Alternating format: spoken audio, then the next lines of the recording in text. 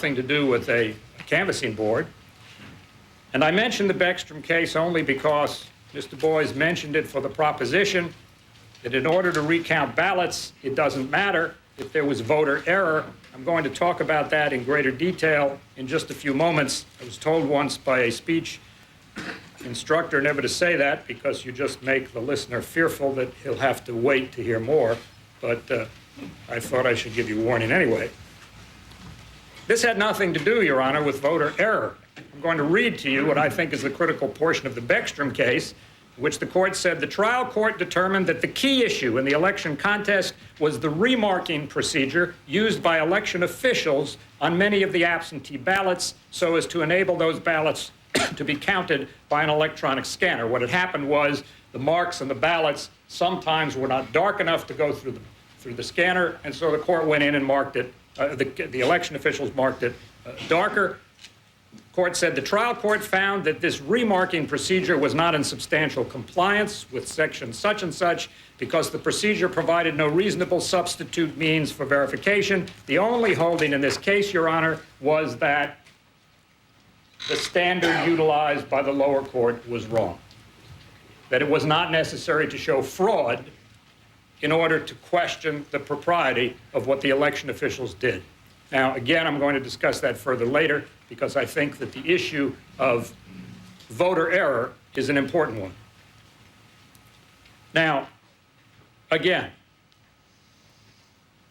I believe that the law clearly states that the discretion lies with the canvassing board.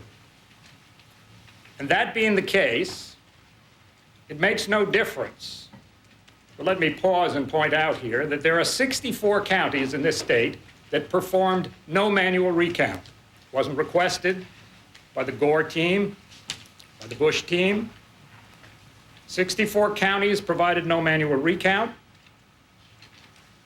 And the right to a manual recount in those counties, as any counties, has nothing to do with Chad buildup or hardening of rubber.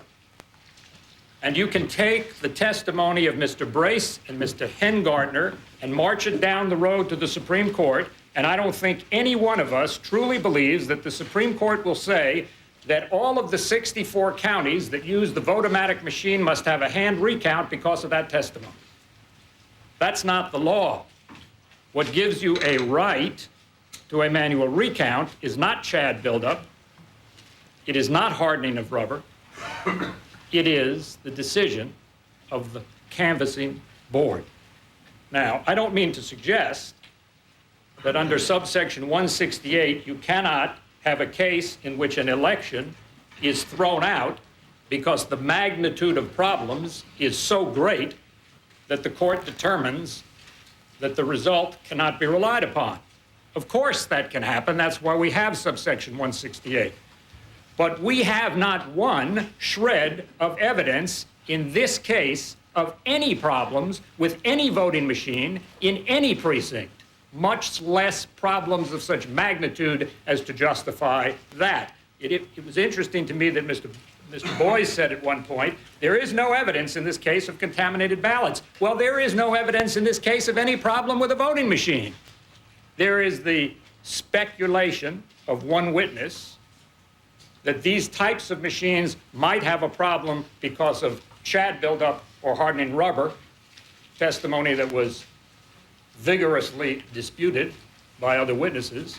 And there was testimony of a statistician about associations.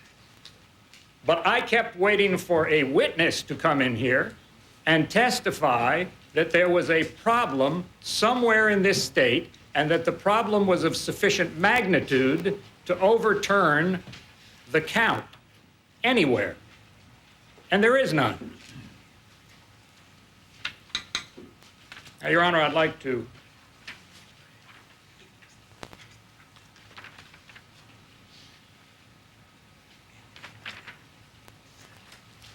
talk about each of the counties that was challenged, and I will begin with Dade County. Now, what happened here is the Dade County Canvassing Board made the decision not to recount. And the board changed its collective mind and conducted a partial recount of 1%. And then it changed its collective mind again. First of all, I'm not sure what the law is here with regard to changing the mind of the board, but it seems to me that the Gore camp loses either way. If the rule of law is that the board, having made a decision, cannot change it, then its first decision holds, and there should never have been any recount. On the other hand, if the law says that the board has the discretion to change its mind, then it had the discretion to do it the third time. But that makes no difference because that's not really the issue here. The issue is that the board told us, and it's in evidence, that its ultimate decision not to go forward was based upon two things. First, that there was insufficient evidence from the 1% count that there would be an effect upon the ultimate result of the election. Supervisor of Election Leahy voted against going forward with the full count because of the fact that he was not convinced in the first place that there was such evidence, and the Gore team has not provided this court with a single item of evidence to suggest anything to the contrary. There is no evidence in this case that the count, the difference that was shown after the initial count in Dade County, when one considers the demographic nature of the precincts, would have made a difference. And we had the testimony of Mr. Spencer, which was undisputed, that the count that they had came out of the very heavily Democratic precincts, and that it would not hold true throughout the rest of the county. But there is no evidence here, and I return to the fact that the burden in this case is not on my client. We have a plaintiff seeking to overturn a major election, at least with respect to recounting all the votes. The burden lies with the plaintiff. Plaintiff brought in no evidence to suggest that there would have been a difference in the election in Dade County, and that statute doesn't just say that there was a difference in the vote. It says two things. There has to be, number one, a difference in the vote between the machine count and the initial 1% vote by hand. And number two, it must be enough of a difference so that one can conclude that it might change the effect of the election. Now, the only thing that we have here is the conclusion of the Gore legal team that if we multiply that number of votes by the total number of precincts, it will be enough to change the result. But their own expert, Mr. Hengartner, when he retook the stand a few moments ago, said that that's fallacious reasoning.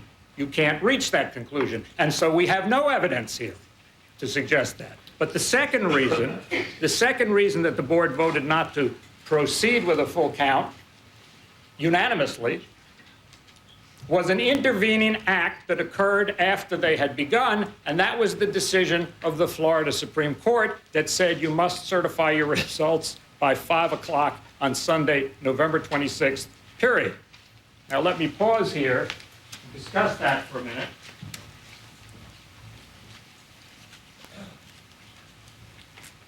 Mr. Boies appears to me to be suggesting, not only in this respect, but also with regard to the additional votes in Palm Beach County, that the Supreme Court really didn't mean that.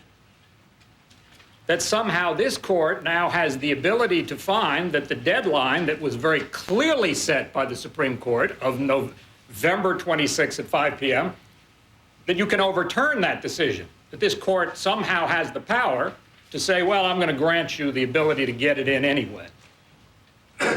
I don't know where that comes from. We had a major battle before the Florida Supreme Court, and it resolved it. And what it said was, we're going to give you some extra time, but we're going to put a deadline on it. And it was a very explicit deadline. 5 p.m. on November 26th, unless the office is closed, in which case it's 9 a.m. the next day. Period. And Mr. Boies has no authority to suggest to this court that it can disregard what the Supreme Court did any more than the canvassing board could. Now, the Dade County Canvassing Board recognized that the Florida Supreme Court had given it a very definite deadline and came to the very reasonable conclusion, which only they had the right to come to, that they could not possibly finish the count on time. Now, what the statute said was that if you do a 1% count and then you go forward, you must then count all of the votes. And what the board said, as a matter of fact, is that if we did a partial count of the votes, we would be disenfranchising a significant segment of the population that lives in precincts that have a different proportion of support for the president. And they said, we can't do it, we're not going to go forward. Now, the law is, we all know the law that says that the law never expects anybody to engage in a futile act. And that includes canvassing boards. Not only a futile act, but a very expensive futile act. And interestingly, Palm Beach, which was well into its count by the time the Supreme Court rendered that decision, far beyond Dade County, which had only just started, and which is smaller than Dade County, was not able to make the deadline, despite the conscientious effort that that board made. So in retrospect, the Dade County Board's conclusion that it could not make the deadline was apparently the correct one. The plaintiffs have given this court no reason to overturn that decision by the canvassing board. Not only did they have the discretion, not only was there no abuse of discretion, but there's no reason to, even if it were de novo. Let me address Nassau County.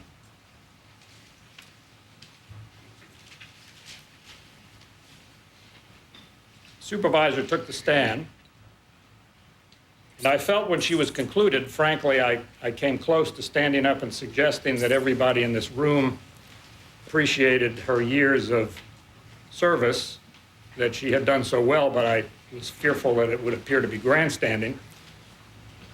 And she gave us a very reasonable and undisputed explanation of what happened in Nassau County. Now, I heard Mr. Boyes say that she said, I don't know why that happened. I didn't hear her say that. I heard her say that she knew exactly why it happened, because it's the only rational conclusion. Because let's keep in mind, in Nassau County, we're not talking about which candidate got what votes. We're talking about two machine counts. One said there were this many votes cast, and the other one said, well, there were 218 less votes cast, and that's not possible, unless there's something wrong with the machines. And she said there was nothing wrong with the machines. So there is only one rational explanation, and she knew what it was. They forgot to pick up 218 cards and put them in the machine.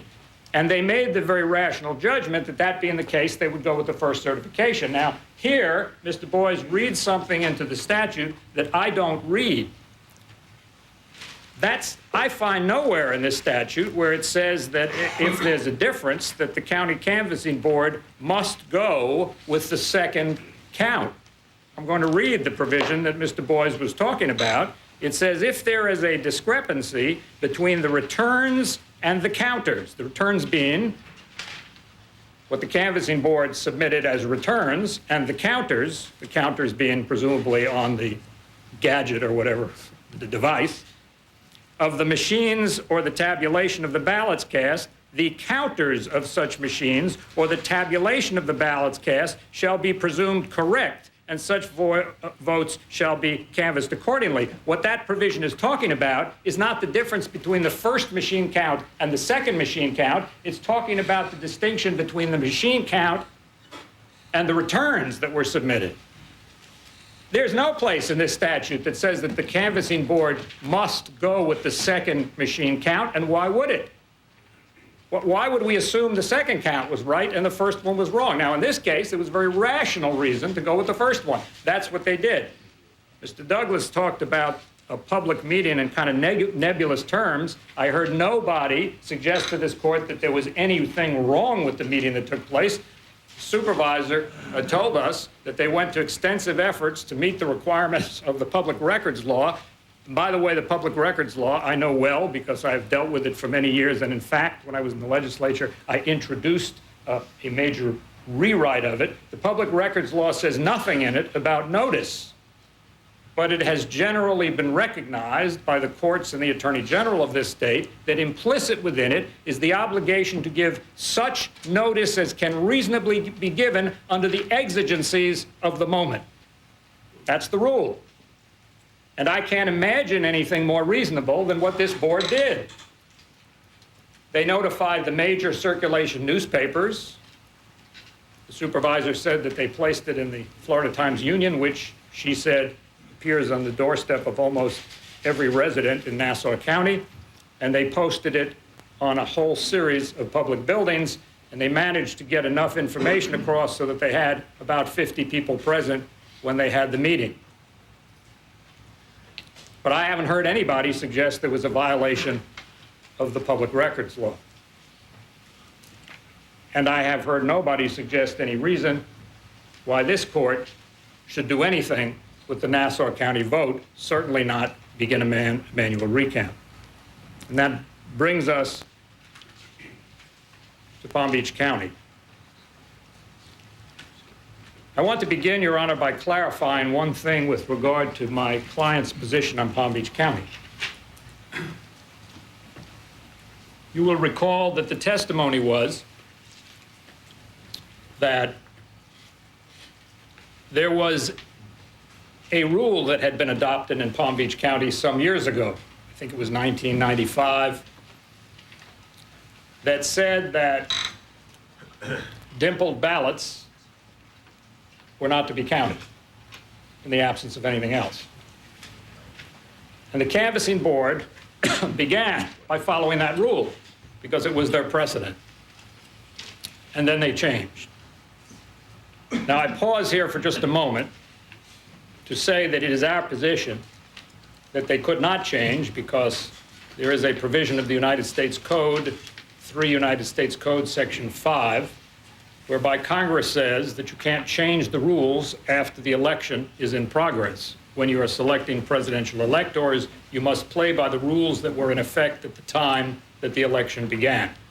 And I mention that because we believe that based upon that requirement, and Congress, by the Constitution, has the right to preempt the rules to the extent that it desires to do so. That being the case, it is our legal position in this case that the Palm Beach Canvassing Board was required not to count dimpled ballots. And by the way, there is no law that says that you must count dimpled ballots, constitutional or otherwise. And so that is a legal position, and we assert it most vigorously. However, I will not dwell further on that because I think it makes no difference. The Florida Supreme Court, in its decision 2 weeks ago, quoted from the case of Pullen versus Mulligan, the Supreme Court of Illinois, in 1990, a case which Your Honor may know has become somewhat notorious for its misinterpretation. And here's the portion of the case that the Florida Supreme Court quoted. The Illinois court said, "Our courts have repeatedly held that where the intention of the voter can be ascertained with reasonable certainty from his ballot, that intention will be given effect." Further down in the opinion, the court said again, "To invalidate a ballot which clearly reflects the voter's intent simply because a machine cannot read it would subordinate substance to form." And then finally, the court said, "Where the intention of the voter can be fairly and satisfactorily ascertained, that intention should be given effect." Clear intent, fair and satisfactory. That's what the Pullen court said, and that's what the Florida Supreme Court 2 weeks ago adopted. Now, Pullen is interesting for another reason, because it is analogous to this case in one respect. Very close in one respect to Palm Beach County. One way it was not close is we were only talking about a total of 27 votes in the Pullen case. That's what was an issue, 27 votes. And what had happened was, and there was no canvassing board issue there, the trial court had determined that dimpled ballots would not be counted, period. And when it got to the Illinois Supreme Court, the Illinois Supreme Court said you can't have a per se rule like that. if the clear intent of the voter can be fairly and satisfactorily determined, you must count it whether or not it's a dimpled ballot. And they remanded it. And on remand, the court reviewed the 27 ballots and said, there are still 19 ballots with dimples that we cannot determine the intent of the voter. And the Supreme Court said, fine, that's reasonable. They don't count. That's what Judge Burton told us they did in Palm Beach County. And I'll tell you, Your Honor, it's interesting to me because I have been wondering exactly what it is that Mr. Boies is suggesting this court should do different from what the Palm Beach County Canvassing Board did very conscientiously for a very long time with many thousands of ballots. I don't understand, and perhaps he can tell us when he has his reply, what it is this court or any group of individuals this court should appoint would do different than what the Palm Beach County Board did. Because what they did, as I heard it, is exactly what the Pullen case, the Supreme Court of Illinois, said you should do, and the Florida Supreme Court, by adopting that, says you should do, and any rational judgment of a human being suggests you should do. Because if we do anything else, if we do what the undercurrent of suggestion really is, that you need to count all dimpled ballots, that's just as much of a disenfranchisement if the person didn't mean to vote as not counting at all, maybe worse. And here's where I want to pause for just a minute to talk about voter responsibility. A voter can't come into court and say, I forgot to go to the polls on election day, you need to give me another chance. And the voter can't say, I went to the wrong precinct and voted in the wrong place, let me vote again. Why is it any different when a voter walks into the booth and either fails to read the instructions properly, or if he cannot read them or she cannot read them, fails to ask the personnel who are available for such person to help, and votes wrong? And as a result of voting wrong, fails to give the canvassing board, the Judge Burtons, enough of an indication of intent for them to be able to figure it out. What that voter has done is delegated to somebody else his or her vote. And we don't allow that. Now, we don't have any evidence in this case, in fact, that any of the so-called dimpled ballots that the Palm Beach County Canvassing Board did not count were that way because of a buildup of chads or a hardening of the rubber, any more than we know they were that way because the voter just didn't pay attention to what he or she was doing. But we know one thing for sure, because we heard Judge Burton and we heard no conflicting testimony.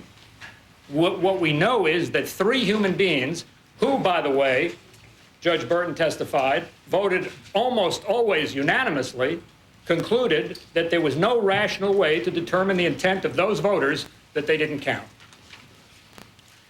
Now, also on Palm Beach County, we have this issue of suggesting to the court that just because the Palm Beach County Board continued to vote, and we know how many additional ballots there were, the court can overturn the Supreme Court's deadline. And again, I know no authority to do that. Now, the argument here is, well, but we know these people voted, we need to count it. Well, there's probably thousands of voters in the 64 counties that were never manually recounted that are not going to be counted either, and that's the way it is, because we have laws, and we must abide by them.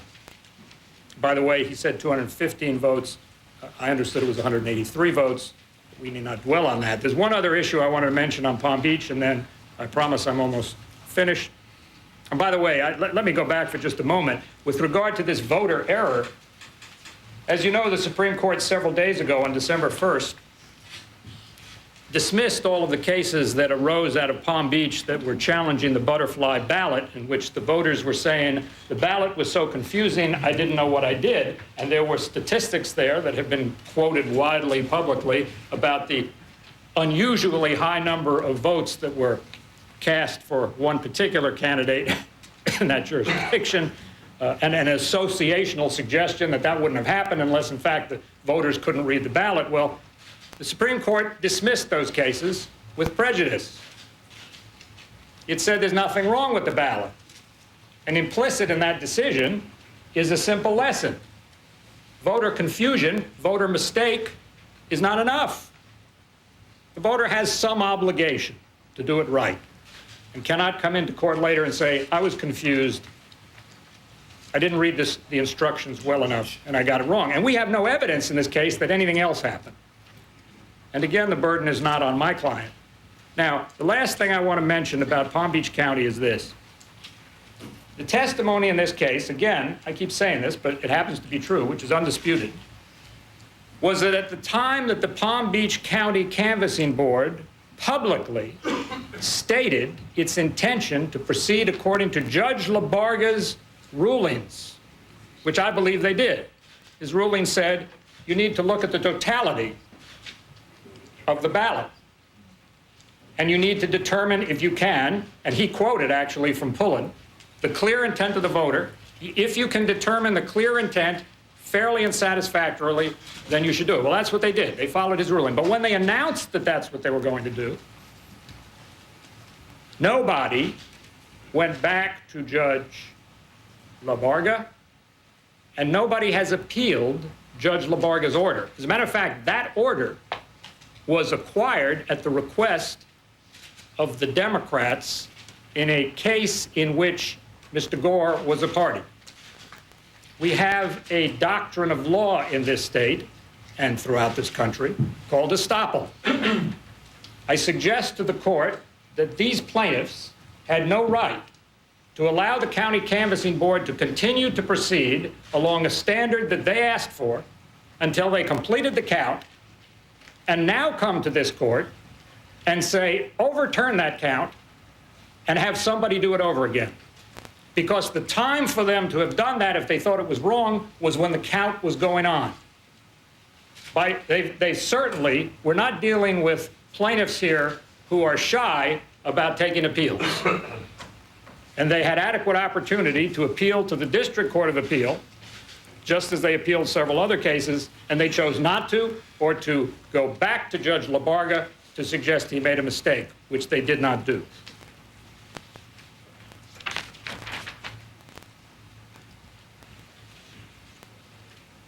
The burden, once again, Your Honor, is on the plaintiffs. I respectfully suggest to this court that we are light years from any carrying of that burden. There is no proof of any problems. There is nothing but two witnesses with speculation. There's no evidence which is sufficient to overturn the count that there would be a change in the results. There is no evidence of abuse of discretion, and once again, I urge upon this court that that is the issue. There is no suggestion that the county canvassing boards were not both reasonable and competent in making the decisions they made. In fact, Mr. Brace, plaintiff's witness, said that they were among the most professional canvassing boards in the country. And I leave the court with two questions. In the course of your deliberations. The first is what this court would do, again, different, or instruct anyone else to do different from what the Palm Beach County Canvassing Board did. And the second is whether Florida is prepared to tell the American people that it will disqualify its electors and possibly hinge the election of the presidency on the only two witnesses presented by the plaintiffs. Thank you. Thank you, Mr. Bridge.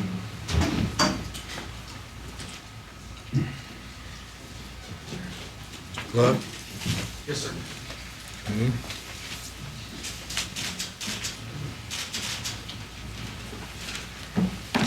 Your Honor, this is a very unattractive place to be in this lineup.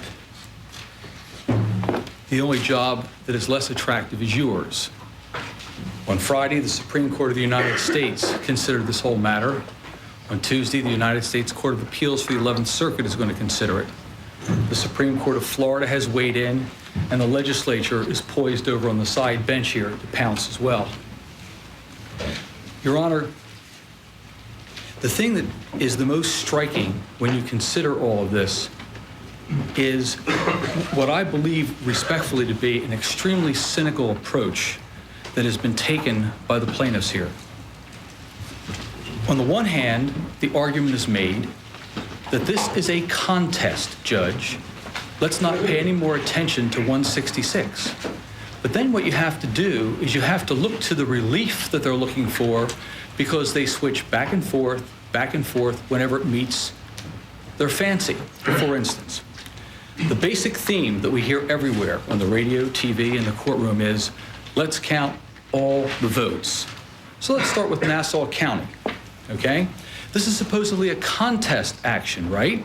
So we're supposed to look to 168. Do we see the plaintiffs seeking to have a manual recount done in Nassau County? No, Judge. That's not what we want to do in Nassau County. What we want to do in Nassau County is take that superb public servant that sat there and crucify her, okay? The point is that a mistake was made. Everyone knows a mistake was made. It's very, very clear. Do we want to count the votes in Nassau County to find out what happened? Nope.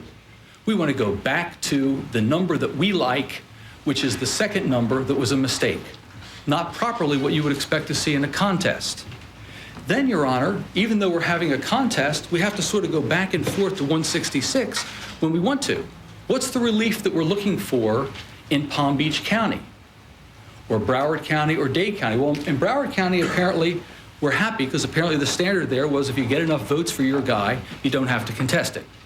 But now we look at Palm Beach County, and what's wrong with Palm Beach County?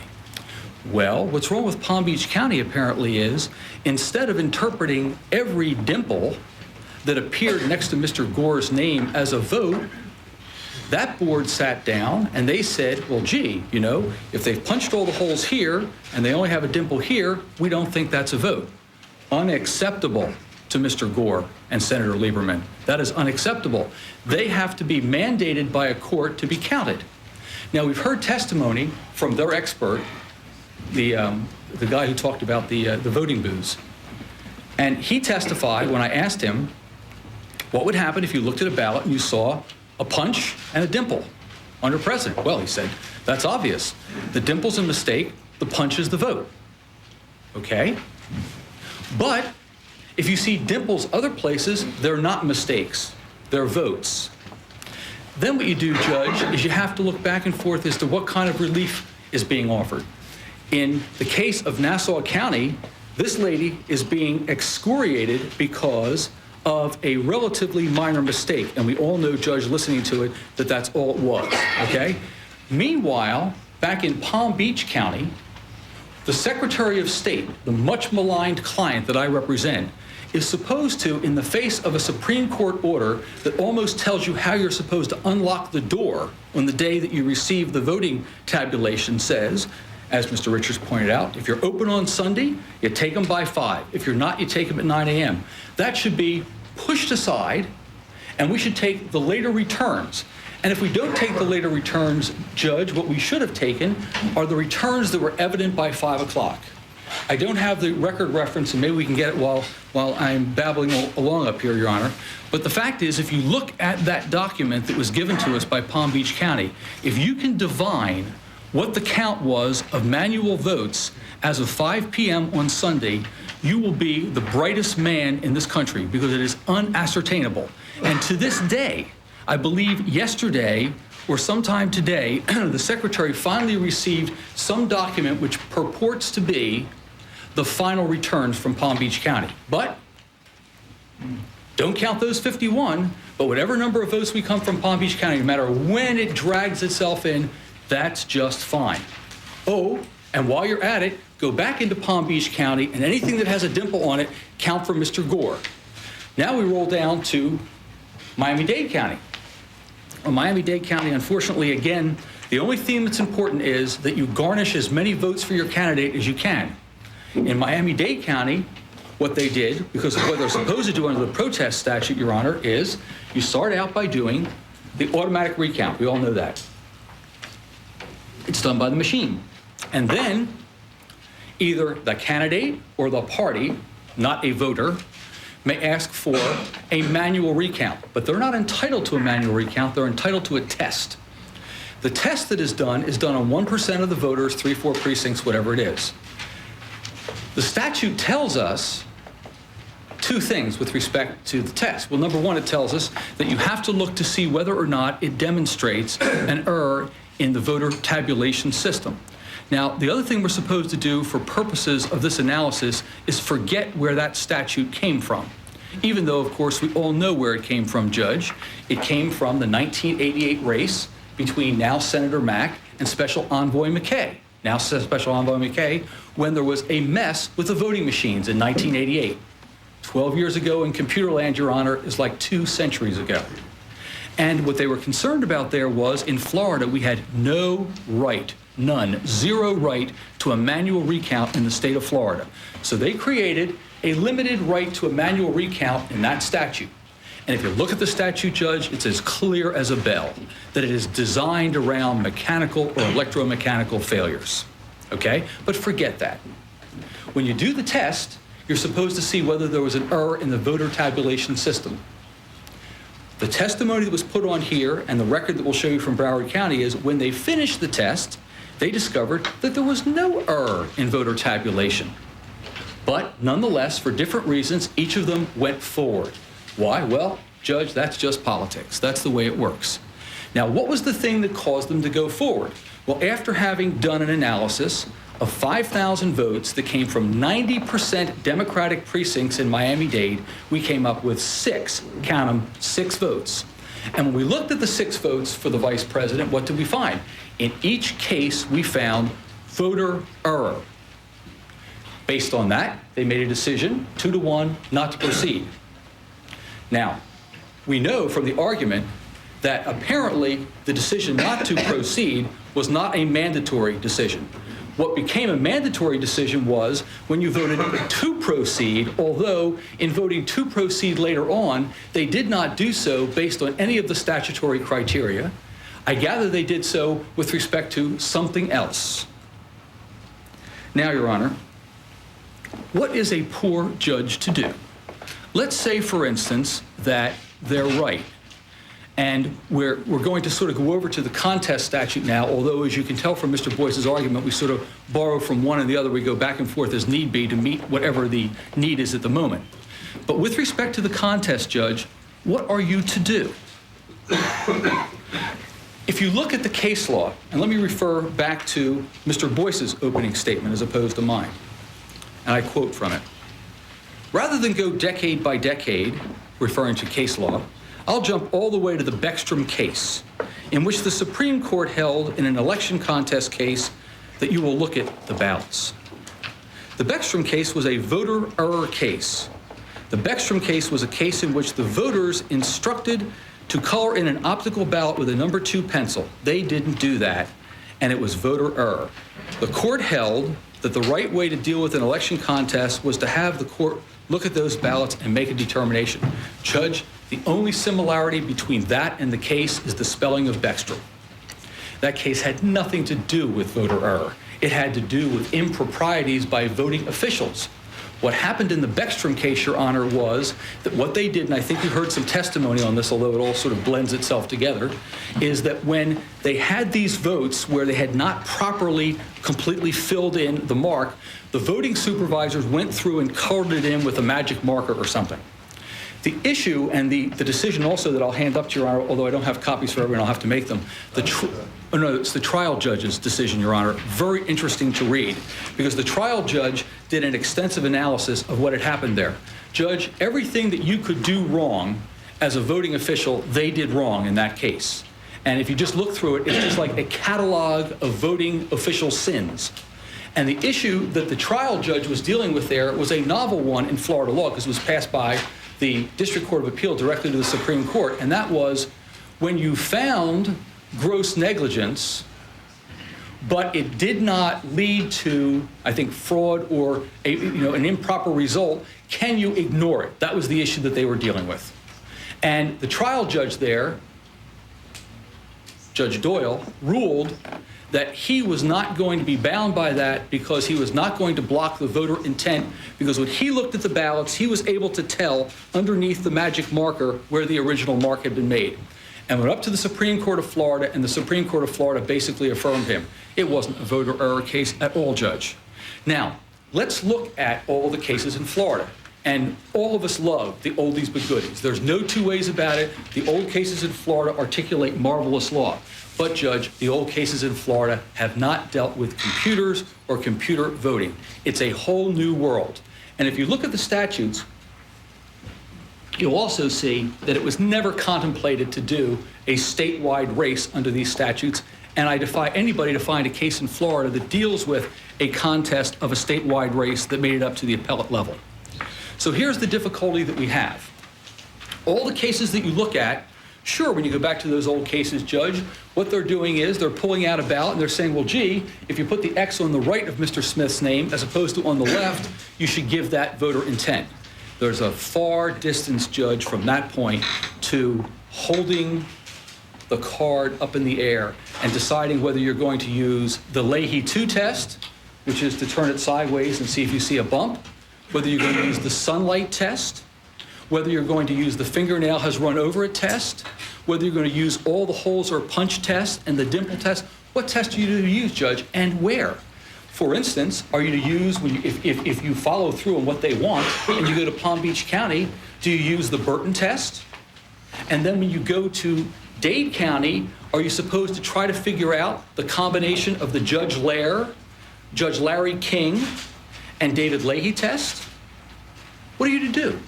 And if you look at how the people were selected for a manual recount, which we would suggest to Your Honor was meant to be done only in very limited cases and clearly never in a statewide race, it's clear that the people that were appointed were a very important part of the process.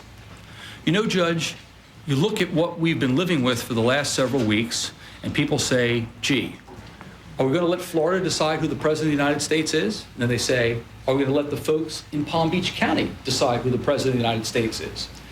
Then the question is, well, is it going to be the Supreme Court of Florida, the 7 of them? Now, the question, Judge, is it going to be you? Now, if you look at the statutes that we have in the statutory scheme in the state of Florida, is there any question in anyone's mind that if you look at the limited instances that you were supposed to use the manual recount under the 166 protest, which is the only basis to do a manual recount anywhere that you're going to find in the Florida statutes, that the intent of the legislature was for one lone circuit judge in Tallahassee, with everybody looking at him, to look through all of the ballots, either on a county-by-county basis or the ones that have been sorted in Dade County or the ones put aside in Palm Beach County, and make that decision. I suspect not, Judge, and I think it's relatively clear that that is not the case. One other point that I think deserves comment, Your Honor, is the point with respect to whether or not it needs to be a statewide count. We think, Your Honor, it has to be. One of the things that both the Supreme Court of Florida and the Supreme Court of the United States focused on in their argument phase on this is the whole thing about statutory interpretation and statutory construction. Judge, it's clear that those statutes in Florida are not written for a statewide race. And when you look at the cases, you'll see all of the cases have to do with county races or something that's even smaller than a county race. So the question that comes up is, how then should all of that be implemented? It flies in the face of common sense and decency to think that somebody should be able to manipulate the results in a candidate-favored county or series of counties to the detriment of the rest of the state. So what say the Vice President? Well, it's very easy. If we go forward and we ask for a manual recount in 3 counties, it's incumbent on you guys over here to ask for it in the other 64 counties. Well, Judge, how about if they think that's improper? Then we have Mr. Butler sitting over on the side, and he doesn't have any right to come up with a manual recount. And we have a statute that perhaps you could avoid a due process challenge to on constitutional grounds, because there is no right of an individual voter to ask for a manual recount. If you restrict its application, now all of a sudden it is there. And Mr. Butler, who everyone wants to poke fun at and make jokes about, he's got a real problem, Judge. He's over there in Collier County. And maybe these lawyers here maybe they're not the brightest people in the world. They appear that they're way up there, but maybe they should have challenged the results in the other 64 counties, but they didn't. And here's Mr. Butler. And Mr. Butler's concerned because his vote is going to be diluted in the democratically rich counties of Miami-Dade, Broward, and Palm Beach. And he's not going to get his vote counted. Meanwhile, apparently, if you're on Mr. Bush's side, you have a choice of either engaging in something that you think is improper by filing challenges in the other 64 counties, or doing nothing and fighting this, guerrilla warfare that has been going on for the last 3 or 4 weeks. I would suggest, Your Honor, if you look at that statutory scheme, you have no choice but to come to the conclusion that if you want to challenge a statewide race in the state of Florida, you must file in all 67 counties. And if you don't do it, you haven't acted properly. Now, Your Honor, what's the basis for filing such a challenge? Well, the statute tells us that the grounds are, this is under 168, misconduct, fraud, or corruption. We know it's not that one. Or, we get down to E, any other cause or allegation which, if sustained, would show that a person other than the successful candidate was the person duly nominated or elected to the office in question.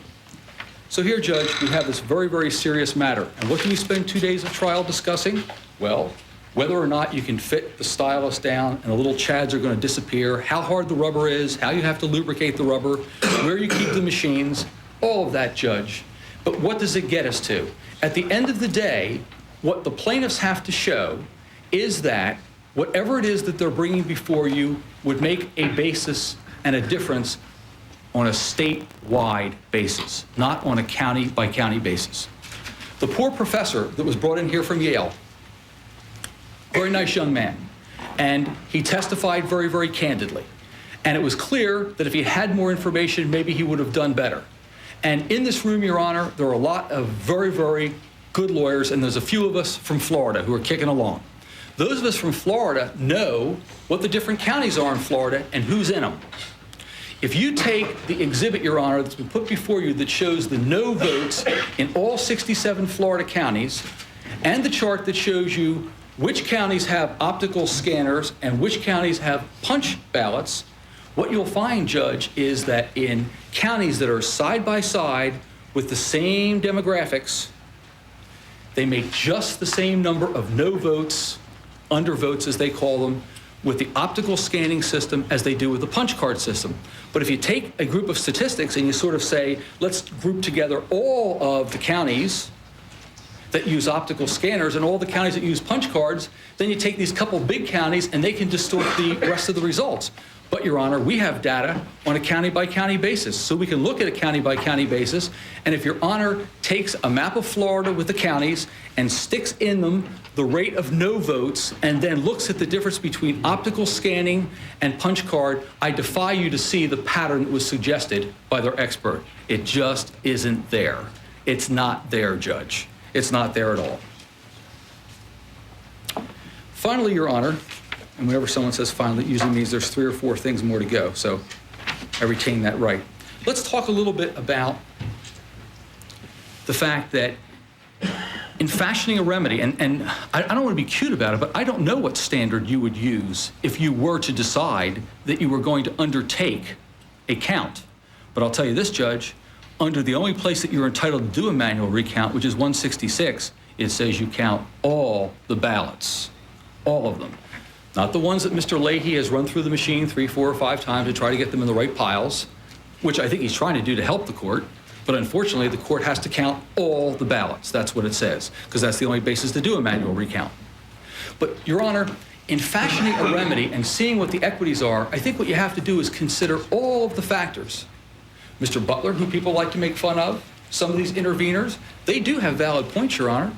I mean, maybe not as strong as some other people would want to make them, but the fact is that if other folks don't have a right to have a manual recount in their counties, that has to be taken into consideration. If the vice president chose to do 2 things, Your Honor, first, to extend the protest period, which otherwise is a relatively perfunctory period that only lasts 7 days, he wanted it to be longer. He got his wish. The old Chinese proverb, Your Honor, he got 19 days worth of protest and 16 days worth of contest. But he's not the only one being punished in that regard. Everybody else that wants to have a contest gets punished as well. I would adopt the argument put forth by Mr. Richard as far as the review. I think it's the only review you have, and I don't think you'll find any case that talks about a de novo standard as far as review of this. Also, Judge, how about the overseas military ballots that we've heard something about? Well, our men in blue, our women in blue, or whatever color they wear, okay, are cut down to 16 days to file a contest with respect to that, and very little of that has made it into the courts. Then we've heard the issue of the felons that voted, and every day, Judge, an extra 2 lawsuits are being dumped into the clerk's office of this court as one new theory comes in after another. And let's back off and see how this whole thing began, and then I'll be quiet and sit down.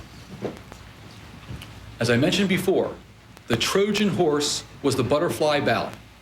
The Trojan horse was rolled in, the butterfly ballot issue, and all that was designed to do, Your Honor, was to give the troops time to figure out the lay of the landscape and come up with a new theory. And what was the new theory? Well, we had to hear for a while, and Your Honor, God bless them, it may well be true that there's some people that were confused by the butterfly ballot. And I think, Your Honor, that the reason why there's little scratches on the ballot is because folks like myself, whose eyesight is not as great as it used to be, probably stick the little stylus down on the name and they go across the arrow and into the hole. That's one of the reasons why it was there. There probably are some people that take their ballots out and do it this way and that way. I think the point that Mr. Richard raises, which he charitably refers to as voter responsibility, is a very big point. Everyone else in the state who filled out their ballots correctly, Judge, deserve to be treated just as well as the ones who decided to put their ballots on the piece of paper or put their ballots somewhere else, or at least not do what they were supposed to do, which could not be clearer. Punch the hole, take it out, clean the back, put it in the ballot box.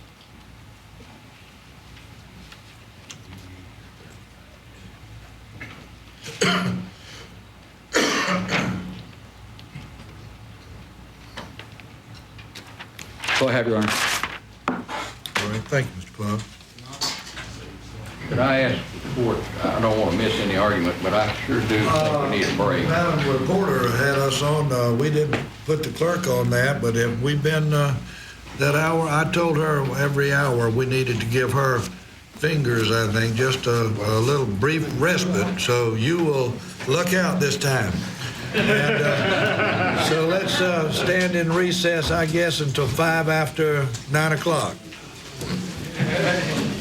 We have now heard the closing arguments from the major sides in this debate in the courtroom of Judge N. Sanders Saul. There's still some more to come. A quick break to give the court reporters' fingers a little bit of rest. We're going to take a break. When we come back, we have Stan Goldman, we have James Rosen, and we have Hannity and Combs. This is Fox News coverage, Florida decision, the contest trial in the courtroom in Tallahassee. We'll be right back after this quick break.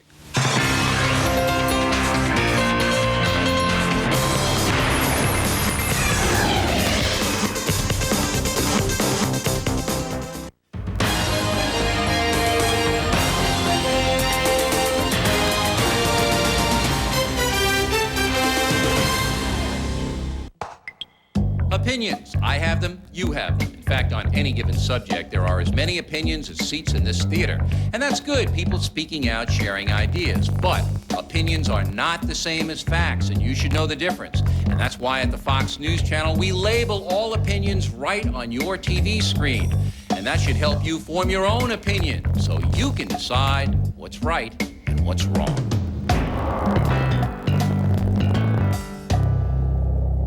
Mother Nature takes her toll, raging against the elements. Fox News Channel is there, bringing you the updates. From the eye of the storms to the aftermath of destruction, make Fox News Channel your only source for complete and up-to-the-minute reports. You Decide 2000, exclusively on the Fox News Channel.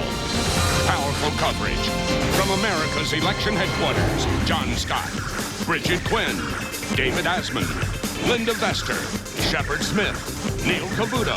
Fair and balanced reporting from America's election team, giving you the power to decide.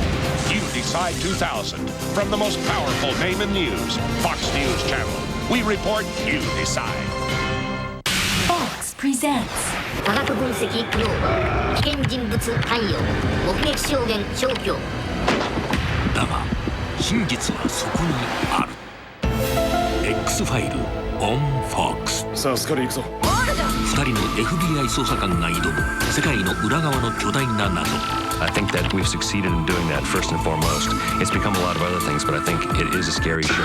X ファイル全米のメジャーなテレビショーを連続受賞 The X-Files is really caught on because I think people around the world like to be scared. X ファイルその魅力は今も世界中にファンを生み出し続ける X ファイルよくできてますよねもっと続けて来週はどんな話なんだろう見ればハマるテレビ史上真実が知りたいかつてない答えを見つけて進化し続ける最高傑作真実はそこにある目撃者はあなた X ファイル毎週月曜夜10時 Only on Fox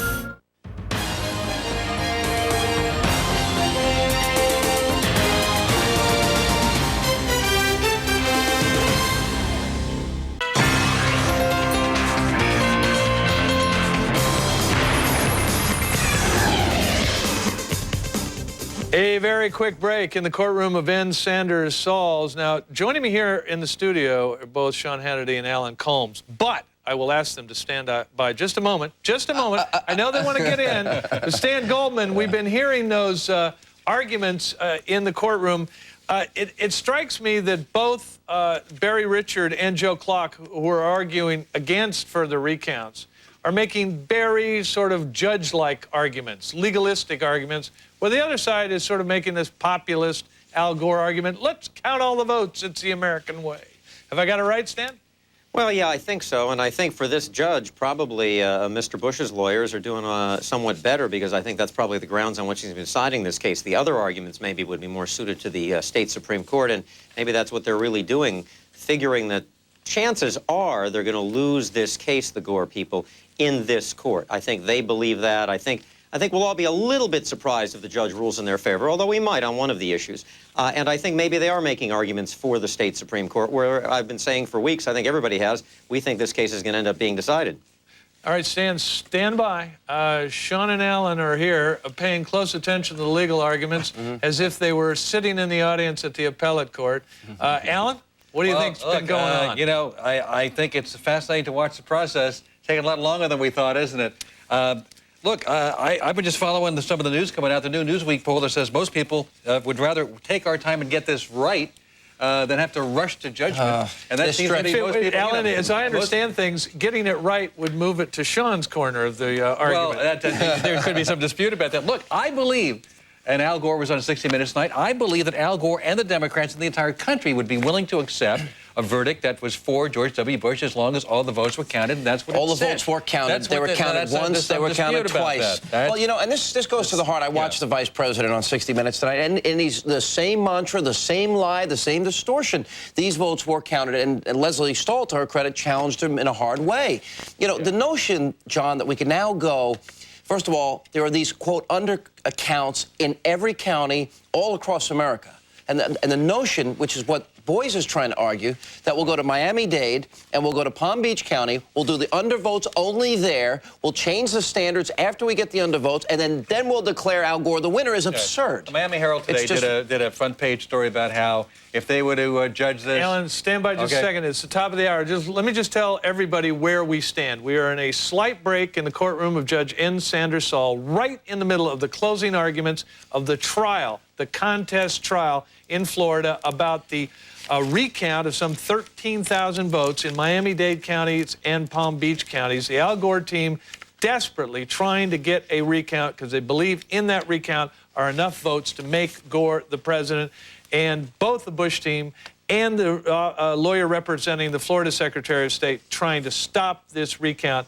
There are 3 or 4 more parties to make their final arguments, which will come momentarily, and we will go back to it live when it does. In the meantime, I will continue the hand-to-hand combat with Sean Hannity and Alan Colmes here. Alan. By the way, I read his article. This is important to point out. This is, quote, this is the Miami... I haven't even said it yet. Let me say it. All right, you say it. An analysis commission... Knock it down. Yeah, well, that's what we do on Hannity and Colmes.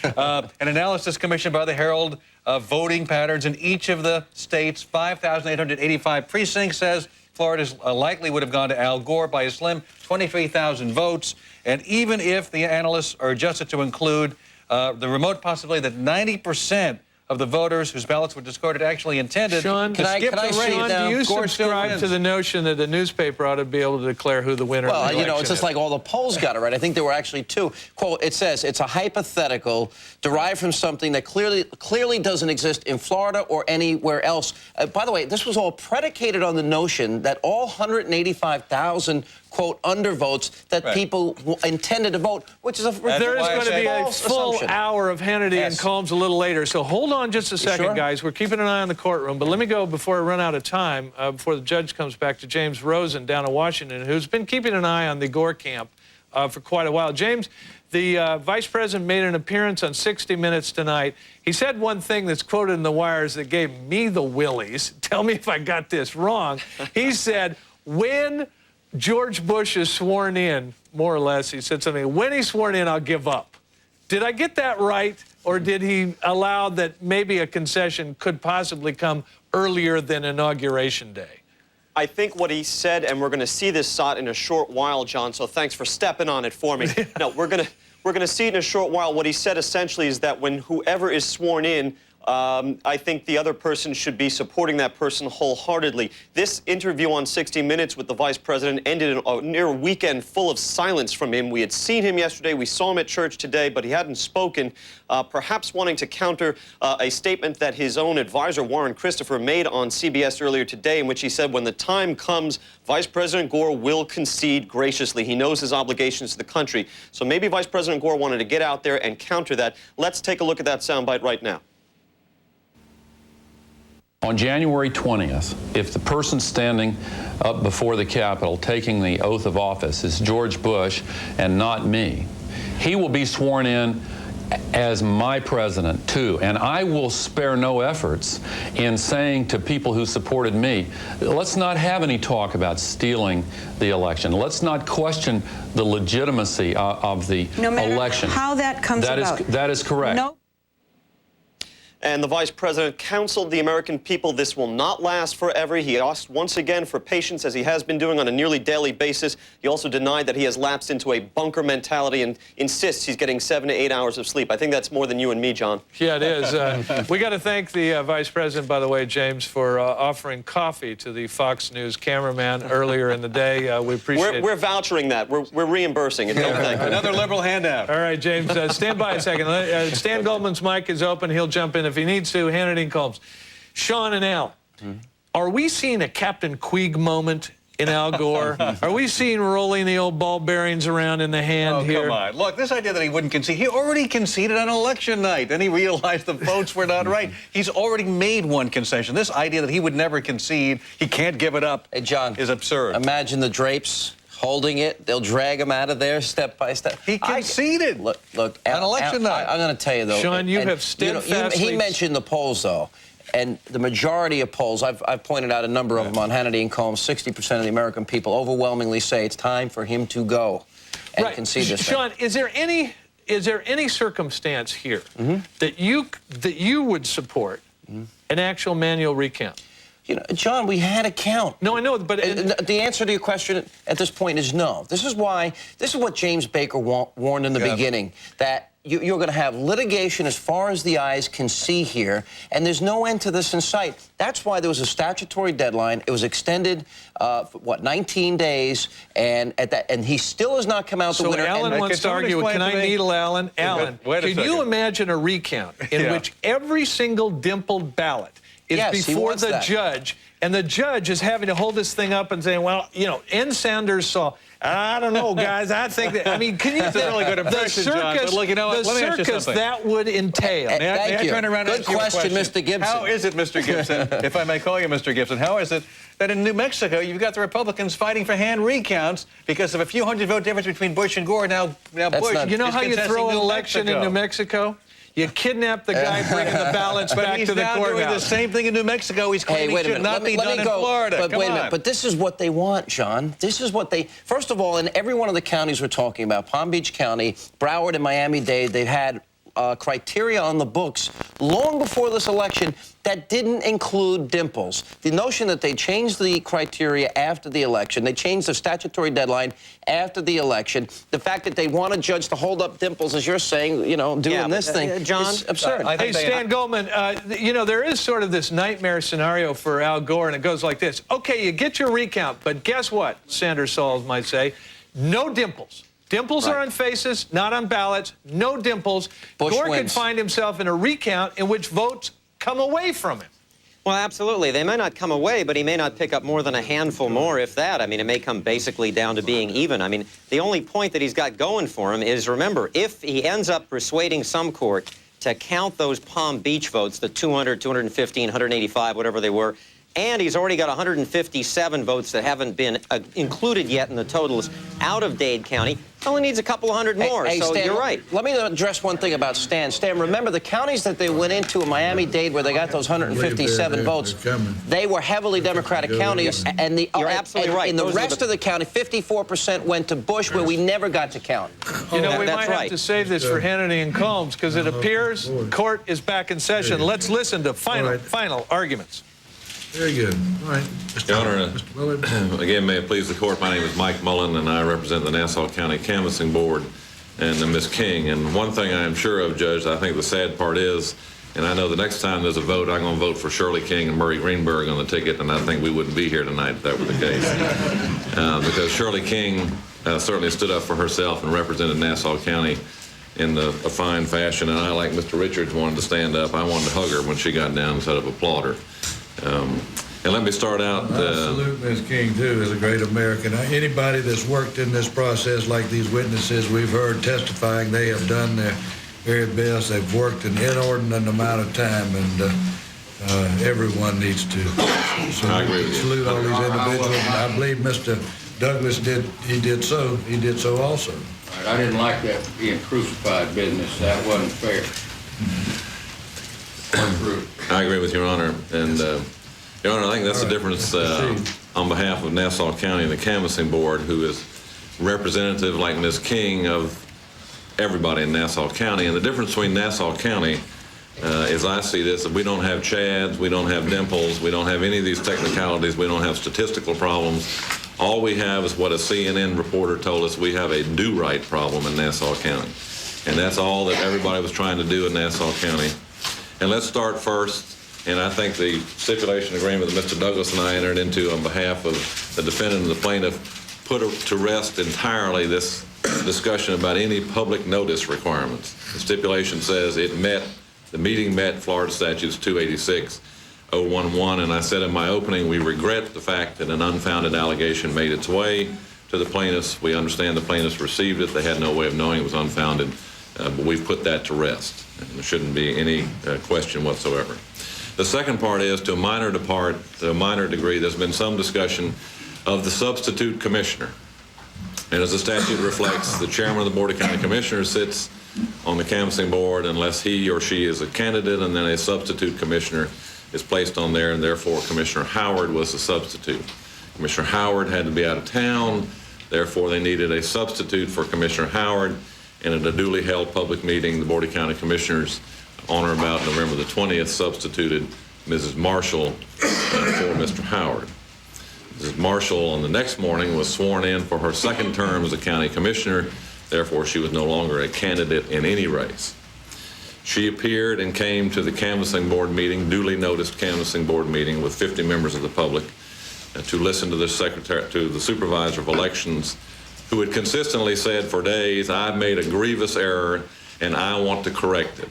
We've got to correct this error, and I think Mr. Richards has pointed out well how that happened, and the Secretary's lawyer pointed out very well how that happened, and I won't belabor that. Ms. Marshall, in the statute, Mr. Boyce quotes the statute. The statute says that certainly a person who is a candidate, the Board of County Commissioners shall appoint a substitute member of the board who is not a candidate with opposition in the election being canvassed. Well, Ms. Marshall was not running for President of the United States. Make no mistake about it. She may one day, but this day she was not. She was there to make a vote on the presidential electors' ballots. And again, also, Your Honor, the canvassing board did not count votes on that date. They simply voted to correct an error that has been well described. And it was a unanimous vote. But the two sitting members on the canvassing board, both Ms. King and County Judge Williams, voted as well to do the same thing. So even if there was some minor problem with Ms. Marshall, it is a minor problem, a harmless error at best, and we contend there was no error. She had every right to be sitting on that board to do what she did on that date. The other aspects about, and it was been mentioned to Your Honor, about finding abuse of discretion that has to be found. I think it's crystal clear in Nassau County, you cannot find any abuse of discretion. The only problem is that no one on either party wanted to file a protest because it was very clear why the error occurred and very clear if a protest was filed on the Democratic side what would happen. The 51 votes would come back. And we understood on the other side, on the Republican side, because that was not their principle in seeking to pursue those type of actions, and therefore no one filed a protest. So the supervisor again sought advice from the Secretary of State's office and went to her canvassing board after she'd gone public to every citizen in Nassau County saying, I didn't count them correctly, I made a terrible mistake, and I give her all the credit in the world for doing that. And I give the canvassing board credit for understanding that and saying you cannot disenfranchise 218 voters and just discard them. And if I understood plaintiff's side, they want to discard them in our county, and we very much resent that. No matter who gets those votes, that's not fair, that's not right, that's not what the Supreme Court of Florida has said in their guiding principles on how you look at it. They have specifically said the will of the people, not a hyper-technical reliance on statutory provisions, should be the guiding light, and that's exactly what happened in Nassau County. And I think it's very clear, Your Honor, that those votes should stand as they are. She had, again, every right, that canvassing board had every right to take the good, well-founded act that they did, and no matter how many times you want to say, well, weren't properly constituted, this wasn't right, that wasn't right, none of that is correct. None of that is true. And I think Your Honor has enough evidence before you to clearly understand that. I don't have to belabor the point on behalf of Nassau County, except again, our only intent in Nassau County is to do what is right by those voters, and everything statutorily, morally, legally was done to ensure those voters are heard. And if I hear both sides, that's the primary reason, the reason we're here tonight. Thank you, Your Honor. Thank you, Mr. Miller. Here's my list. Who's next? Your Honor? Yes, sir.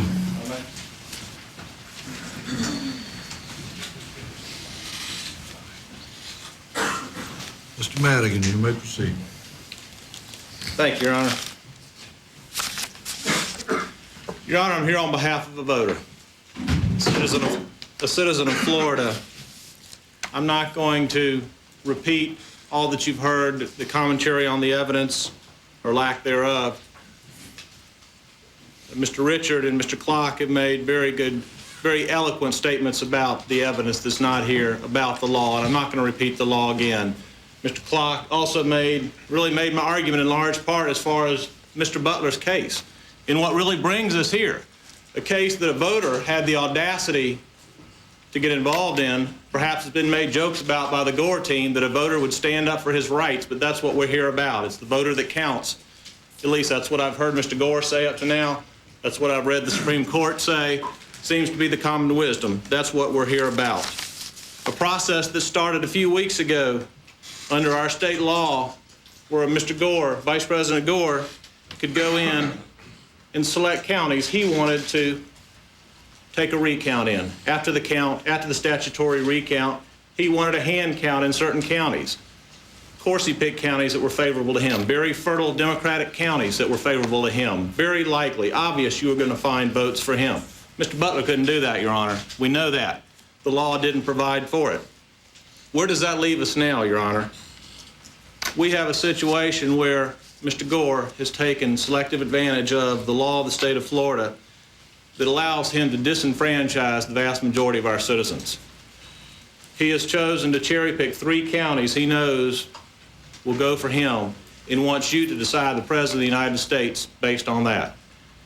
His actions, Your Honor, would disenfranchise voters of the other 64 counties of Florida. Indeed, they can disenfranchise voters in the rest of this country, Your Honor. The law compels you to apply common sense. You've heard the argument on the law. You've got to read it with common sense in mind, Judge. To disenfranchise 64 counties because their votes wouldn't be counted in the way that the votes of the other 3 counties is absurd. Thousands of votes in these 64 counties, tens of thousands, have not been counted. We hear that every vote counts, but that's not what we see and hear in this courtroom. Only the votes that Mr. Gore wants to count is what he wants to count. Everything else is out the window, Your Honor. He wants you to look at this in a vacuum.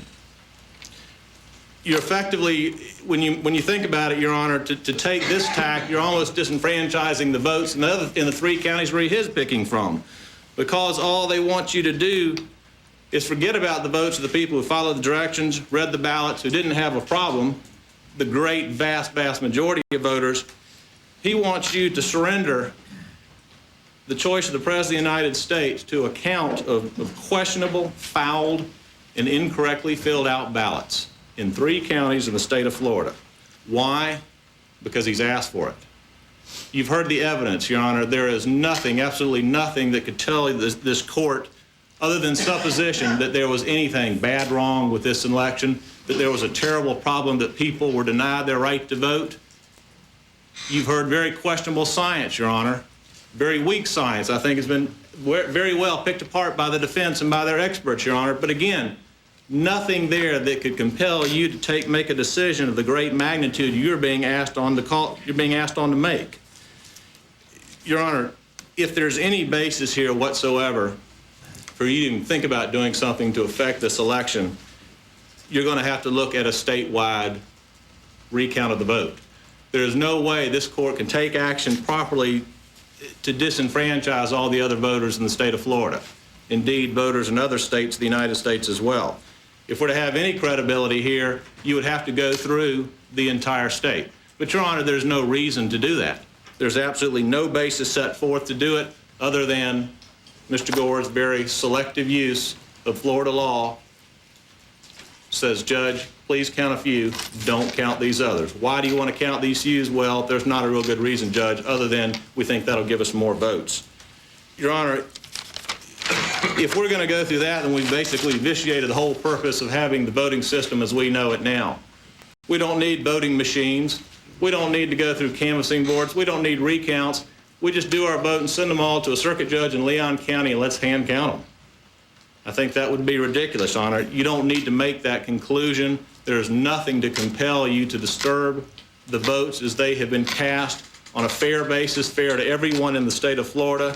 Your Honor, the petitioner, Mr. Gore, needs to be dismissed. Thank you. Thank you, Mr. Madigan. Mr. Meyer? May it please the court, I'd like to share my time with my co-counsel, Manny Klausner, so I'll shorten my address to the court. This lawsuit, Your Honor, undoubtedly carries more significance than any of us lawyers may ever see again in any of the practice that we have. It stands as a monument to the stability and the grandeur of the American democracy that we have set up in a republic form of government. And the evidence in this particular lawsuit has revealed that Florida's got a bunch of hard-working people like Judge Burton, and got honest people who care about the right result, like Shirley King. And it's got likable characters like our friend, Attorney Murray Greenberg. And all great Americans, as the court has pointed out, working under the closest scrutiny possible in the toughest of times in their particular jobs. Yet, the court heard no corruption, no dishonesty, no voter fraud, no gross negligence. None of that evidence was presented to the court because it wasn't there. We now know that in Florida's elections, the principles of hard work and honesty prevail. and the other states should take notice, and other governments should take notice of what happened here in Florida. No matter who wins this election, Your Honor, all the power, the immense power and the grandeur and the authority that's turned over to the next president of the United States will be turned over without the first drop of blood. That's amazing. The court is tasked with identifying what the intent of the Florida voters were in this statewide election. All the voters in the statewide election, all the voters in Florida's 67 counties, and yes, Your Honor, all the Floridas, all of the voters who live in West Florida. You heard Teresa Cruz testify here tonight, Your Honor. It's not fair to ignore my vote, and she doesn't even know if her vote counted. You heard Jeanette Seymour tell you that she got to the point where she was convinced that her vote had been rendered valueless. And we now know how wrong that is in our country. We know that every vote counts, and as has been said before, every vote ought to be counted in the entire state. And under the concepts of fairness and equal protection under the law, the court is required to treat every vote in our state equally. And my friend George Orwell, if he were alive, Your Honor, bringing you back to what I said, believe it or not, that was yesterday morning when we opened up. He would agree with me that casting our vote here serves as the single most important thing that we could do in our society, because voting allows us to collectively exercise our control over those who would govern us. As you're well aware, the winner of this election will govern only by the consent of the governed. And George Orwell would also agree with me that every vote is equal and that no county's vote is more equal than any others. If the court is truly to ascertain the will of the voters in Florida, and I mean all the Florida voters, then the court must consider this from a statewide perspective, taking the totality of the circumstances in mind when the court rules. You heard Attorney Spencer say here earlier today that if a hand recount were done in selective precincts, then that would result in a skewed result in that county. Your Honor, we contend that likewise, if the court did a consideration by cherry-picking counties throughout the state and looking at those results, the statewide result would likewise be skewed. Every Florida vote must be counted, Your Honor, on an equal basis with every other vote. Not just Miami-Dade counties, not just Palm Beach counties, but every county. And so I stand by this before I yield my time to my co-counsel. All voters, all Florida votes are equal, Your Honor, and no vote is more equal than another. Thank you. Thank you, Mr. Myers. Mr. Clausen. Thank you, Your Honor.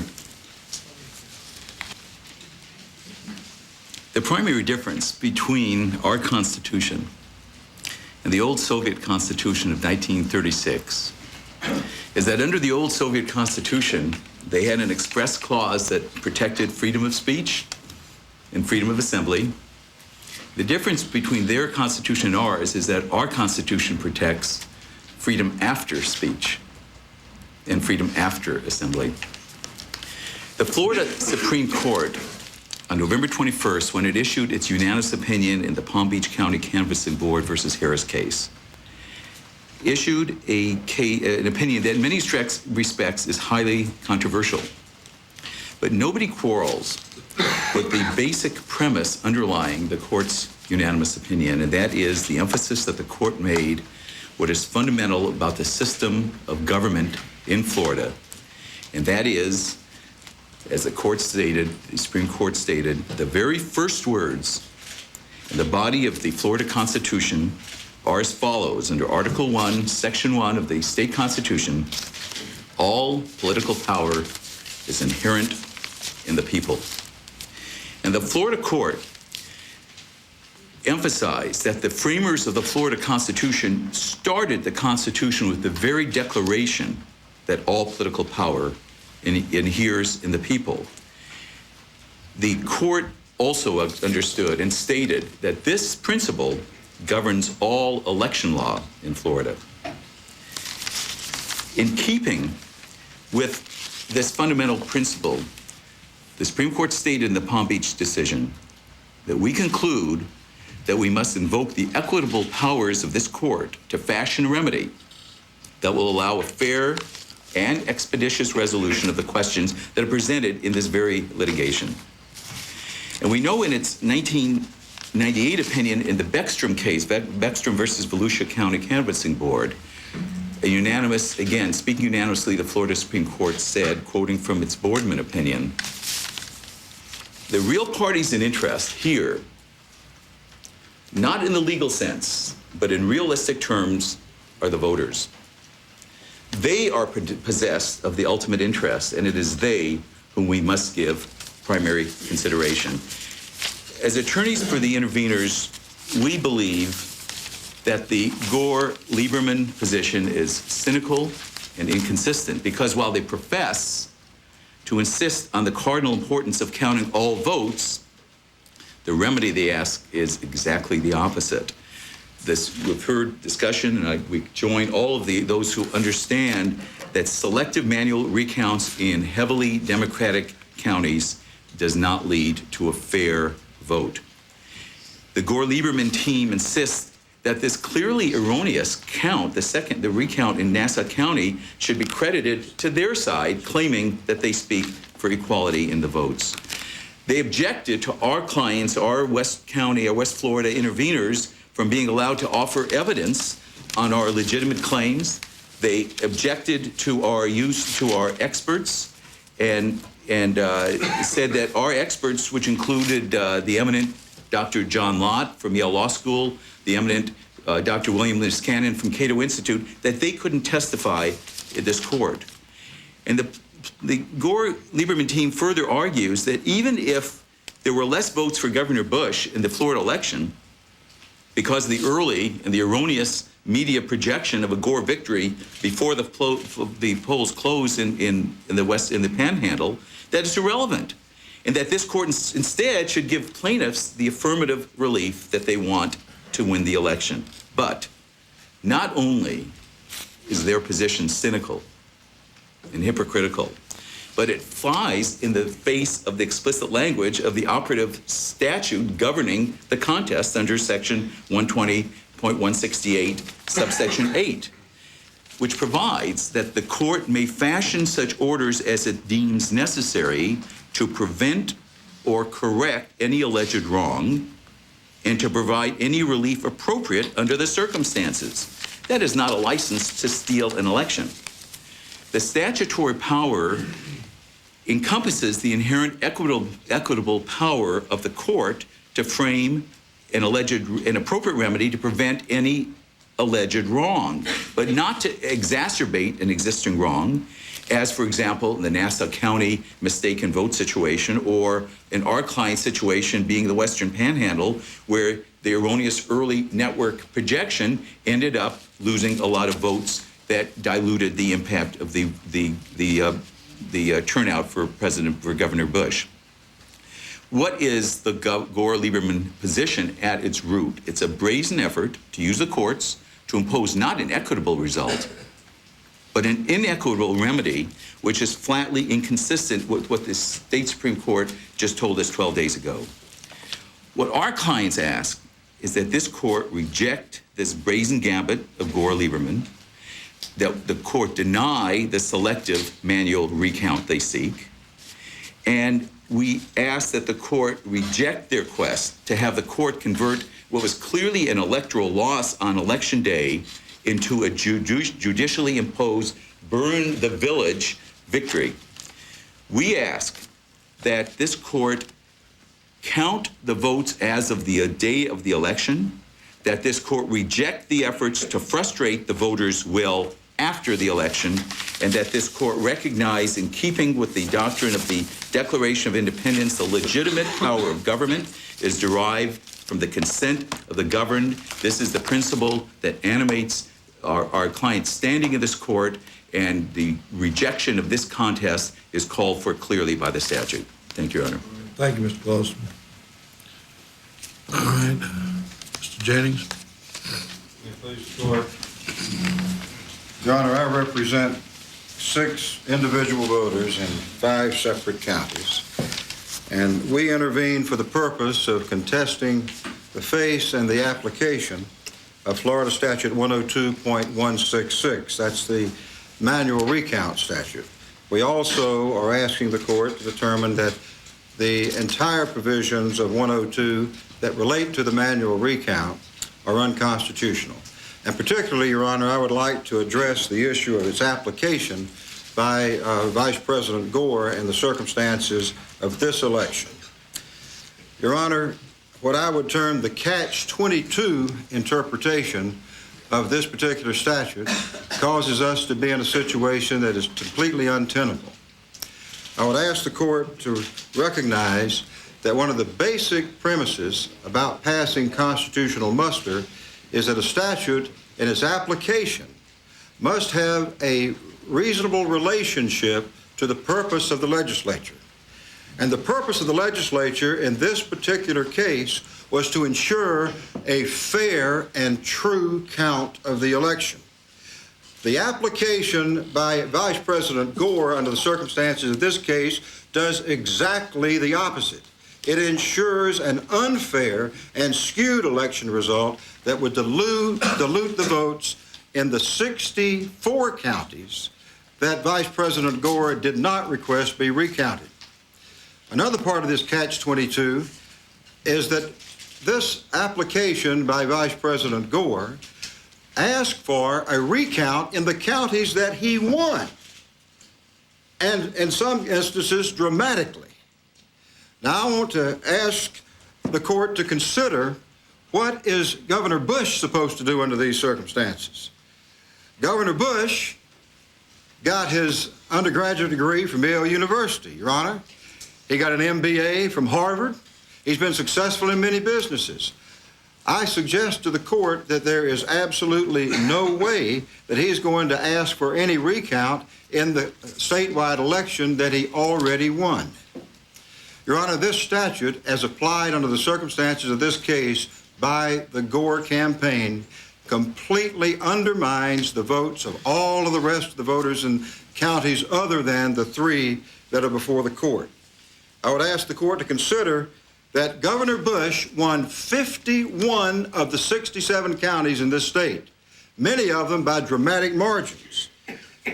There were undervotes in all of the counties where there were these vote-o-matic machines. And in the record, we have completely shown by the Department of Elections that, and the record will speak for itself, that Duval County had the vote-o-matic machine. In that county, Bush won by 55%.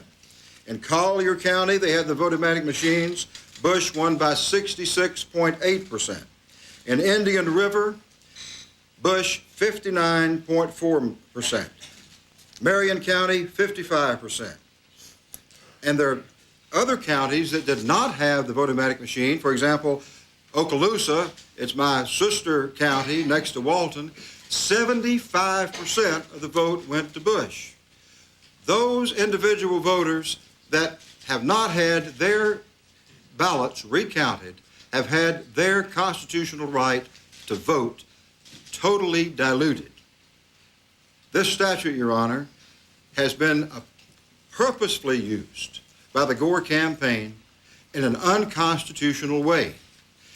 I related it earlier that in order to have the minimal standards of constitutional muster, it must be reasonably related to the purpose being to have a true and fair and accurate count. In the case where a fundamental right is at stake, the fundamental underlying right of all Americans, the right to vote, you have to have more than that. You have to strictly scrutinize what is going on here. And in this particular case, there has been an intentional effort by the Gore campaign to dilute and discriminate against the voters in the other counties in this state. Your Honor, I would ask the court to consider other things. One of those being the Democratic Attorney General's own report, his own letter, to the Judge Burton, who's been a witness in this case before us. This is dated November the 14th. Attached is the legal opinion requested by the board, that is the canvassing board in Palm Beach County. The circumstances surrounding these legal issues are extremely serious, says Attorney General Butterworth. If hand recounts have already occurred in Seminole County and an unknown number of other counties without the restraint of a legal opinion, while similar hand counts are blocked in other counties due to a newly issued standard, a two-tier system for reporting votes results. This letter does not directly relate to the situation in this court, Your Honor, but the principles are exactly the same. His letter continues, a two-tier system would have the effect of treating voters differently depending upon what county they voted in. A voter in a county where a manual count was conducted would benefit from having a better chance of having his or her vote actually counted than a voter in a county where a hand count was halted. The statute in this instance, Your Honor, itself halts the hand count in all of the counties where Governor Bush won, because it would be an absolute idiotic act for him to request a hand count in those counties when he won the statewide election. As the state's chief legal officer, Democrat Attorney General Butterworth continues, I feel a duty to warn that if the final certified total for balloting in the state of Florida includes figures generated from this two-tier system of differing behavior by official canvassing boards, the state will incur a legal jeopardy under both the U.S. and the state constitutions.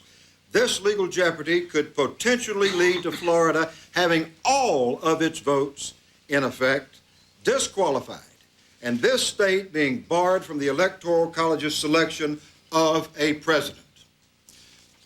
Your Honor, I submit that the scheme that has been perpetrated on the state of Florida has not only jeopardized the electoral vote of the state of Florida, it's also caused absolute quagmires in our election system.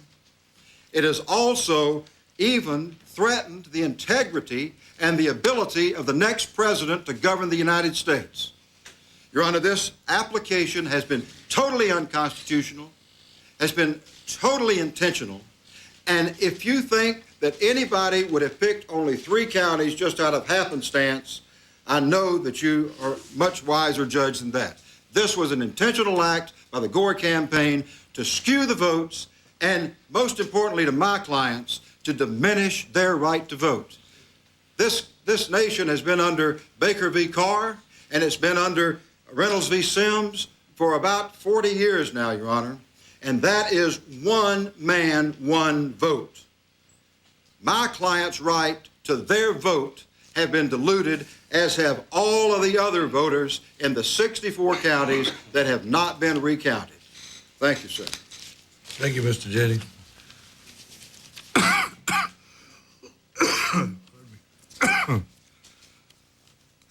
I've lost my list. Who's next? Mr. Vizita, go ahead.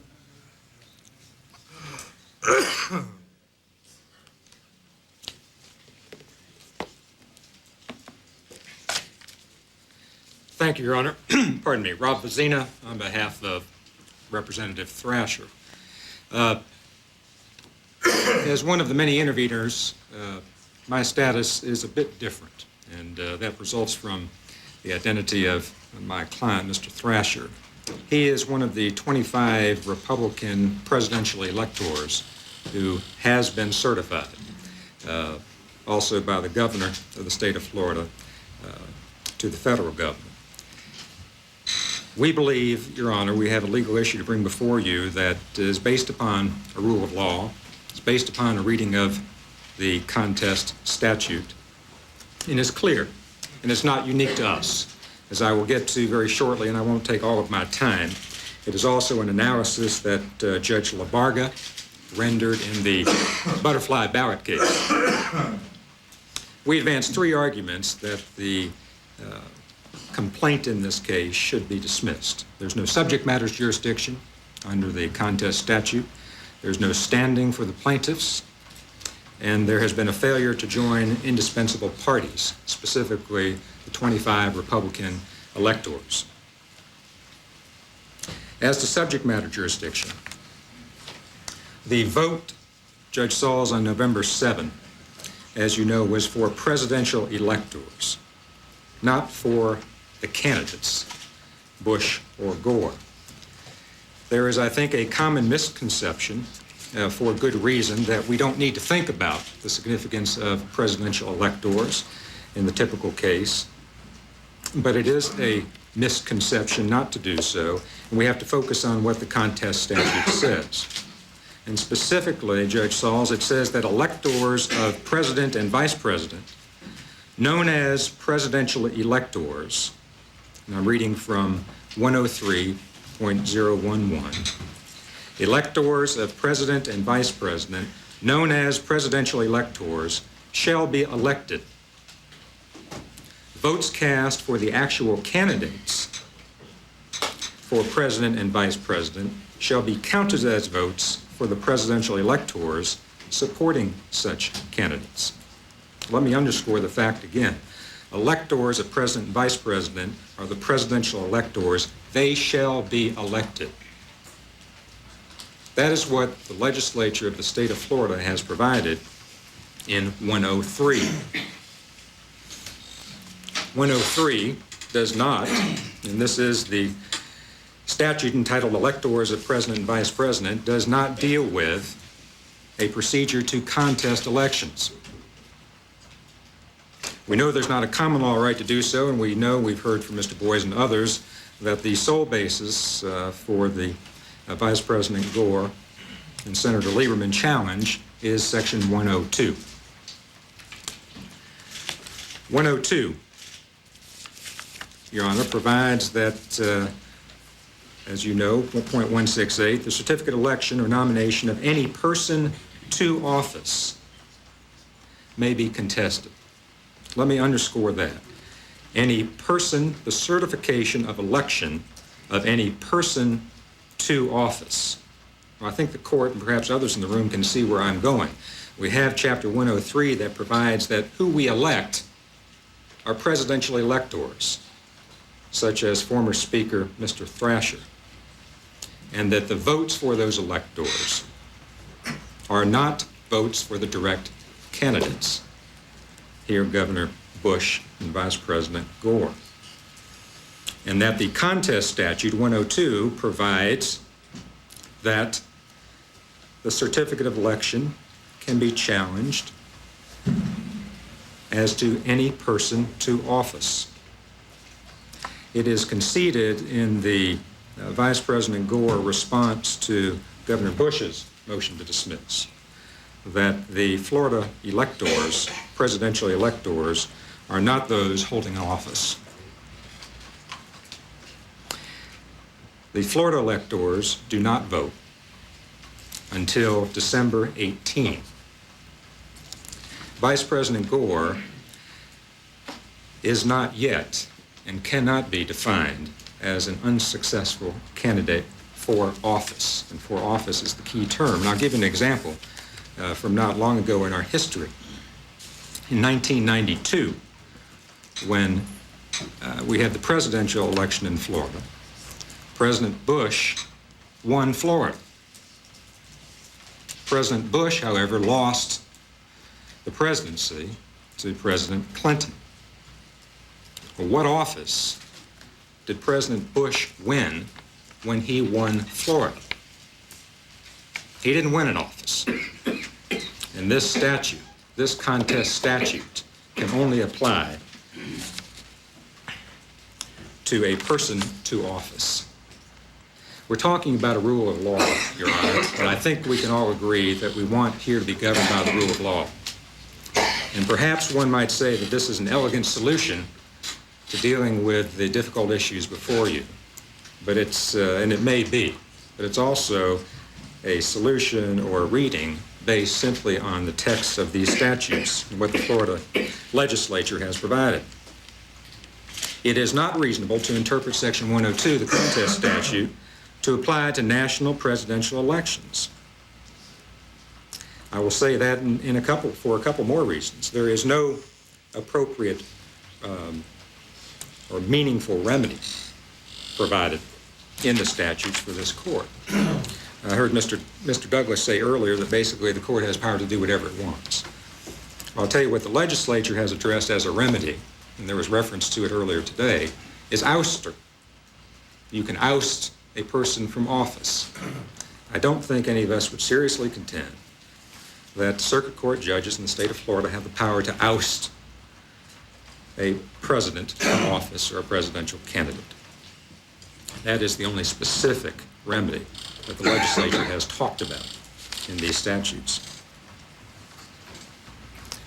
I will say that whether you're an unsuccessful or a successful candidate, under the scheme that we have in place by the Florida legislature, that cannot happen under the best of terms, at least until December 18th, when the electors cast their votes, and perhaps can't happen until January 6th, when the United States, both houses of Congress, have the issue, and they determine to accept and act upon the elector votes, presidential elector votes. The Fladell decision, Your Honor, which is the butterfly ballot case, it's attached to our memo of law, Judge LaBarga's decision at the trial court level. I'd urge you to read it. I know you've got thousands of pages folks have urged you to read. He deals with this issue in detail, and he determined that as a matter of law, the contest statute 102 could not apply to presidential elections. Because he made that ruling of law, he never had to deal with the factual issue of whether the butterfly ballot was so confusing that it could be thrown out. And we filed a notice of supplemental authority yesterday to bring to the court's attention the Florida Supreme Court's decision in the butterfly ballot case. And where Judge LaBarga at the trial level dealt with the issue of law and resolved the case on that basis, the Florida Supreme Court dealt with the issue of fact and determined as a matter of fact the butterfly ballot was not confusing and was proper. It therefore turned to the questions of law and said we don't have to reach those to the extent that they were reached below. That is a nullity. The court did not reverse Judge LaBarga. The court did not comment substantively on the issues Judge LaBarga raised in the Fladell decision or that I'm sharing with you today. And I would suggest to you that no party has put before the Florida Supreme Court these very specific issues of statutory construction on 103 and 102. We'll tell you also another item that is attached to our memo of law is an opinion letter from the General Counsel for the Florida Legislature and expressing his opinion that the contest statute 102 is not applicable to elections of electors. The plaintiffs in this case, Your Honor, also lack standing. The contest statute 102, as you know, those procedures are available only to qualified voters, to taxpayers, or to unsuccessful candidates. Plaintiffs are not qualified voters or not taxpayers here. The only basis that they can allege standing is as unsuccessful candidates from the November 7 election.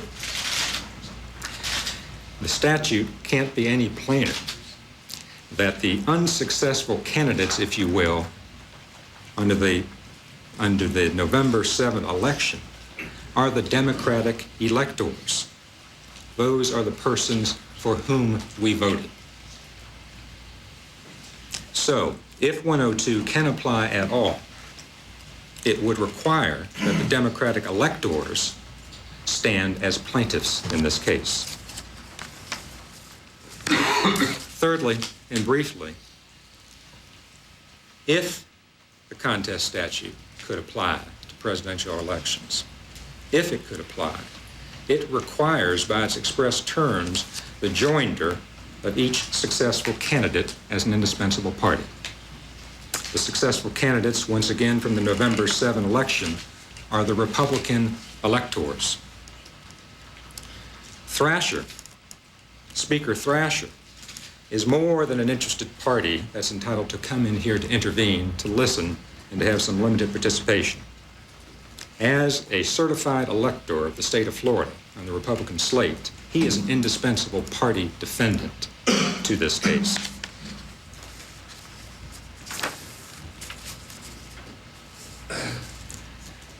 The only basis for this case is the statute, 102. That's clear. It must be strictly applied. We know that new rules cannot be made after the election or as we go along. And we know and should well keep in mind, Judge, the federal supremacy issues. Article 2 of the United States Constitution gave the state legislature the option to provide or not provide for contest procedures for presidential elections. They specifically have that option. And I respectfully suggest that for the reasons I've just gone over, the Florida legislature did not provide a statute of applicability for presidential elections. Federal law provides a remedy in Title III of the U.S. Code.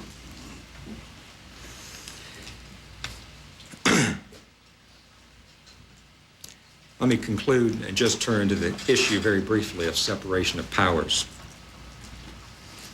Presidential elections in this country are unique in every respect.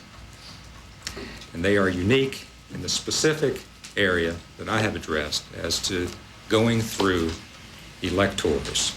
By constitutional design, presidential elections are not the outcome of direct representative democracy. The people do not elect the president directly.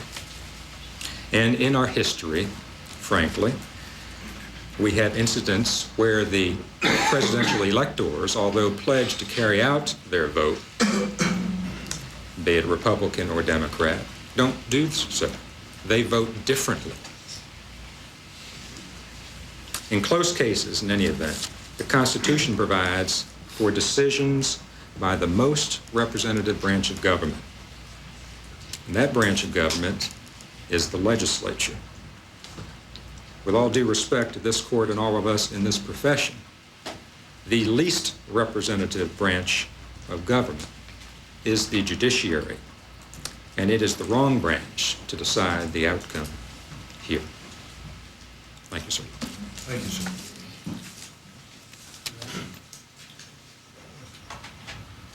Let's see, I believe we now have, yes, sir. Your Honor, my co-counsel George Terwilliger has some brief presentation of a motion to dismiss, which we had discussed with you earlier. I have conferred with Mr. Boyce. Well, you reserved, and since you didn't present it earlier, I promised you would be able to present it during this hearing. And I talked to Mr. Boyce, who prefers that it be presented before he makes his rebuttal. All right. All right. Briefly, I assume. I didn't count this in my time. Or did they expire with their time yet? Certainly. Taken 47 minutes earlier. All right. 47 minutes earlier? Thank you, Your Honor. Yes, sir. I'm George Terwilliger from White and Case in Washington on behalf of Governor Bush, and I appreciate being able to appear in your courtroom. Your Honor, I'm going to address myself solely to issues in the motion to dismiss, and while some of these issues may seem technical in nature, we all realize, of course, that the law has its procedures that apply in these proceedings, and some of these issues that you've just heard about and some others as well could well be dispositive in this case. Given the unique nature of these proceedings and the way the trial has unfolded, we would also suggest respectfully that if Your Honor considered some of these issues dispositive, that the court may want to consider making findings in the alternative on the merits, since the trial is now completed and the court has heard all the evidence. In this case, Your Honor, we have filed a motion to dismiss that, among other things, suggests that the case be dismissed for failure to state a claim upon which relief can be granted. And I would suggest that some brief consideration of the grounds for that may tie together several of the legal issues that several counsel have discussed and that seem to be a real division of view between the parties presented to Your Honor for consideration. I'd like to illustrate that difference. There's a passage in Alice in Wonderland where the king calls for a trial and the queen says, no, verdict first, trial later. That is very much the situation that we find ourselves in with the claim that has been brought forward for the court's consideration. The claim that the petitioners, the Gore-Lieberman campaign makes here, Your Honor, is entitlement to a recount. That claim is unamended as we stand here before you today at the conclusion of these proceedings, and I respectfully submit that that claim has to fail because the statute, the election contest statute, allows for a contest of election, not a contest of ballots, and that seems to be an issue that the defendants have fundamentally confused. There are several reasons why it is clear that this is a statute that makes for a contest of election, not a contest of ballots. The statute makes clear that the canvassing board is the party defendant to these proceedings because it's its very action that is being challenged as part of an individual claim to reverse the results of the election. The cases also make clear that a recount is but one remedy or method by which Your Honor could address the issues in a contest where certain threshold issues are met, which of course, as my colleague Mr. Richard has argued, has not been done here. In addition to that, the grounds here, if there were to be a recount, would require that some ballots that were supposedly judged wrongly as to voter intent be rejudged, which of course would require Your Honor to decide on what standard those ballots were to be judged as a threshold issue. And that, of course, would move into a requirement that more than just the ballots in question be reviewed, and I'll address that further in a second. To accept Mr. Gore and Mr. Lieberman's position in this matter, that is that simply by bringing the complaint they are entitled to a recount, would, taken to its logical extension, mean that the mere allegations in a complaint are sufficient to cause a judicial recount under the contest statute to occur. If, in fact, Mr. Gore and Mr. Lieberman were correct that a de novo review is the gravamen of a contest, that doesn't mean that the first step in that contest is a de novo recount of votes. Rather, the court has to address, as I mentioned a moment ago, the standard. And what they are really asking you to do here, Your Honor, and again, this goes to what claim has been made and whether or not it states a claim upon which relief could be granted. The relief that they have asked for is a partial recount of votes. And here, they disagree in their papers with our contention that a mandatory recount has to be of all the votes, or that any recount has to be of all the votes. But surely the Florida legislature would not design a statute nor suggest that a court conducting a contest have two different standards for recounts. And it is clear if one looks at the language of section 1665C concerning recounts after the initial recount by the canvassing board, if they go on to do a recount at that point, it is a recount of all the ballots. And our position here is very simple. Mr. Boyes invited us to cite a case to you on this point. We don't need a case. The statute says all. It is self-evident, and logic dictates that it be all the ballots that would be subject to a recount. The fact of the matter is, Your Honor, that if one was to reconsider a countywide election on the issue of whether or not the correct standard was applied, for example, to dimpled ballots, one wouldn't just look at one precinct in that county. You'd have to look at all the votes in the county. That logic obviously extends from a county to a statewide election. Your Honor, there are a couple of other points that have been raised and addressed by other counsel that I do want to make clear, just very briefly, what our position is on those particular issues. First of all, the proper parties to this action. The plaintiffs, the Gore-Lieberman campaign, takes the position that the candidates are the proper parties here and refers to the such office language of the statute. But as counsel just pointed out to the court, that simply can't be right because the contest is for entitlement to such office. And surely within the scope of the relief requested that Your Honor could grant here is not a decree that one candidate, set of candidates or the other were entitled to such office. On the timeliness of the complaint, Your Honor, our position is simple. There is before the United States Supreme Court right now the issue of whether the extension of the deadlines by the Florida Supreme Court was constitutional and consistent with Florida law and not violative of federal law.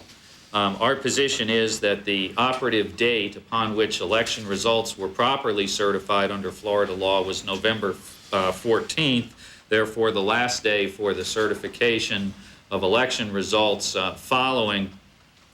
the filing of a contest following that would have been November 24th, and this contest is indeed untimely. Your Honor, I would like to turn just briefly concerning the claims against Miami-Dade County in terms of our motion to dismiss. They do not, the plaintiffs do not contest by asserting that the count certified that is now part of the basis for the certificate of ascertainment for the electors of Governor George Bush and Dick Cheney is an error, but that votes not counted, votes that are outside of that certification, are the error, and they base that on statistical projections, which we've all heard more than enough about at this point, which they claim would change the result. That claim, Your Honor, in order to be actionable, requires an incredible amount of judicial bootstrapping if the court were to find that it lies. Because like the others, it depends on the court adopting a new standard of what is, in fact, a vote. If dimples are not votes, then there are no other votes out there to be counted, since these ballots have been counted and those have been found to be no votes. Second, the Gore campaign asserts that the board committed an error by stopping the recount because it couldn't complete it by the 5 p.m. deadline on November 26th. Surely the irony is lost on no one, no less Your Honor, that the board is now being sued, in essence, for exactly that result that this campaign asked for in getting the deadline extended and creating a situation where this contest could not begin with whatever remedies might have been available. And instead, we now have a situation where the board is being sued for failure to meet a deadline that the Gore-Lieberman campaign asked for. Secondly, on that point, Your Honor, clearly no statute can be interpreted under the well-known principle of avoiding law, which brings us absurd results, to be read to require the impossible. And the board, in the exercise of its discretion, determined that it was impossible to finish the recount. Finally, Your Honor, one last substantive point that, again, may sound in somewhat of a technicality, but we think is very important for the court's consideration. The plaintiffs here cannot make out a claim without asserting the integrity and proving up the integrity of the ballots. And they do not make that claim, nor have they, frankly, successfully prosecuted it here. In Burke v. Beasley, the Supreme Court of Florida made clear over a quarter of a century ago that ballots cannot be used to impeach an official return unless the integrity of those ballots is first clearly established by the person who seeks to use the ballots for that purpose. And by integrity, of course, we don't mean authenticating the ballots, that they are what they comport to be, but rather that the ballots remain in such condition that they are still and remain and have probative value as indicative of voter intent. And that is not something to be assumed, but something, an affirmative burden to be proven.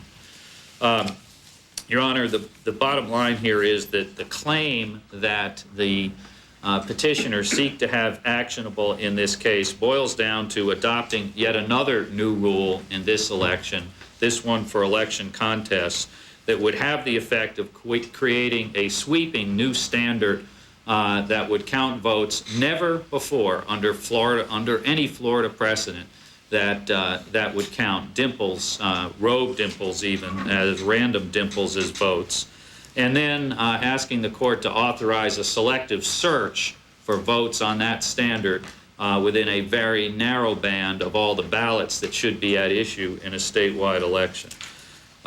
We believe, Your Honor, that they have brought a case at the wrong time against the wrong defendants, seeking the remedy first and proving their entitlement to it later. Your Honor, on behalf of my colleagues as well as my clients, we thank you for the great fortitude as well as clear, kind, and careful consideration that you have given this matter. Thank you, sir. Thank you, sir. Mr. Boyce, you may close. Thank you, Your Honor.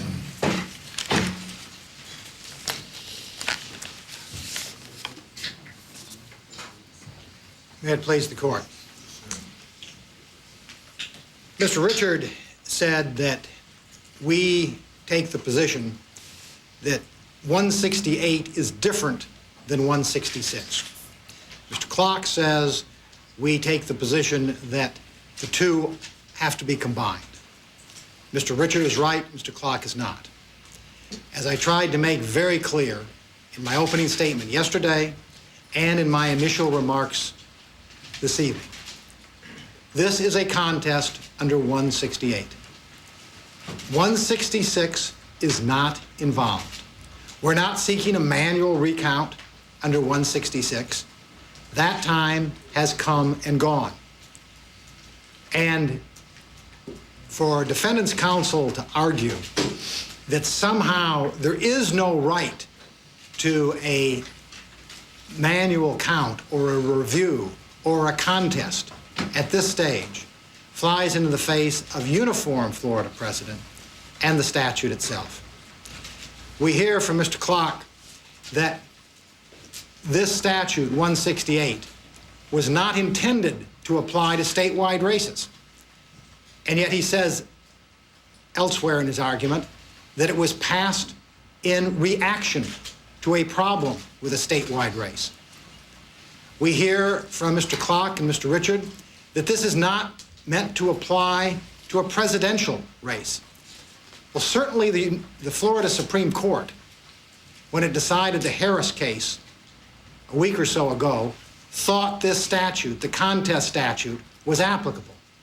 Because the Florida Supreme Court said that the only reason for bringing the certification period to a close was to permit a contest of this election to take place on a timely basis.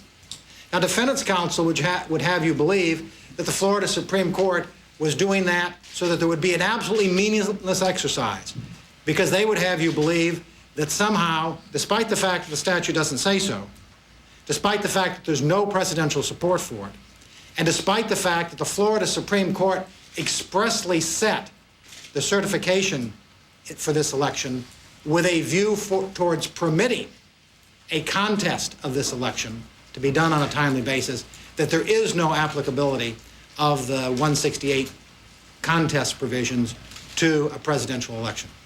We think that argument simply does not hold.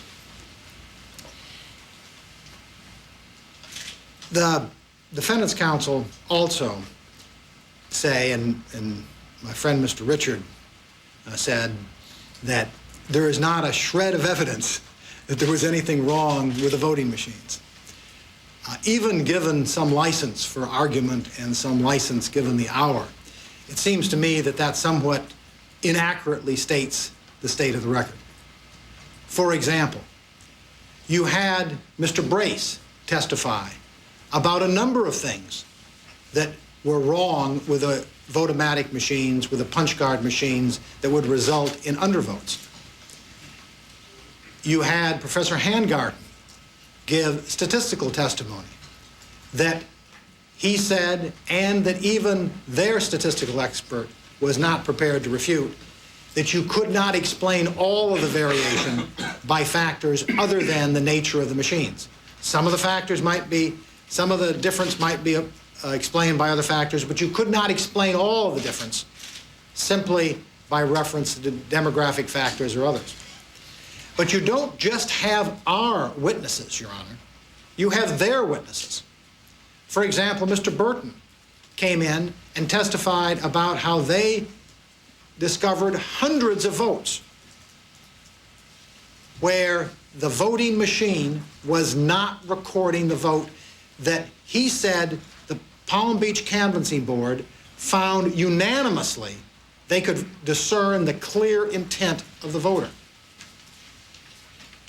It wasn't just Mr. Burton. Mr. Aham comes, and you'll recall that he, once confronted with a patent application, he agreed that he had taken the position that because the card supporting the surface of the punch board can become so clogged with chips, it can prevent a clean punching operation. Incompletely punched cards can cause serious errors to occur and data processing operation utilizing such cards. He said, not of course in his early direct testimony, but he said when he was talking to the patent office, he said there's a real problem with the chads building up and preventing people, some people, from punching all the way through. You also heard him testify about how the machines had to be properly maintained and had to be emptied of chads on a periodic basis. And you know from the stipulated evidence that Miami-Dade didn't do that for at least 8 years. You also heard him testify that he had tried to convince Miami-Dade to use a different kind of stylus so that it wouldn't degrade the machine and it would improve the voter ability to dislodge the chad and make a clean vote. And he said they declined to do that. There is a lot of evidence, not only of the existence of votes that are created and can be discerned to reflect the intent of the voter, that are not counted by the machine, but also strong evidence that at least in some significant number of cases, that's due to the nature of the machines itself. But whether it is due to the nature of the machines itself or to voter error, we submit is not important in this litigation. And again, Mr. Richard said that the Beckstrom case had nothing to do with voter error. I think Mr. Clark said that too. Well, if you go to 707 Southern Reporter 2nd at page 722, what you find is the court describing how it came to be that there was these ballots that had to be examined. And it was that the optical scanner rejected ballots which were marked with instruments other than number 2 pencils. And it talks about how voters were all instructed to use number 2 pencils, but some of them didn't. And because they didn't, they created these ballots.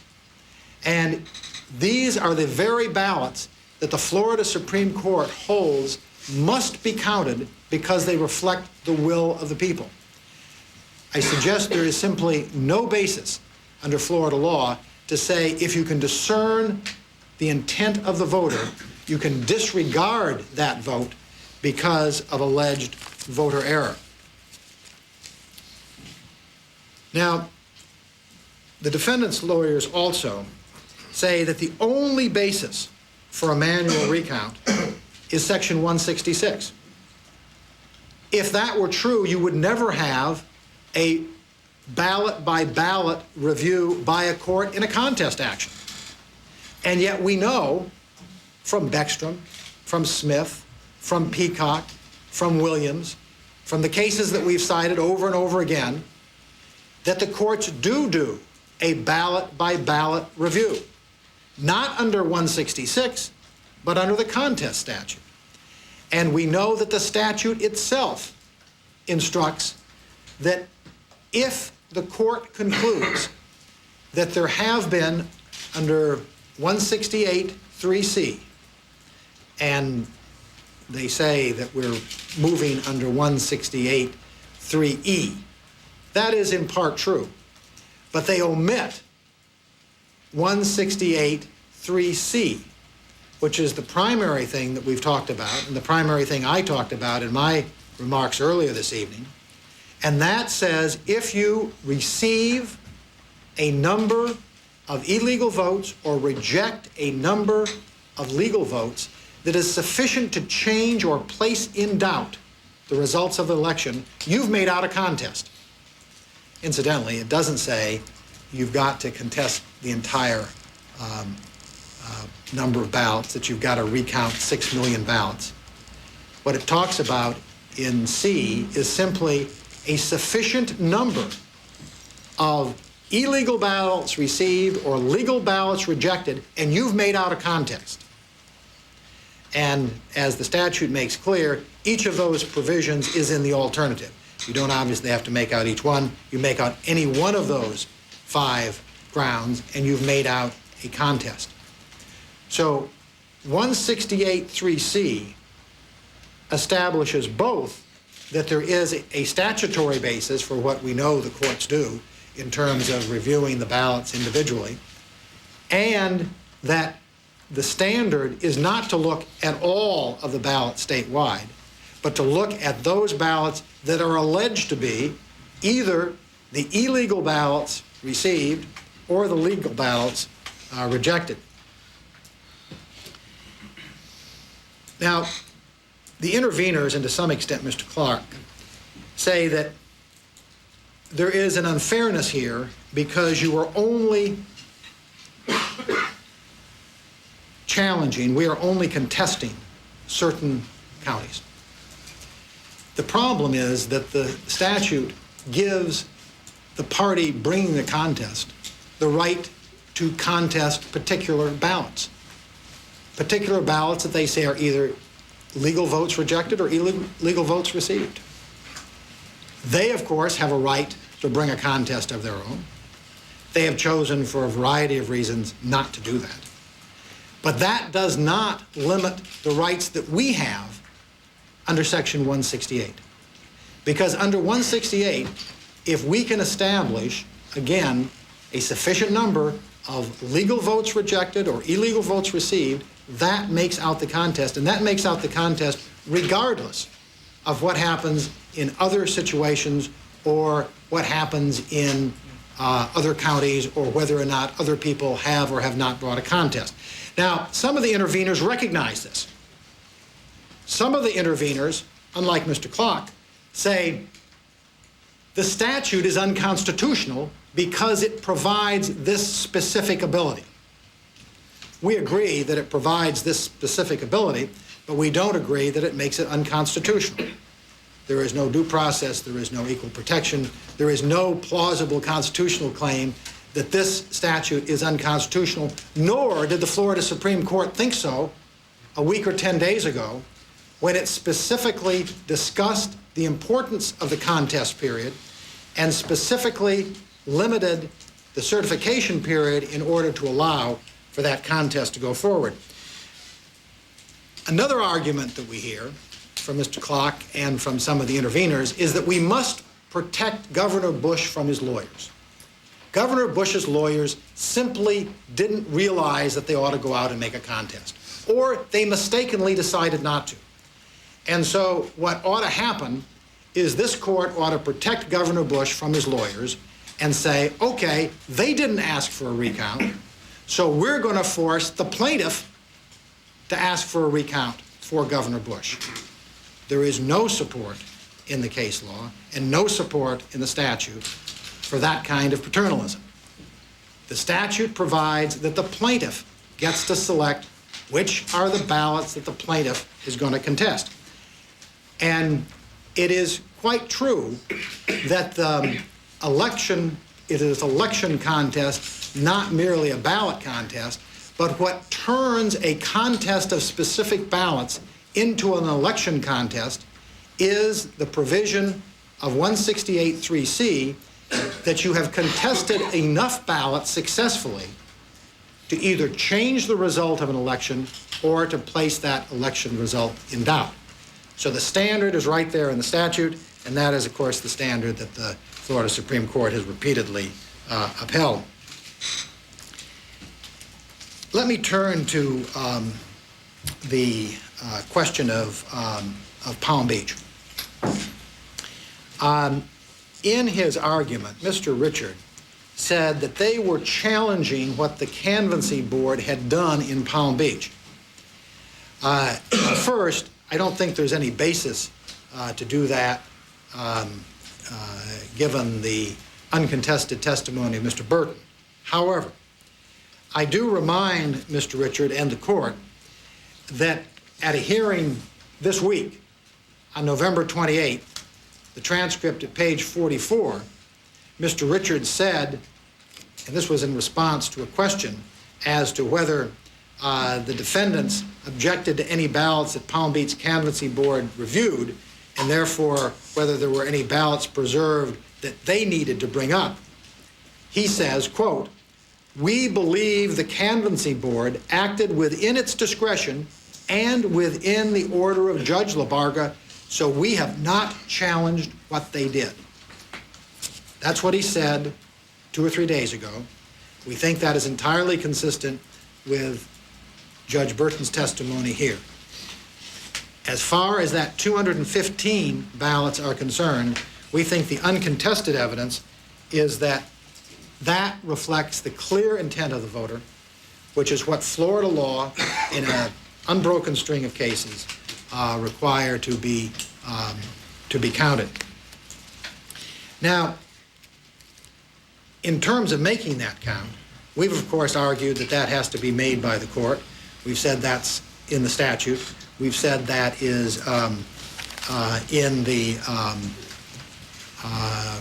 cases. I challenge them to come forward with a case. The last speaker says, well, we don't need a case. Generally, my experience, and perhaps the courts, is that when a lawyer says we don't need a case, it means they don't have a case. Because if they had a case, they would have told the court about it. But we do have some cases, and one of those cases is State v. Smith. And the court will remember Mr. Richards saying, well, the review of the ballots by the court wasn't an issue in State v. Smith.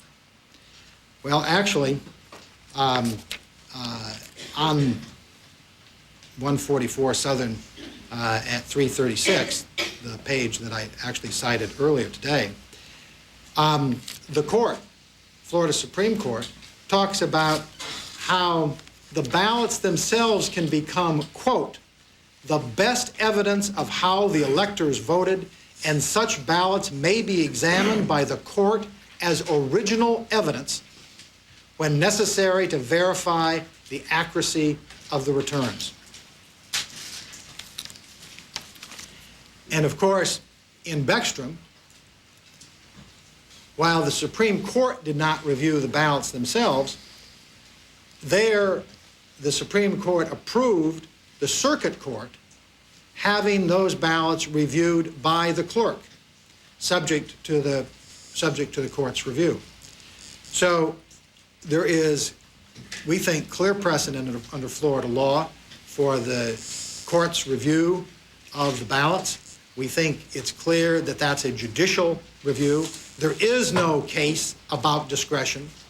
There is nothing in the 168 statute that suggests that it is an abuse of discretion standard. Indeed, there's nothing in 168 that talks about the Canvassing Board having any discretion at all. And to digress for a moment, even with respect to Section 166, which is not involved here, but they have talked so much about it, let me spend a moment on it. Even with respect to 166, the only discretion that that statute gives the Canvassing Board is whether or not to do a sample manual recount. Once they have done a sample manual recount and the results of that sample manual recount indicate that there's enough of a difference to affect the results of the election, they have a mandatory obligation to go forward. There's no discretion there, and there's no discretion as to how to count the votes. the votes are to be counted by the intent of the voter. They have an obligation to discern the intent of the voter. That's the standard. There's no discretion given to them in terms of how that works. And for them to say, well, you're going to turn every election contest into a manual recount, ignores the entire history, both of this case and of every other election contest case that's ever been filed. Because every election contest case focuses on specific ballots. Going all the way back to the 1916 gubernatorial election, coming all the way forward to Beckstrom, the election contests have focused on specific ballots. You've not had a situation where anybody, and certainly not the plaintiffs in this action, have asked the court to go back and do a full manual recount of all the ballots. That probably is not permitted under the statute, but in any event, nobody asks for that because nobody believes that that would be practical. The only people asking to bring all the millions of ballots here to this court are the defendants. And we think the reason for that is transparent.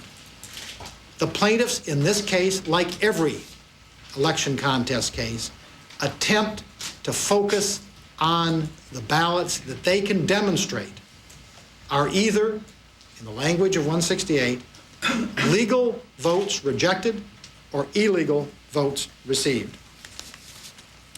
And one of the defendants' counsel said there isn't any authority that relates to whether or not the canvassy board has an obligation to go forward once they've done the sample. Well, of course, just in the last few days, in Miami-Dade Democratic Party against Miami-Dade Canvassy Board, the 3rd District Court of Appeal held that once Miami-Dade had done the sample recount, they had a mandatory obligation to go forward. And the District Court of Appeals also held that that sample recount of just 6 votes, in defendant's counsel's words, out of 3 precincts, was, quote, an error in the vote tabulation which could affect the outcome of the election, close quote. That's from the Court of Appeals decision. There isn't any doubt that the number of votes here at issue could affect the results of this election. That's what the Court of Appeals has held. Well, the Court of Appeals held they could not use mandamus to require them to continue to count and certify those results. We've now moved, though, from the manual recount, the 166 stage, to the contest stage. And that finding of the District Court of Appeals that the sample of Miami-Dade shows an error in the vote tabulation which could affect the outcome of the election is virtually the same standard as exists in 168(3)(c). When that finding is made, there is simply, I respectfully suggest, no way out of counting those remaining 9,000 ballots, and no way out of reviewing the 388 ballots that have already been designated as votes if the defendants object to them. There was some talk, not as much as there might have been if their witness, their machine witness, Mr. Aham, had testified as consistently on cross as he did on direct, but there was still some conversation tonight about the fact that there are multiple ways for dimples to arise. However, I remind the court of what Mr. Aham testified to, and without contradiction. And that is, if you look at the ballot, if you look at a ballot individually, you can tell whether that indentation or crease has been made by somebody's fingernails or by bending the card or by a stylus, because he says the stylus is going to make an impression that you're going to be able to discern. So that even if it were the case that there were a variety of things out there creating indentations, a manual review, an individual ballot review by the court or the court's designee can determine which of those indentations fairly can reflect the intent of the voter. The Miami-Dade Canvassing Board did that with about 20% of the precincts. They didn't get to the rest. That needs to be done, and we think it must be done now in a contest proceeding. If they had been done in time to be certified, and if nobody had contested it, the Canvassing Board could have done it. Canvassing boards do that in most elections. Canvassing boards have done that in most counties in this election without contest. But where there is a contest of specific ballots, those ballots themselves are, as the court in Smith said, the best evidence of how the electors voted. And such ballots may be examined by the court as original evidence when necessary to verify the accuracy of the returns. Let me spend just a moment on Nassau County. There was an argument that the last sentence of 102.141(4) doesn't relate to the mandatory machine recount, that somehow it was relating to just checking counters or something like that.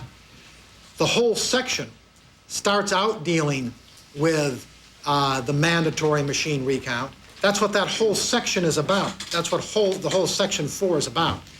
I respectfully suggest there simply is no credible way that you can read that last sentence as meaning anything other than that the tabulation that is made as a result of the machine manual recount, the statutory mandated machine recount, is the return that has to be canvassed.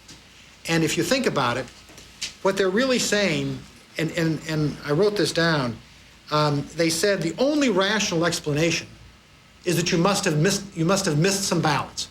When you have a discrepancy and the second count is lower than the first count, the only rational explanation is that you missed some ballots.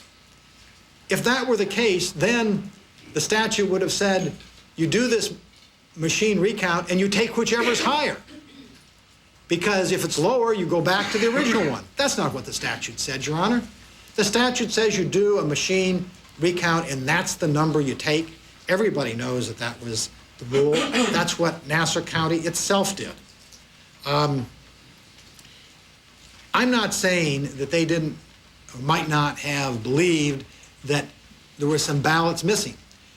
But that belief is no substitute for the statute, particularly where you have other mechanisms to test whether that's right or not. They could have opened up with court order, through a contest, with permission from the Secretary of State or the Elections Commission, a whole variety of ways to actually test those ballots and to see which count was right. You've got two counts. You've got the first count, you've got the second count. The statute says take the second count. Even if you didn't have a statute that said take the second count, the mere fact that you've got two ones that are different doesn't tell you which is right. The fact that one is higher, the higher result is not always the right result. That's particularly true when nobody has ever looked to see whether the hypothesis of these upside-down ballots is valid or not. There was also a statement by Mr. Clark, I believe it was Mr. Clark, it was either Mr. Clark or Mr. Richard, that there was testimony that there was nothing wrong with the machine. I don't recall that testimony. The court obviously has his own notes, and we can both cite the transcript to the court, but I don't recall a testimony that anybody had checked the machines to figure out whether there was anything wrong with it. But whether they had checked the machines or not, you still simply have two results that are different. And they just picked without any further checking the higher result. Statute says you can't do that. Even if the statute didn't say that, common sense would say you can't simply prefer the higher result to the lower result.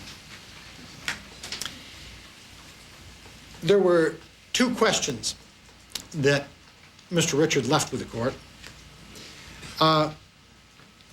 One question was, what standard should the court apply in looking at these ballots? And I suggest that that standard's been set by the Florida Supreme Court, and indeed is set by the Pullen case, and is set by Judge LaBarga, and is set by the Delahunt case, which Judge LaBarga cites and relies on. It is to look for the discernible intent of the voter. They quoted some language from Pullen as to whether you could fairly and satisfactorily ascertain the intent of the voter. I think that's basically the same standard. They referred to Judge LaBarga's opinion, which they point out nobody has appealed. And Judge LaBarga says you look at the ballot to determine the intent of the voter, and he cites the Delahunt case, and of course the Delahunt case says in so many words, if you find an indentation on or near the Chad, you count that as a vote. Now the last argument that Mr. Richard makes is he says, well, maybe there are some votes there. Maybe there are some people who intended to vote, but it's too late, and that's that. With respect, Your Honor, the Florida statutes and the Florida case law does not permit at this stage to say we're simply going to ignore the intent of the voter, that it didn't get counted by the machine, and that's that. Bad things happen, and this is one of the bad things that have happened. But the statute provides a mechanism for dealing with this particular bad thing that happens, and that is to allow a party to come in and get a judicial determination in a contest proceeding. And it requires that you identify the ballots that you want to contest, you bring the ballots in, and you allow those to be presented to the court. And the Florida Supreme Court could not have been clearer, I suggest, in the Palm Beach County against Harris decision that it rendered this month, just at the end of last month. They said, and remember, they were talking about this election. They weren't talking about an election for county commissioner or for sheriff. They were talking about this election for the presidency of the United States. And they said that it is of paramount importance that every vote be counted if you can discern the voter's intent. And they said it is so important to permit that to be tested in a contest proceeding that we are going to set a deadline for the certification, clearly accepting what we said.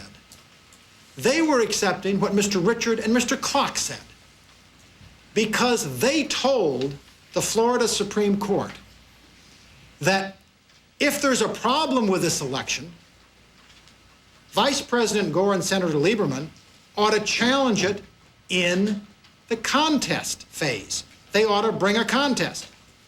Mr. Clark and Mr. Richard told the Florida Supreme Court that if there are ballots that you think have not been counted, that should have been counted, you ought to raise that in a contest proceeding.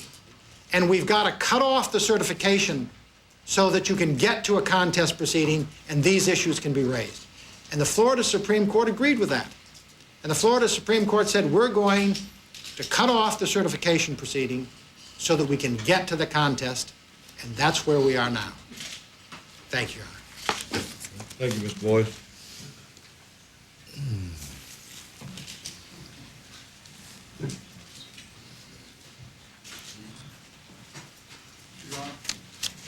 Hand up a couple of things if I could, please, sir. I don't have I'll leave one copy of the trial court decision in Beckstrom with Mr. Boyce. We could say at long last it's over, but not so fast. There's still a couple of papers flying around the courtroom. However, all closing arguments have now been completed in the contest trial in the courtroom of Judge N. Sanders Sauls. David Boies completing his rebuttal argument, in which he repeated arguments at great length. At this point, I think the judge is looking over some final submissions of paperwork. We may have a chance here to take a quick break, and then let's listen. Before we take a quick break, let's listen to the judge just a second. You never know. Let's listen in to Judge Sauls. All right. All right, at this time, suppose at this time, counsel, I must tell you it was a case well tried and argued. And I suppose what I should do at this time, we're going to take it under submission, and I will give you a decision in the morning.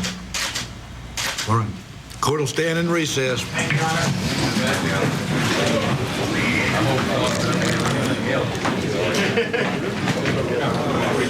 There you go. You're looking at a picture of Judge N. Sanders Sauls. He is not only the judge, he is the jury. He is promising a decision in the morning.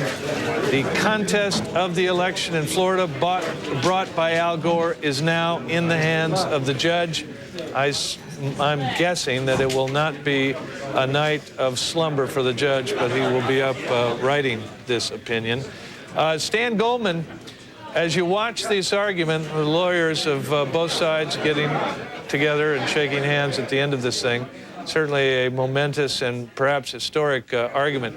Stan, I thought I heard over and over and over the same arguments repeated by David Boies that he made at the beginning of this case, that he made in the middle of this case, and that he made at the end of this case.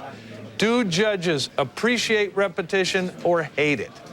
Well, they rarely appreciate repetition, especially a judge like this who has shown himself in these couple of days to be somebody capable of grasping an argument and spitting it back in summary very, very quickly when the moment arose. But I mean, Boies came up with some new arguments in his closing, but you're right. There was a lot, especially at the beginning, that he clearly said to this judge before, and maybe the judge, who normally probably would interrupt and say, "I've heard that," just decided it was too late, and he's got a half an hour, and if he wants to spend it this way, let him spend it that way. So how big a deal was this, Stan? I mean, we're tempted to call it a historic moment, a historic contest, a presidency riding on it. Is that quite true, or is that overstating the situation? Well, it depends on who wins. I suppose if the judge decides in favor of Governor Bush and the state Supreme Court denies hearing in it, we probably will view it as almost the end of things for Vice President Gore, but probably it'll be remembered far more momentously if he rules in favor of Vice President Gore, or if the state Supreme Court ends up ruling in favor of Vice President Gore, and Vice President Gore ekes out a win by, say, 50 or 60 votes as a result of recounts in Dade County. So, Stan, let me get this straight. David Boies is saying there are votes that have not been examined by human eyes or human hands, and they must be counted. And the Bush team is saying they've been counted by machine, they've been counted again by machine, they've been counted again and again by machine. The law doesn't provide for it. Is there some sort of way to say, look, the obvious choice for the judge to make is one side or the other? I mean, is there an obvious here? Well, as much as I'm probably going to be hated by both sides, no, I don't think there is an obvious. I think there may be some obvious points along the way, but I think the actual demand, which is the most important one made by the Gore people, and that is to count Dade County, is actually sort of something of almost first impression. And the judge is sort of working along brand new lines as he figures out what to do, as the state Supreme Court will have to do. So, no, I actually don't see this as an easy decision to be made. I think there are actually arguments very validly made on both sides, thanks to the fact that the Florida statutes as we have all learned in the last couple of weeks, far from examples of clarity. They really didn't think of all the options. Let's go now to Rick Leventhal, our Fox News correspondent. Rick, let's jump ahead just a little bit. Can you tell us what the steps are next? Well, I can tell you that whoever loses this court decision is going to appeal, John, for sure, to the state Supreme Court. They're going to have to file briefs. The court will ask for briefs from both sides. That could lead to another hearing in state Supreme Court. And in the meantime, the Florida legislature has said that they, in fact, could step in, may hold a special session this week to talk about whether or not they want to appoint Florida's electors themselves in case this thing winds up dragging out in the courts for weeks to come and the state is in danger of not having any electors whatsoever. You know, Rick Leventhal, Stan Goldman, stand by. Let me just remind you, Sean Hannity and Alan Colmes are here, and I think what I can say is coming up next at 11 o'clock, a live hour of Hannity and Colmes. That's right, isn't it? We're girding for it. All We're right. ready for it. We are going to take a break. When we come back, Hannity and Colmes are still here, and we see the lawyers filing out of the building. That probably means they're headed to a microphone. Fox News will bring you the aftermath of this momentous, perhaps historic hearing right after this quick break. Stay with us.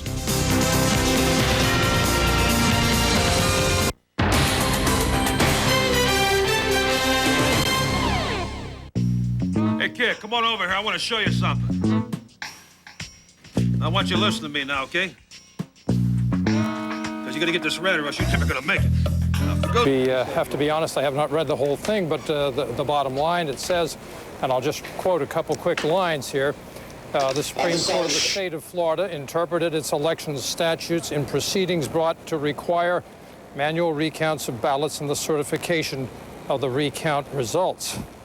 Pardon me for being out of breath. We're actually all sitting in the courtroom listening to arguments in another case when a person from the press office came through and handed this to us, and it comes down to the bottom line. It says, after reviewing the opinion, we find that there is considerable uncertainty as to the precise grounds for the decision, the Florida decision. This is sufficient reason for us to decline at this time to review the federal questions asserted to be present. So they're not taking up the federal questions here. Charles, are you able to tell what the split of the justices was? No, this is a per curiam brief. There is no split in this. This represents an opinion of the court in its entirety. There are no dissents filed. And then the bottom line, as I say, is the judgment of the Supreme Court is vacated. The case is remanded for further proceedings, which means the Florida Supreme Court would have to take another look at it again if it chose to do so, or else it would remain vacated. Charles, explain to us a little bit more what it means by a per curiam brief. A per curiam is an unsigned opinion by the court. Why would they do it that way? They do that in certain cases where they do not necessarily address all of the issues before the court. When I get full chance to read through all 7 pages of this, I'll probably get a little better explanation, but they say that they're not taking up the federal issues here. But they are ordering the Florida court to vacate its ruling and take a look at it again if it chooses to. But what it says is that it could not grant this extension of the vote counting time frame because the court had overstepped its bounds, which was the basic argument made by George Bush. To answer your question more precisely, as I said before, a per curiam brief represents an opinion of the court. It is unsigned. It represents the totality of the court. There are no dissenting opinions attached to it. So that would be a stronger opinion than one that had been released that there would actually been a vote on and had been split. Absolutely. Right. And if there had been a dissent, a 5-4, a 6-3, or 7-2, or any of those, that would show that there were strong feelings the other way. Bear in mind, there were a lot of people who suggested, a lot of legal experts who suggested that the court might want to find a way out of this whereby they could, on the one hand, be unanimous and on the other hand, not have to grant an opinion that was representative of a significantly divided court. All right, Charles, this seems to accomplish that. We've put you on the spot here by asking you to digest all this without having a good look at it. So we're going to let you go look at it. We'll bring you back in just a minute. Right now, let's bring in our legal analysts, Greta Van Susteren and Roger Cossack, also standing by in Washington, D.C. for your first take on this news. Well, you know, the interesting thing to me, Darren, of course, is the speed by which the court has acted. The Supreme Court only heard argument on Friday, but even more importantly is what does this mean in a practical sense? The United States Supreme Court was always concerned about what the practical effect was. They asked the lawyers on both sides to brief that particular issue. It wasn't discussed much in the argument, but the best I can figure out is that by vacating what the Florida Supreme Court did is what it did was take away from Al Gore about 500 plus votes that were included in the Broward County addition to the count between November 14th and November 26th. So it may change. We're looking at the very early stages, but it could change the, you know, what happens in Leon County this afternoon may have an effect on that. So Roger, well, looking ahead. There's another issue that should be talked about. Let me just follow up on this. One of the arguments that the Bush camp made was that if, in fact, the Florida Supreme Court acted incorrectly, then, in fact, the statute of limitations, if you will, or the statutory date, the 10-day rule, comes into effect, and then the contest would be filed too late. Now, we haven't seen the opinion. I don't know whether or not the opinion says you go back to square one, and therefore the contest is filed too late, and therefore the contest should be dismissed, which would really be the period at the end of the sentence. So we're going to have to wait and see that. But there is an important issue as to whether or not now, because of this reading by the Supreme Court, the Gore contest has now come too late. But I don't think, Roger, that was raised in the contest. I don't think the Bush people actually pled that when we went into the litigation this weekend on the contest in Florida. I don't think the Bush people said, look, it was filed too late. So that, of course, would inure to the benefit of the Gore people. So that's important. But they sure argued it. Go ahead. Roger and Greta, even without that, let's look at the reality here. And let's say even if the ruling out of Tallahassee, out of Leon County Circuit Court, does go in favor of Al Gore, with this decision out of the U.S. Supreme Court, he has a much bigger gulf that he'd have to make up. No, it actually, I'll tell you, I think politically the United States Supreme Court almost takes the oxygen out of the campaign on the Gore people, but not legally. What really is important is what happens this afternoon. Will that hand count go forward? I'll tell you one thing, though. If Al Gore should win this afternoon and there is a hand count that's ongoing, the big case to watch is tomorrow, Darren, where you are in the 11th Circuit, the United States Court of Appeals, the 11th Circuit in Atlanta, because in that case, the Bush people are asking the United States Court of Appeals for the 11th Circuit to declare the hand count in Florida as being unconstitutional. So those are very important cases. You have to look at these sort of almost as a whole. It's a very complex legal puzzle. Okay, I imagine a lot of folks are tuning in as this news is circulating. So once again, we want to go ahead and repeat that the U.S. Supreme Court has set aside the ruling from the Florida State Supreme Court that did allow for the extension and did allow for the inclusion of hand recounts. Roger and Greta, we have Charles Bierbower really going through what has been released so he can get to the issues. But for the little bit that we know, explain the significance. Also for our viewers at home, explain what this thing is called a per curiam brief, that a lot of people won't be familiar with what that is, and why would the court go ahead and do it that way? Well, it's almost a political way for the Supreme Court to make a decision and to do it in a way that takes away dissent. Per curiam means that we sign it, we agree. It's like, and there's no dissenting. It means speaking for the court, I think, actually is what I think the Latin phrase means. It means we are speaking for the court. And this is the court, this is what the court feels, and there's no dissent, and they all sign on. You know, I actually don't know if it means no dissent, because you see unanimous opinions by the United States Supreme Court. You see all 9 justices lay out their names in some opinions. So I don't necessarily think it's something we can read as that they were all necessarily in total agreement. This is a decision of the court, but I actually think that I don't think we can necessarily think that it's unanimous. But we'll never know if there's a dissent because they certainly wrote one. No one ever wrote one. So as far as we know, this is the order. It is the order of the court, and as far as we know, there is no one that signed a dissent. They do it to give an air of unity. Yes. Okay, let's bring in Frank Sesno, who also is along with you guys in Washington. Frank? Let me bring in the likely political component of this, regardless of where this legal case goes now. And Greta, I think, was very careful in pointing out that this is a very complex legal puzzle, and there are things happening, of course, in Florida, the 11th Circuit Court and beyond. What a lot of the political players here in Washington have been saying for several days is they're just wanting to wait to hear some of what the headline's going to be. And this sort of headline, I will tell you, for days now, has been what Democrats have said can be very injurious politically to Al Gore. That is to say, someone standing on the steps of the Supreme Court and saying Al Gore lost it at the Supreme Court. Because the political support that Al Gore has had that accompanies the legal case is something that he has relied on to maintain public opinion as he's pursued his legal battle. And we've heard that every place he's spoken and in every question he's been asked. Frank, both camps have been waiting for this decision to come out, and we're going to check in first with Gene Meserve, who is standing by in Austin, Texas, covering the Bush campaign. Gene, any reaction? I know it's quick, but any reaction yet out of the Bush camp? Darren, no callbacks yet from anybody in the Bush campaign. They will, of course, I'm sure, be very happy about this. This is a significant win for them. They argued from the minute the Florida Supreme Court made that decision to let the hand recounts continue and extend the deadline for certification that the court had usurped the legislature and had exceeded its authority. It will be ecstatic, I'm sure, the Bush campaign, that the Supreme Court has now decided in their favor on this one. Governor Bush is returning to Austin from his ranch. He should be back within a half hour or so. He has some meetings scheduled this afternoon, both with Andy Card about the transition, also with Governor Bill Owens. That was going to be a courtesy call. We had been told that there might be some sort of photo opportunity this afternoon. That might give us an opportunity to get some reaction from the governor himself. I think you can probably anticipate that, as Frank mentioned, this is a bad public relations moment for the Gore campaign, and the Bush campaign is going to do its very best to capitalize upon it. Darren, back to you. Gene, I'm sure it won't be long till we have some official reaction from the Bush camp, and we'll be going back to you as soon as you have that. Let's go back now to Roger and Greta. Explain to us how the courts work and how they might watch each other. We have one big decision down coming out from the High Court, still waiting from that Leon County Circuit Court decision. Does Judge Sauls watch what comes from the Supreme Court? Might that affect what he releases later today?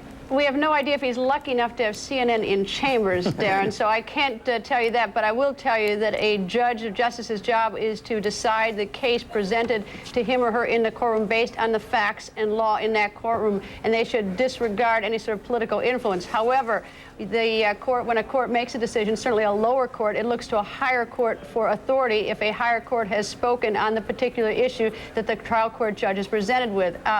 Having said that, you know, I sure hope that's the way it's done, too. I want to just interrupt your thought there. We're just getting word now that 5 minutes from now, we're going to hear from Leon County Circuit Court. So that big decision, these are coming down within minutes of each other. Once again, the U.S. Supreme Court setting aside the Florida State Supreme Court's decision to include those hand recounts and extend the deadline. 5 minutes from now, top of the hour, 12 noon Eastern, we will be hearing from Tallahassee and what Judge Sanders Sauls has to say about that. Roger, any guesses?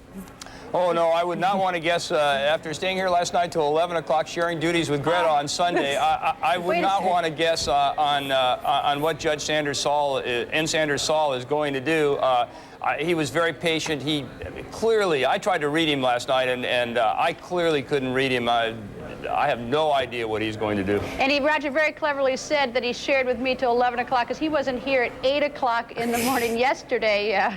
So now, if you kids are not going to get along, now hold on here. Is it just a coincidence, do you think, that these two major decisions are coming down within minutes of each other? This is pure coincidence. Look, I mean, the judge said last night, and Sanders Sauls, he would decide his case by noon today. Well, he might be a few minutes late. The United States Supreme Court is lucky enough not to have any bosses or any rules. They can decide a case whenever they want. But they took the case quickly, so that certainly was an indication that they were going to decide it quickly. But they don't have to decide anything until they want to decide. As a matter of fact, Darren, now that I think about it, I think I won the pool on when the Supreme Court decision is coming down. I think I had Monday before noon. And I'm representing him in the illegal pool that apparently he's involved in. All right, Greta and Roger will have you stand by. You can make your next pool, your next prediction on how this one is going to go. Meanwhile, as I said, we are just minutes away from the decision coming out of Tallahassee, out of Leon County Circuit Court, and my partner, Bill Hemmer, is there covering that end of things. Bill, take it from here. Hey, Darren, thanks again. Just on the telephone here trying to talk with folks at the state Supreme Court behind me here. That's been unsuccessful just yet, but as soon as we get a break, we'll go back to it. Meanwhile, let's talk more with David Cardwell, the man who knows Florida law just about as well as anyone right now. Let's quickly talk about reaction to what we're hearing out of Washington. Well, it remains to be seen what exactly the Supreme Court has said, but it sounds like that they have determined that the Florida Supreme Court was not authorized to extend the deadline. Now, what that could have an effect, depending on how they ruled, is that the contest that was filed by the Gore campaign, the case that we've been listening to in Judge Saul's courtroom, that was filed based on the November 26th certification. They filed it more than 10 days after November 14th, which was the original certification. Okay, now let's try and make this a bit simple. If we can, for our viewers. When we talk about a protest period, certification, and then a contest period, based on Florida law and past cases, how has it worked if a case such as this would be even remotely close? Well, if you'd gone through your protest and then the election had been certified, you then had 10 days from the date of certification, or 7 days in the case, 5 days in the case of if a protest had been filed, to file your contest in circuit court. If the U.S. Supreme Court is now telling the Florida Supreme Court, roll everything back to November 14th, the contest filed in circuit court by the Gore campaign was filed too late. And if that's the case, indeed, the tally we had back on the 14th and then later on the 17th when the overseas ballots were thrown in was a 930 vote margin between George W. Bush and Al Gore. Correct. Okay. What should we be watching throughout the day today? Certainly we're waiting for Judge Saul's, and it could be any time, basically. We've heard anywhere between noon Eastern time here and even all the way up to 2 o'clock. Well, I think we need to look carefully at the Supreme Court opinion, what they've said in their decision, and then see if that has any effect upon what Judge Sauls can or cannot do. Because they may have just rendered his decision irrelevant. Because, again, the case may have been filed too late. What you're seeing right now for our viewers on the screen there is inside Circuit Court here in Leon County. That bank of microphones, you might be familiar with it from a few weeks ago when Terry Cass, the clerk over there at Circuit Court, came to the microphone to announce the decision of then Judge Terry Lewis, who's on the Circuit Court here. And what we anticipate, anyway, is a bit of direction for how the procedure may go a bit later today when we do get that decision from Judge Charles, David. Right. We're waiting for them to tell us whether or not he's going to just issue a written opinion, or is he going to go back into the courtroom, give an oral decision from the bench, perhaps followed by a written opinion, or something else in between. And we should let our viewers know that we've been trying to hunt around and gather as much as we can based on what the judge did after last night at 11 o'clock Eastern time here, what he did overnight and what he might be doing today. All we do know is that he was working on this case late into the night last evening. That's what we hear. He was in chambers very, very late. Based on Judge Saul's history, is he a quick decision guy, or is this a man who likes to deliberate? Or at this point, possibly, given the time frame here, he doesn't have time to do that? Doesn't have time. I think he, though, does want to be careful. This is undoubtedly the most important ruling he's ever made in his judicial career, probably ever will make. I think he wants to be sure he's got it right, because he doesn't want to be in a position of doing something and then having an appellate court slap him down for having done it wrong. All right, again, I'm watching the monitor here in case Terry Cass does come up. In the meantime, though, let's continue to talk about the issues at stake here. The Gore team is trying to, at this point, go into that stack of thousands of ballots where they believe they have votes for Al Gore. The Bush team is saying, hang on, under state law, you can't do that just yet. That's the gist of the argument here. That's right. The two sides are approaching those ballots in entirely different ways, which is not surprising considering what we've been through, is that the Gore team is saying that those ballots are evidence, and that in order to prove their case, to prove to the court that they need to overturn the election or have a different result, those ballots need to be counted, and then that count introduced into evidence. The the Bush side says, no, wait a minute. The actual counting of those ballots would that in fact be the relief that they've asked for. And if in court, if you go ahead and do that, you have in essence given them the relief that they've asked for in the case, and that's going too far. My clock says 12:02 local time. That's when our understanding anyway that Terry Cass was going to come out and make her announcement. As we await that, again, let's talk about the trial from this past weekend. Saturday and Sunday, about 22 hours of testimony. I made the comment earlier today that normally this would be a case that would go for weeks at a time. But again, you had really in the high-speed lane for 2 days there today. That's right. It was incredibly fast, very fast, and that's the result. We saw a lot of things very compressed and probably made for a lot more riveting television, but that's not the way all trials go. Okay, again, waiting on Terry Cass. David Carbo, you stand by in the meantime. Will do. Let's go up to Washington now. More with our bureau chief there, Frank Sesno. Frank, hello to you. Hey, Bill, thanks very much. We want to be sure that we can bring you back now to Charles Bierbower right away outside the court. He's had an opportunity to read this and to give us the fine print. Some of what we initially thought needs further clarification. Charles, let me come back to you to state very clearly and carefully precisely what the court has done with this today. The U.S. Supreme Court has vacated the judgment of the Florida Supreme Court. That means specifically the ruling that the Florida Supreme Court made, which extended the time frame for recounting ballots, which took it beyond the prescribed 7-day period. They're saying there is no justification for that. The justices here say we're unclear as to the extent to which the Florida Supreme Court saw the Florida Constitution circumscribing legislative authority. They're saying that the court took it upon itself to extend this time frame in contrast to the law written by the legislature. So the immediate effect would be that you'd have to roll back to the count as it was after the first and automatic recount and before those extended manual recounts were in. That would have the effect of expanding the Bush lead back up to, I believe it was 930 votes. But the other thing that it does not do, it does not intrude in the process that is going on in Judge Saul's court down in Florida, because that is part of the process stipulated post-certification, after the Florida Secretary of State certifies the election returns. This will change her certification, but it would not have a direct effect on changing the contests, which are what Judge Saul is considering. Those are distinct matters that this court has not addressed. And in fact, this court has said it really can't figure out where the Florida State Supreme Court got its ideas in the first place. Remember, during the arguments here, Justice Ginsburg said perhaps we should remand for clarification. To some degree, that is what this court has done, but it has taken the decisive step of saying, since the Florida State Supreme Court hasn't explained how it got to where it did, and it appears to have overstepped both the federal Constitution and Florida laws, it's rolling back that decision, and it's rolling back the date, and that would have the effect of changing the numbers. Frank? Okay, Charles, thanks very much. Let me read the last line from this. The judgment of the Supreme Court of Florida is therefore vacated, and the case is remanded for further proceedings not inconsistent with this opinion. It is so ordered. To Greta Van Susteren here. Greta, we are hearing in one line here, then, that the judgment of the Supreme Court of Florida is vacated, but that also it is remanded for further proceedings.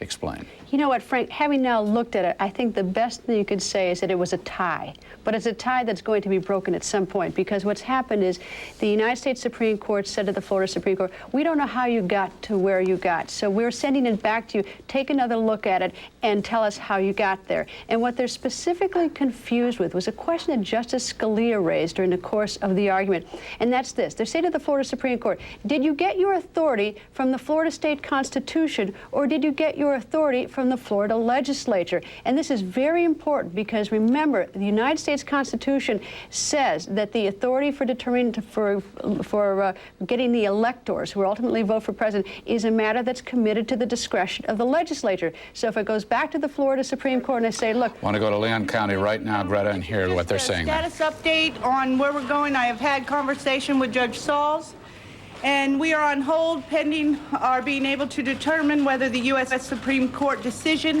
has any effect on our proceeding.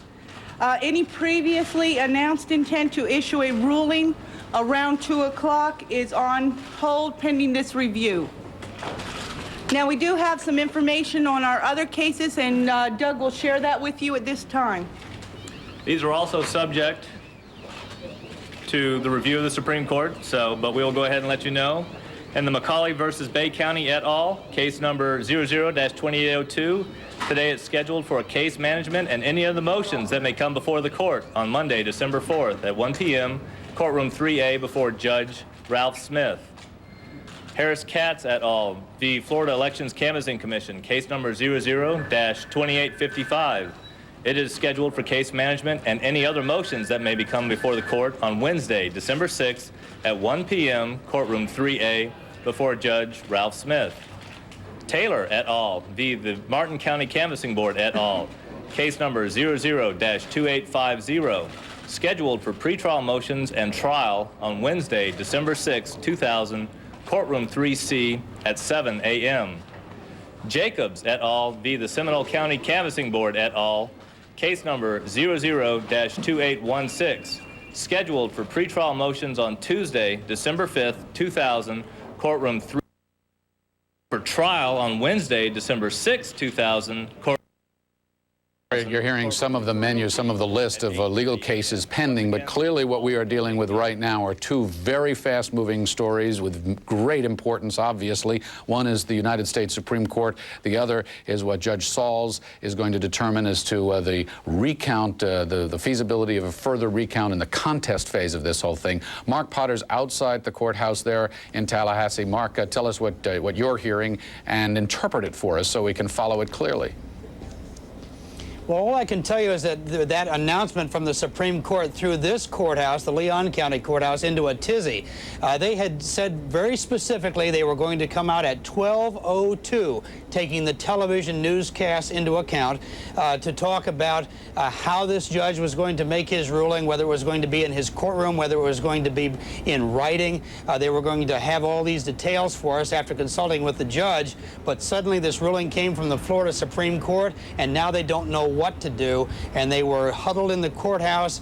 That's why they came later than we expected. They were huddled in the courthouse trying to figure out what to say, and the best that they could say is that they wanted to work on this. They'll come back to us, we're told, at 2 p.m., which was the time that we expected the judge to issue his ruling. Now at 2 p.m., we expect to get another status update on where we go. The judge wants to look at this now to see the impact of this case on his case.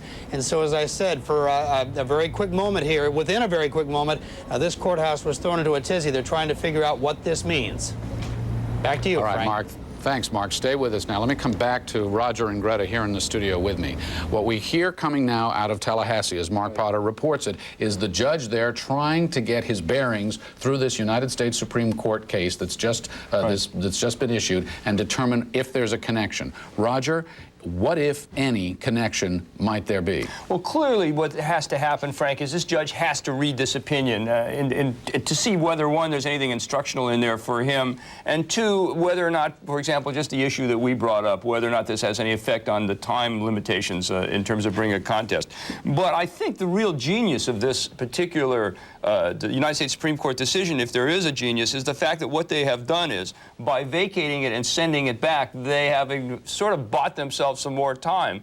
And the real context of this case is the case that is going on in Florida right now, which is the one to contest the election. And in some ways, if you get that decided, whatever the Supreme Court decides doesn't really become important. So therefore, what they've done is put off their own decision in hopes that perhaps the Florida Supreme Court will come to the decision about the contest, and then they'll never really have to come to a decision.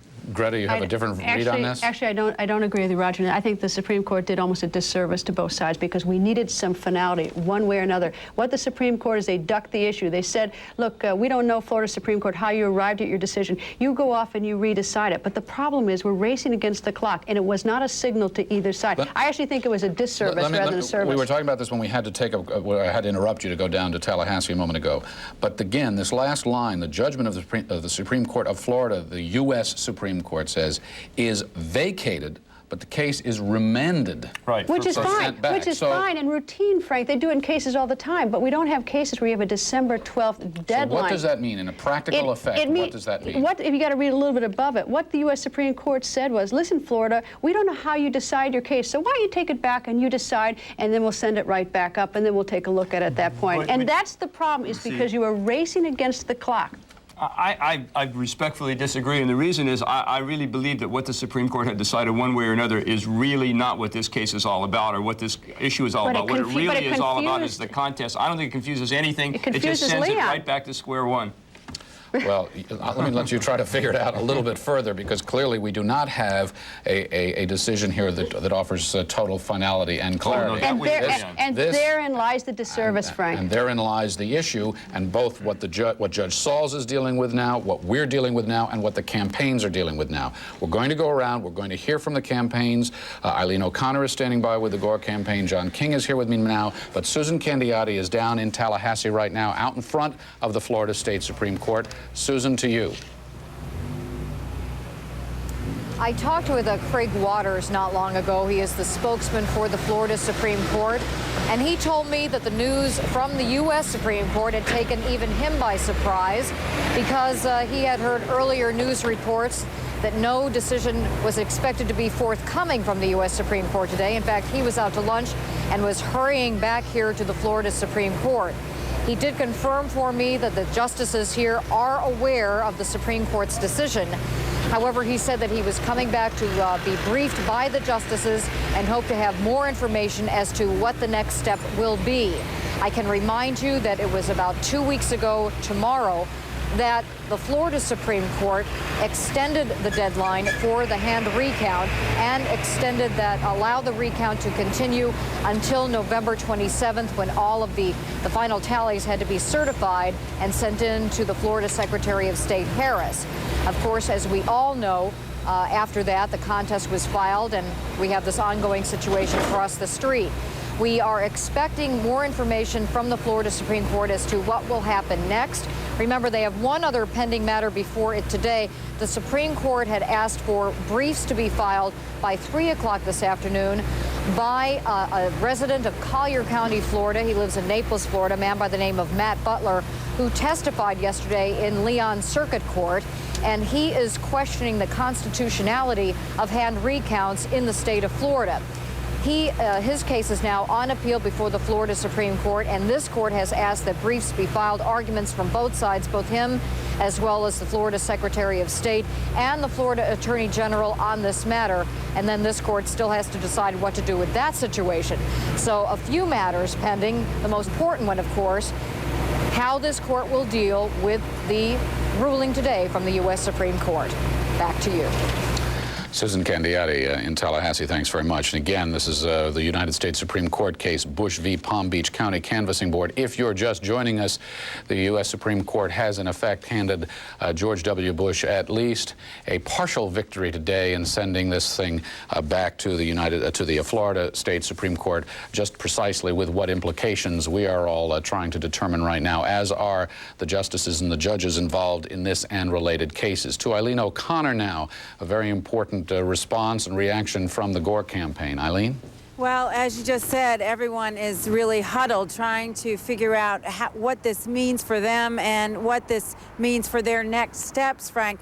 Basically, I just talked to several Gore aides, and they say that they are huddled with their legal advisors, and they do expect to come out with some kind of an assessment of the ruling. But this clearly is a blow for them in terms of getting those manual recounts done. And if this does now turn back the clock to November 14th, I know from having talked to one of the Bush lawyers earlier this past week that they were looking at, if this was a decision that was made and they rolled back the clock to the original certification, as David Cardwell says, you know, you then end up having the contesting motion by the Gore campaign having been filed more than 10 days after that original certification. That makes it difficult. So there's some legal murkiness here about going forward with this motion to contest the elections.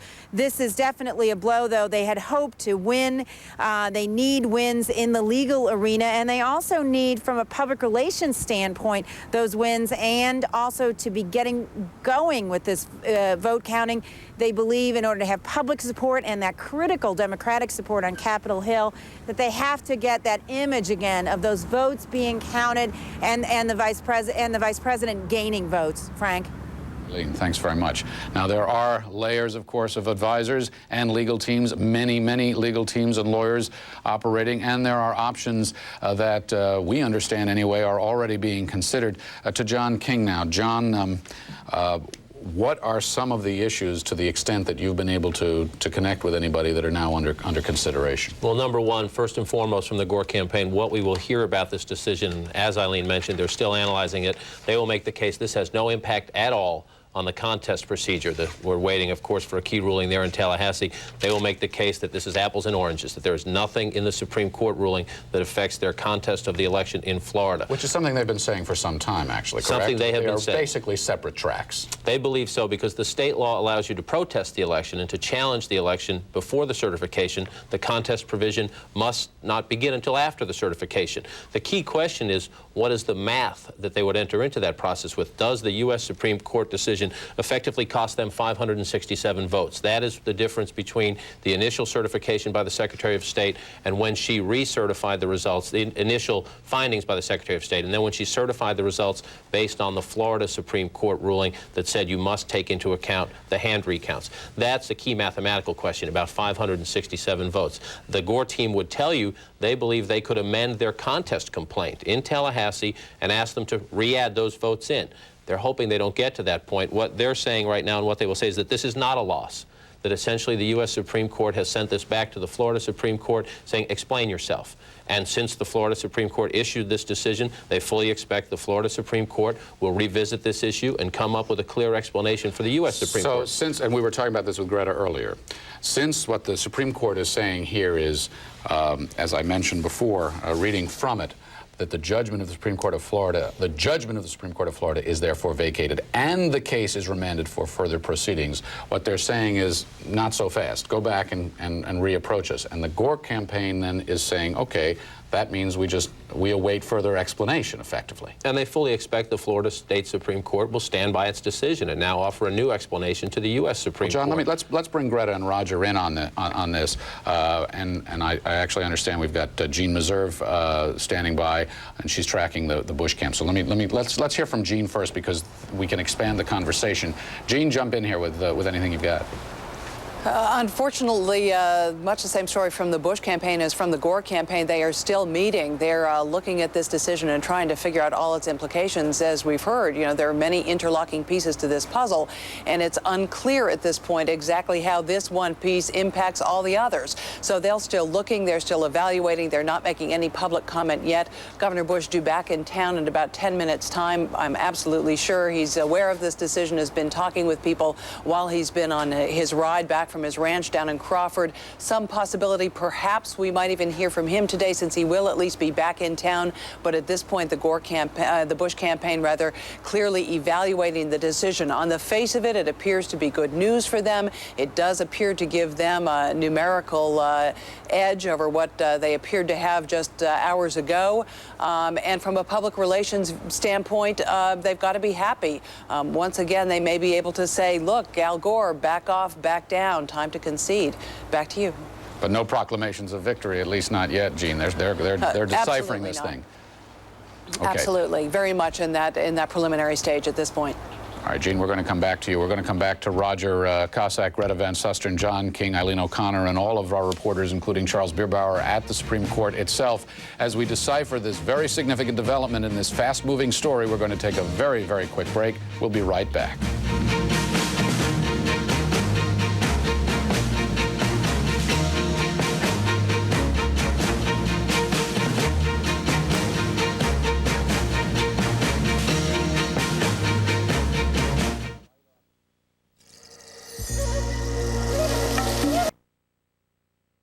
Both court strategy and public perception, leaning towards the perception that, of course, George W. Bush, in their view, is the president-elect. David? All right. Carl Cameron from Austin. We also have Victoria Tunsing, a former federal prosecutor, with us. She is a Republican. She joins us from Washington for her views on this. Now, one of the questions I'm curious about, the U.S. Supreme Court was a bit reluctant to allow the Florida Supreme Court to overrule this federal edict that says you can't change laws in midstream while you're counting votes. However, that certainly applies to a legal deadline. Does it also apply to the rules, which differed apparently from county to county, on counting dimpled ballots? That was not before the U.S. Supreme Court. Because they did talk about it. They did discuss the question of whether there's any precedent in counting dimpled ballots, and they did at least discuss the matter. But that doesn't have any role in this decision.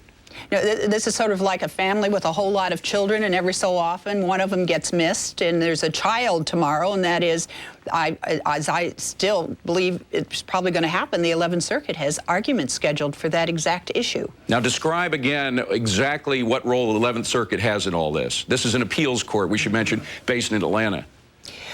Yes. The Bush people, weeks ago, when people were laughing at them for doing it, went to a federal trial court and said it isn't fair the way these ballots are being counted because there's no standard, and that's a violation of due process. That trial court said, you're really not harmed yet. Come back when you're harmed.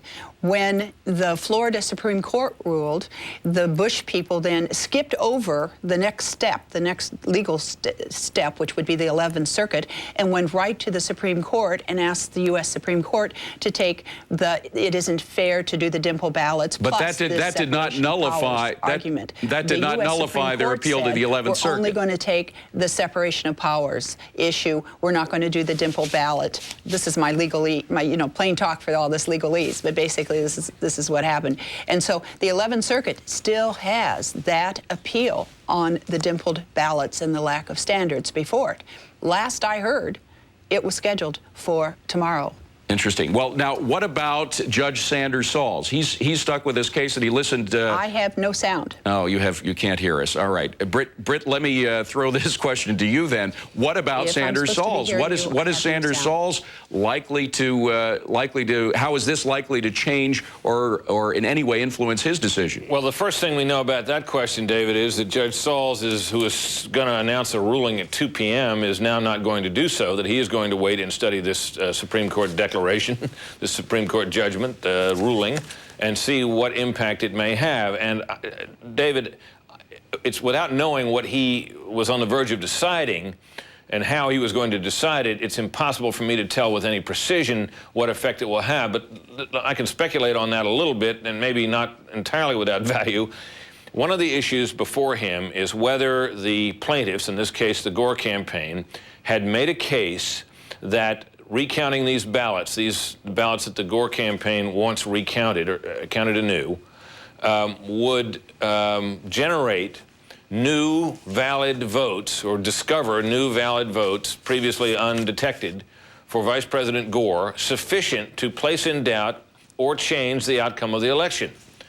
So he's looking at the margin of the Bush victory, presumably, as one of the issues, how many disputed ballots there are, what the likely yield from a new count would be, and whether that meets the standard of being sufficient to place in doubt the outcome of the election. So if looking at that narrow question, one of a number before the judge, you would think that when he looks at a margin of 537 votes and pores over the evidence and testimony that was presented in the case, he would have to say, well, maybe they could get this many. But if the margin expands to 930, then he might have to rule that it goes higher. In the meantime, of course, you have the Florida Supreme Court sitting there, gathering itself and perhaps feeling a little chastened by having had one of its orders deemed too confusing to rule on finally by the U.S. Supreme Court.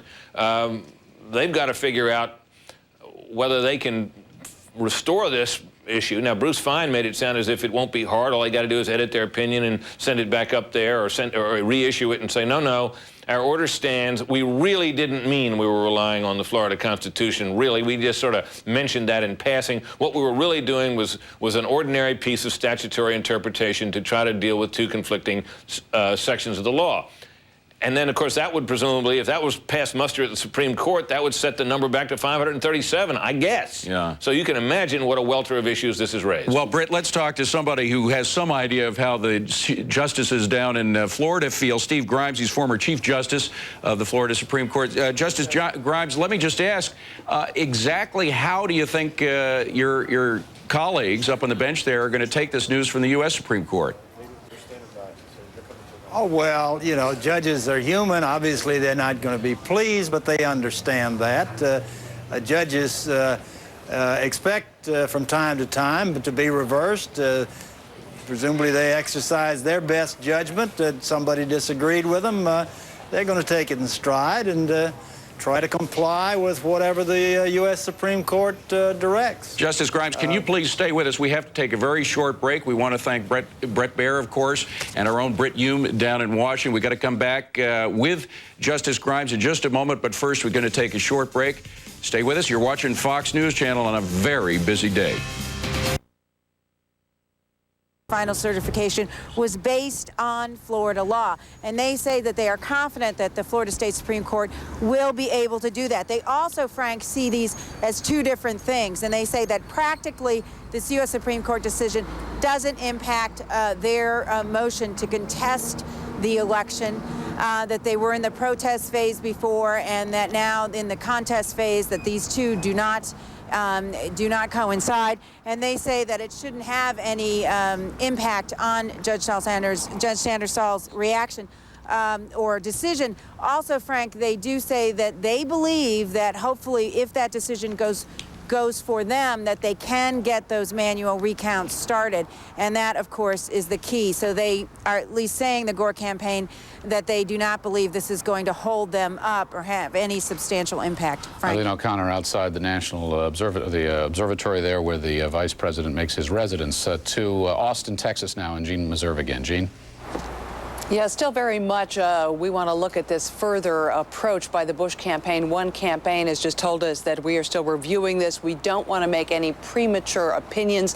We don't want to jump to any conclusions about what this means, whether it is in fact good news for the Bush campaign. He said, and this is a quote, "There is no celebration, there is contemplation." So the Bush campaign still very much in a wait and see, let's see what it all means kind of mode. Frank?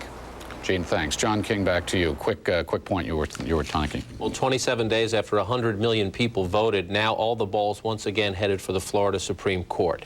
This decision by the U.S. Supreme Court sent back to them for further explanation. We will hear from Judge Saul in a matter of hours at the circuit court level in Tallahassee. Whatever decision he makes, likely to be appealed to where? The Florida State Supreme Court. All right, John King. Now, we do want to tell our viewers and Roger and Greta, who are sitting with us right now, that burden of proof will not be seen today because burden of proof is very much a part of this, and we're going to be staying with them and they with us to help us sort through this case. To Bill Hemmer now, who's down in Florida, and as I understand it, Bill, you've got one of the lawyers with you. Indeed, Frank, thank you. Trying to canvass the country and get reaction and interpretation for what we're finding out right now. Jeff Robinson with us now, an attorney for the Vice President, Al Gore. Good afternoon, and we appreciate the time that you are giving us right now. Your reaction to what we're hearing out of Washington now? Well, we think that what the U.S. Supreme Court did is basically send it back to the Florida Supreme Court to clarify. They want to know whether or not it was done on a permissible or an impermissible basis, and we're confident that when the Florida Supreme Court again says what it's doing, the U.S. Supreme Court will be able to conclude that it was done on a permissible basis. There is a thought, if you read between the lines legally here, based on what the U.S. Supreme Court is doing, and a 43-page decision that came out 2 weeks ago from the court behind us, that clarification needed is not necessarily a good sign because maybe in the beginning the legal decision wasn't completely accurate. Your thoughts on that thought? Well, I think you had a Florida Supreme Court that was focusing on state law issues. As you know, all the commentators were very surprised when this matter actually went to the U.S. Supreme Court. We believe the U.S. Supreme Court saw it and concluded that, given what the Florida Supreme Court had been focused on, for it to determine the issues it wanted to address, it needed something more from the Florida. And I guess more importantly, to the point that you're arguing right now, is the calendar and the clock. Today is December 4th. At midnight tonight, you're 7 days away from the deadline for the electors becoming out of Florida. 25 electoral votes, and the legislature appears poised to go into special session to do that if the courts take it away from them or continue to delay. Knowing the clock's working against you, how concerned are you?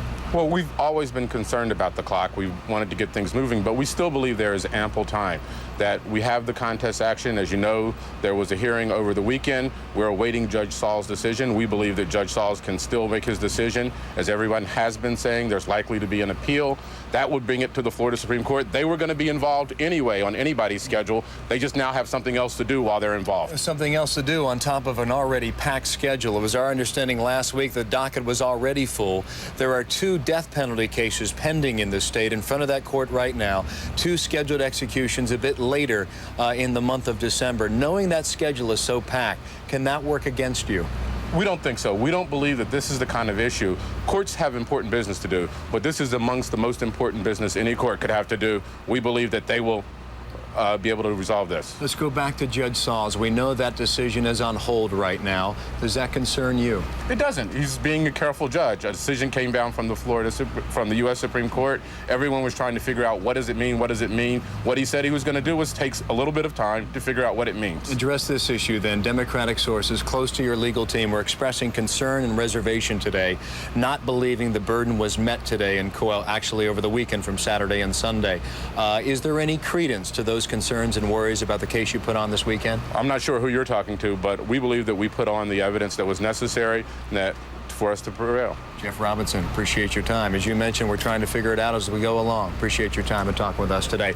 Again, it continues to be a rather busy day here in Tallahassee. Things erupting just about 45 minutes ago. We'll track it. We'll connect the dots and let you know what we find out here in Florida. But for now, a quick break here on CNN. Back with more after this.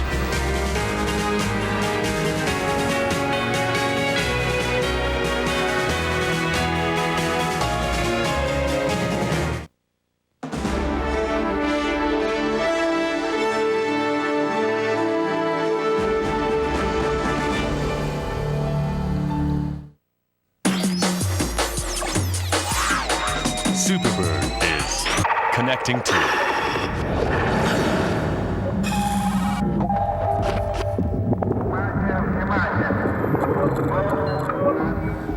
はるか36,000km の上空からスーパーバードは24時間あなたのもとに CS 放送をお送りしています。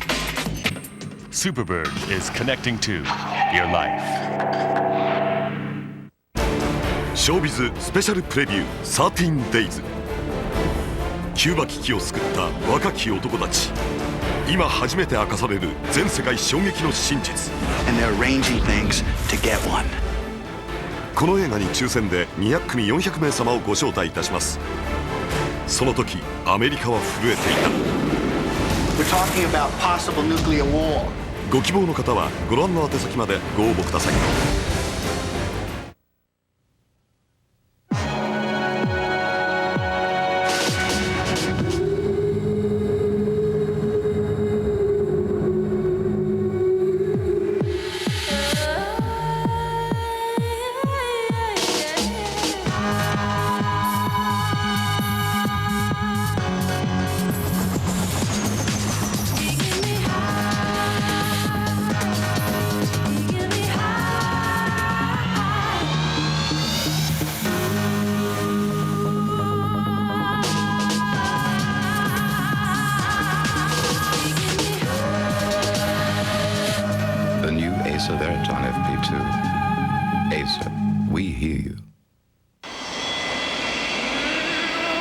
In the world's ultimate lounge at Hong Kong International Airport, passengers don't just transit, they transform.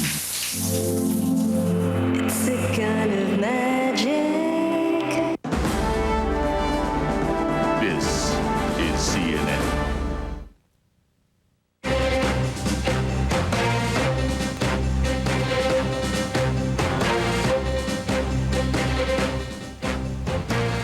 I'm Frank Sesno in Washington, and those words you see issued from the United States Supreme Court, they are as follows. After reviewing the opinion, we find there is considerable uncertainty as to the precise grounds for the decision, that being from the Florida State Supreme Court, of course. This is sufficient reason for us to decline to review the federal questions. That's just one of many points made in the 7-page presentation from the Supreme Court of the United States in the case of George W. Bush versus Palm Beach County Canvassing Board. In that decision, the United States Supreme Court vacates the order of the Supreme Court of Florida, but remands it back for further proceedings. So this case is not yet done by any stretch of the imagination. Nonetheless, it is a setback, in the opinion of many, for Al Gore, who is looking for speedy movement through the court system, both here in Washington and beyond, of his case. We should tell you as well that the case that we were to hear from out of the courtroom in Florida as well, Judge Sanders Saul, on the contest phase of this, has been put on hold. We'd expected that just about 35 minutes ago. That now has been put on hold for at least another hour and a half while that judge studies the Supreme Court opinion. We have Judge Kogan with us now, if I'm not mistaken, and I would like very much to ask you your reading of the Supreme Court case. We've heard from Roger Cossack, Greta Van Susteren. They have some differing views as to how definitive this really is. Your turn. Well, I think the Supreme Court did not really do us any favor. Actually, all this does really is delay further the outcome of this matter. By vacating the Florida Supreme Court's decision and sending this matter back to them, it really doesn't say what the Florida Supreme Court can do. It may very well be that the U.S. Supreme Court wants the Florida Supreme Court to redo its opinion and more definitely state what the grounds are for its opinion. And then the U.S. Supreme Court would reconsider it. And it may be that they feel that the Florida Supreme Court ought to go ahead and tell all parties concerned that they will now wait for further proceedings in the lower courts. It's really unclear, and to me it's ambiguous as to what they expect. Judge Kogan, in your judgment then, does this decision today, at least for the moment and officially, restore those, how many, 567 votes to George W. Bush? Does it put him back, for the moment at least, to the 930 vote margin over Al Gore that he first had through the Florida Secretary of State certification?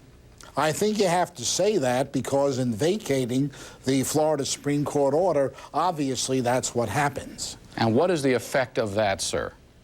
Well, really, there's no effect because Bush was ahead then, and Bush is still ahead now. So as far as who's going to win the electoral votes in Florida, that issue still has not been completely decided. And Judge Kogan, going into and coming out of the United States Supreme Court arguments the other day, there was much discussion and much concern that the court ultimately would issue a split decision or would not project the sense of unity, maybe even unanimity, that the nation needed at this particular time. How are those issues addressed by what we've gotten today from the court? Well, basically, you have a unanimous opinion from the court, but still the court is not really deciding this case. It's really kicking it back to the Florida Supreme Court and telling the Florida justices, redo this opinion, be more concise about your reasons for doing what you did, and then send it back to us and we'll reconsider it. And Justice Kogan, what is likely to be the case now, or the response from the Florida State Supreme Court? I really don't know. We would just have to wait and see. But it goes back into their courtroom, into their laps, correct? That's correct. There's no question about that. And technically, they could even sit on this if they want to. But okay, I don't know what they're going to do. Justice Kogan, thanks very much. Over to Lawrence Tribe now, who, of course, argued in the United States Supreme Court for Al Gore. Your response and reaction? Was talking to the Vice President about an hour before the decision, and I was saying one of the favorable outcomes, in my view, would be to have the case sent back for clarification, because it's obvious that the opinion of the Florida court can be read in several different ways. And when that happened, I regarded it as a victory. Then I started hearing what the media were saying, so I'm delighted to be able to explain. It is, I agree very much with Chief Justice Hogan that no practical change occurs as a result of this, because it is simply an invitation to the highest court of Florida to provide a more complete explanation of why they were interpreting the law the way they were interpreting it. And I don't think that the Florida Supreme Court will have a difficult time providing an explanation that will satisfy the U.S. Supreme Court now that it knows exactly what that court's concerns were. I do not agree with Chief Justice Hogan that this magically converts the 567 margin to a 930 margin. The U.S. Supreme Court had no jurisdiction over anything other than the judgment of the Florida Supreme Court. The official certification and other actions that were taken in Florida pursuant to that judgment are not affected. This is not a kind of magic wand that turns back time. What it does is send the opinion back to the Florida Supreme Court with an invitation to explain it. And I'm sure it can do that very well.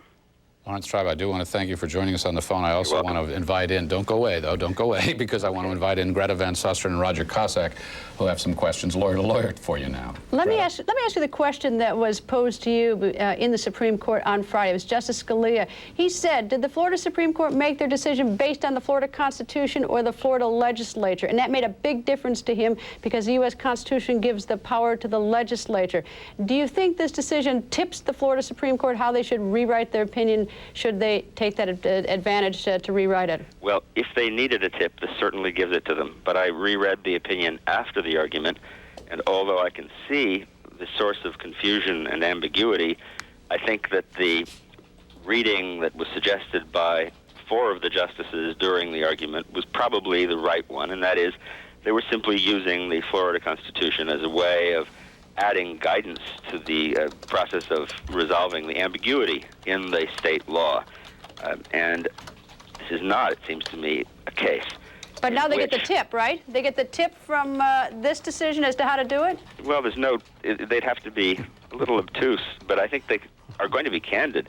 I mean, if I'm wrong, and if they really believed that the statute has to be interpreted in order to create this crazy conflict where recounts are allowed, but you don't have time actually to include them, but for the Constitution, then I suppose they'll say that. But I don't think that's what the opinion means, and I've read it now maybe a dozen times. So I'm not worried about their ability to explain to the satisfaction of the U.S. Supreme Court why they are not treating their own Constitution as some kind of trump card over the legislature's enactment pursuant to Article 2 of the Constitution. Professor Tribe, this is Roger Cossack. If it was so clear then, sir, why don't you think the Supreme Court found that they were basing their decision strictly on Florida law, which would be a victory? And second of all, why did they vacate the judgment? Vacating the judgment means, as I understand it, sir, that the judgment does not exist at this time. And I think since the judgment was so much in your favor, to call this a victory is it perhaps a little difficult? Well, you know, I'm just being candid with you. I did not myself find the opinion ambiguous, but I admitted when I was arguing the case that one might be able to read it the other way.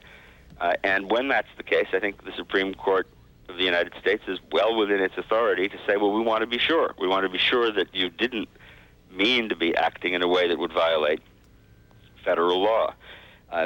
Why did they vacate it? Because that's the only way they could get it back downstairs to get clarification. They can't simply say, here's a postcard, we would like you to explain what it is that you meant. This is the standard technique for achieving some sort of clarification of ambiguity.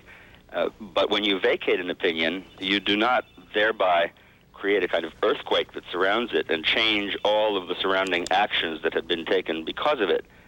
You vacate the opinion and see what happens next. After all, this was not a case where some interim emergency relief, like an injunction or a stay, was sought from or granted by the U.S. Supreme Court, so that we don't have a case where the court has changed anything on the ground, as I read it. Professor Tribe, it's Frank Sesno again. You, again, of course, argued before the United States Supreme Court. Are you in any fashion surprised or distressed by today's action? No, I'm certainly not surprised. It seemed to me from the beginning, once they took the case, and that did surprise me, I have to confess. Once they took the case, it was because they saw a significant chance that there was a resolution in a manner that they didn't find appropriate of a federal question by the state's highest court. There were two outcomes that would have been distressing to me. They could have reversed the Supreme Court of Florida outright, and that's, of course, what they were being asked to do by Governor Bush. They could have vacated it and directed that the clock be turned back, and not only the numbers go back from the smaller margin of 567 to the larger one of 930, but the contests that are going on, the Bush forces requested, the contests should be deemed out of time because we should pretend as though nothing had happened since November 14 and more than 10 days have passed. None of that happened. None of the sweeping relief that was sought was granted. And as a result, when I heard the decision, I thought this preserves the status quo pending an explanation by the Supreme Court of Florida. Professor Tribe, I need to ask you this. You referenced the clock just now several times.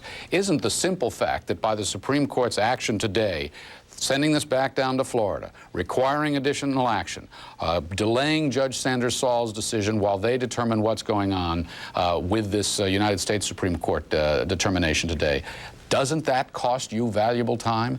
Doesn't that by itself constitute a setback for the Gore campaign? I think if it is treated as a mandate to slow things down, that is a loss, and it's a significant one given how little time is left. But there's no reason that Judge Sanders Saul has to slow down at all. There's every reason why he ought to resolve the case before him, and it's clear, we all know, that whoever loses is going to immediately appeal that decision to the Florida Supreme Court. It seems to me that for the Florida Supreme Court to respond to this decision and to provide a clearer explanation should take no more than 24 hours at most. And so, although it is a slowdown, it's certainly not critical if the ultimate decision is to count all of the ballots that were never counted. If that decision isn't forthcoming in time, then no outcome of this case could possibly rescue the effort. Lawrence Tribe, we're very grateful for your time today in the midst of everybody trying to digest this thing. We appreciate your point of view. We want to get another point of view now from C. Boyden Gray, former White House counsel, a Republican, obviously. Mr. Gray, your take on this? Well, I think it's not a short-term victory for either side, but I'd rather be a lawyer in the Bush camp now than one in the Gore camp. There are two parts that I'd like to deal with. One is a short-term delay issue that Professor Tribe just discussed. There is at least a day here that's lost. Every day is very, very important for the Gore team. And I wonder whether Judge Saul can actually resolve his case without hearing further from the Florida Supreme Court. So there is some delay involved here.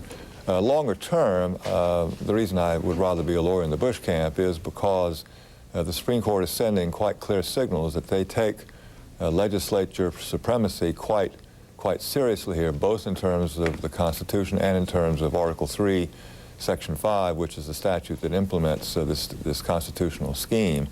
And the Florida Supreme Court can, I think, rewrite its opinion in a way to satisfy this opinion of the Supreme Court.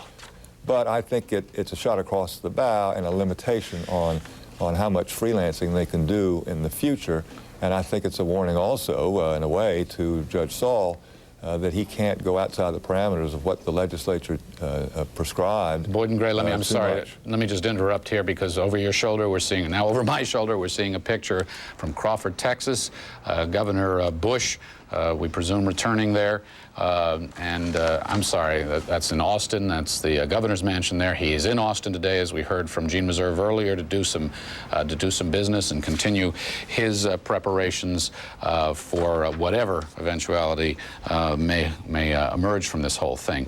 For more conversation with Boyd and Gray, I want to bring Roger Cossack, Greta Van Susteren back into the conversation. Roger, first to you. Boyden, do you think that this Supreme Court decision implies that there is a great legal split within the United States Supreme Court in which they couldn't agree on what the reasoning of the United States Supreme Court was, and there was a difference as to if it was what they would rule, and what they're doing is hoping that they can get at least some sense of what it is, not necessarily because they'll uphold the Supreme Court, but because they want to know what it is to get an opinion? I think it's the latter. There may be a split, but it's very hard to tell from this opinion. It's hard for them to rule if they don't know exactly what the basis was for the Florida ruling, and that's what they've gone back and asked Florida to provide. But it does show that all 9 justices take Article 2, Section 1 very, very seriously, and by the same token take very seriously Article 3, Section 5, Title 3, Section 5 of the United States Code, the law that implements the statute of the constitutional scheme. So on that, there is unanimity, obviously, at this stage. Boyden, let's suppose that Florida Supreme Court writes back and says, we have based our decision on Florida law, with which we believe there is no federal question. Do you think that would suffice for, say, Justice Scalia and perhaps Justice Thomas, who would then say, okay, we'll stay out of this? Well, for this round, it might suffice to stay out of it, but you mentioned Justice Scalia. He asked some very pointed questions about whether the kind of manual recounts that are undergoing here, which were not really technically part of the case before them last week, whether this had ever happened before in Florida, whether this was ever part of the Florida law. And he got an answer from the State Attorney General, no, he was not aware that this had ever happened before, that is, counting Dimple Chad. So that's a signal for the future. It's not binding at the present, not in this case technically at the present, but if I were Judge Saul and if I were the Florida Supreme Court, I'd be paying very close attention to the questions that those justices were asking about this matter. Boyden, right or wrong, do you agree with me? I actually think that the Gore campaign got the better end of this tie proceeding for the simple reason that this case will now go back to the Florida Supreme Court. The last thing they want to do is be reversed by the United States Supreme Court. And in this decision, the United States Supreme Court said, what do you base your decision on? They're not going to pick the wrong answer so they get reversed next time up, are they? Well, I suppose you could say it's a victory for Vice President Gore to the extent that they're not shut out of the game. The game hasn't been called because of rain or something. The game is still going to go on. But long term, I don't think they can find a great deal of solace in the opinion. And that's my opinion. I mean, I've only had a few minutes to digest it, and I've not talked to any friends of mine who are as expert or more expert in these matters than I am, so I'm kind of flying blind a little bit here. But as I said at the outset, I would rather be a lawyer in the Gore camp, the Bush camp, than in the Gore camp over the long haul. This is not, I think, to point to the primacy of the legislature. This is not an argument that I think the Tribe would accept it, but it's not one he relishes. Boyd and Gray, Frank Sesno again. All right, let's let you play that role for just a moment of being the lawyer in the Bush camp. If you were on the inside today and you were reading this and somebody said, okay, at what point do we walk out and quite apart from the political declarations of victory, we can actually cite a legal declaration of victory or some justification for that. At what point is it over? What do you say as the attorney? Well, you can't say this says it's over. That's one thing that's clear. I hope I didn't imply otherwise. And I don't think they can look to this as saying it's over. They have to let this play out, but I do think it strengthens their hand, even though the arguments have been concluded before Judge Saul, and it strengthens their hand in the event they lose before him and appealing to the Florida Supreme Court.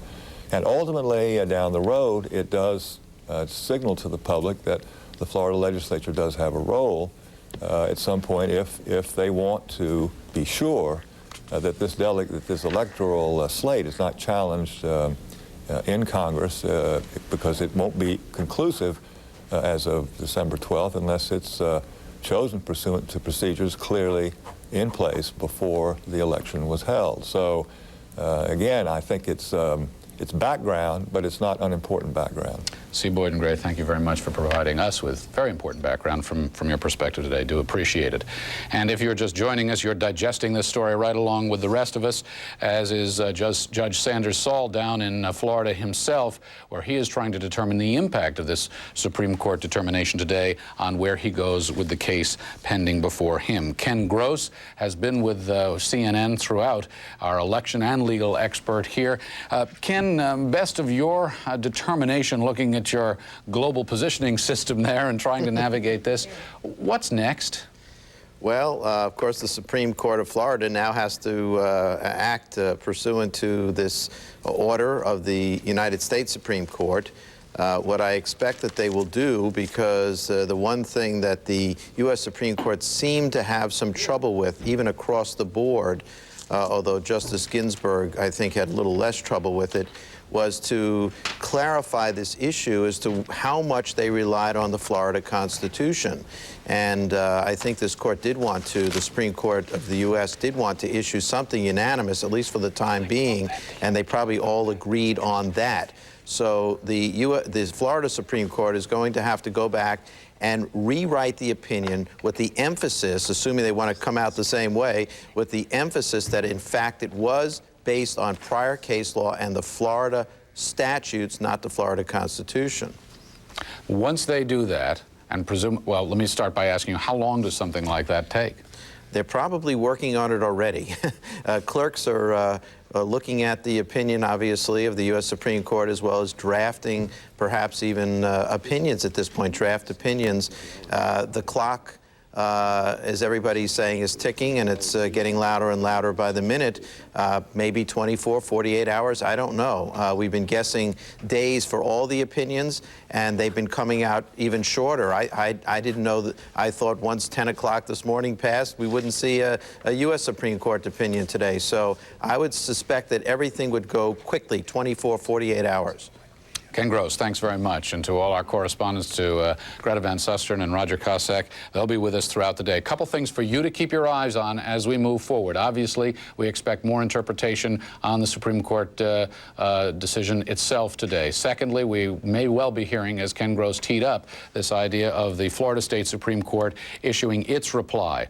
Also, Judge Sanders Saul is digesting this case from the United States Supreme Court, and we're quite likely to be hearing from him in his contest phase. And we should tell you, political leaders coming back to Washington for this lame duck session of Congress, how will they react to all of this?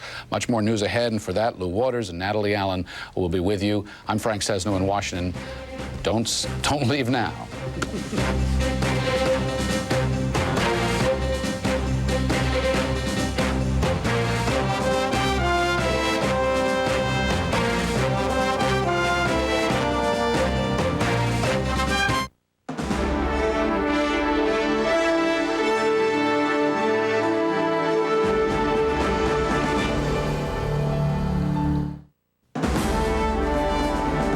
This is CNN.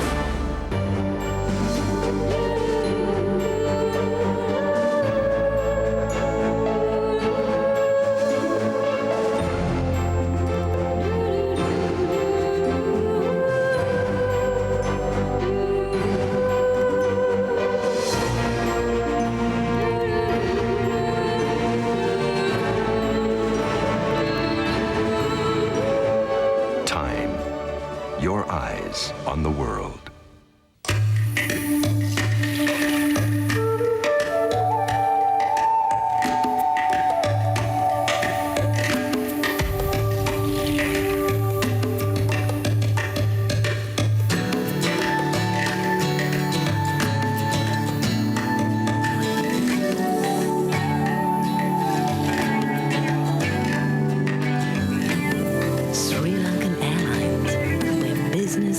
Like a holiday.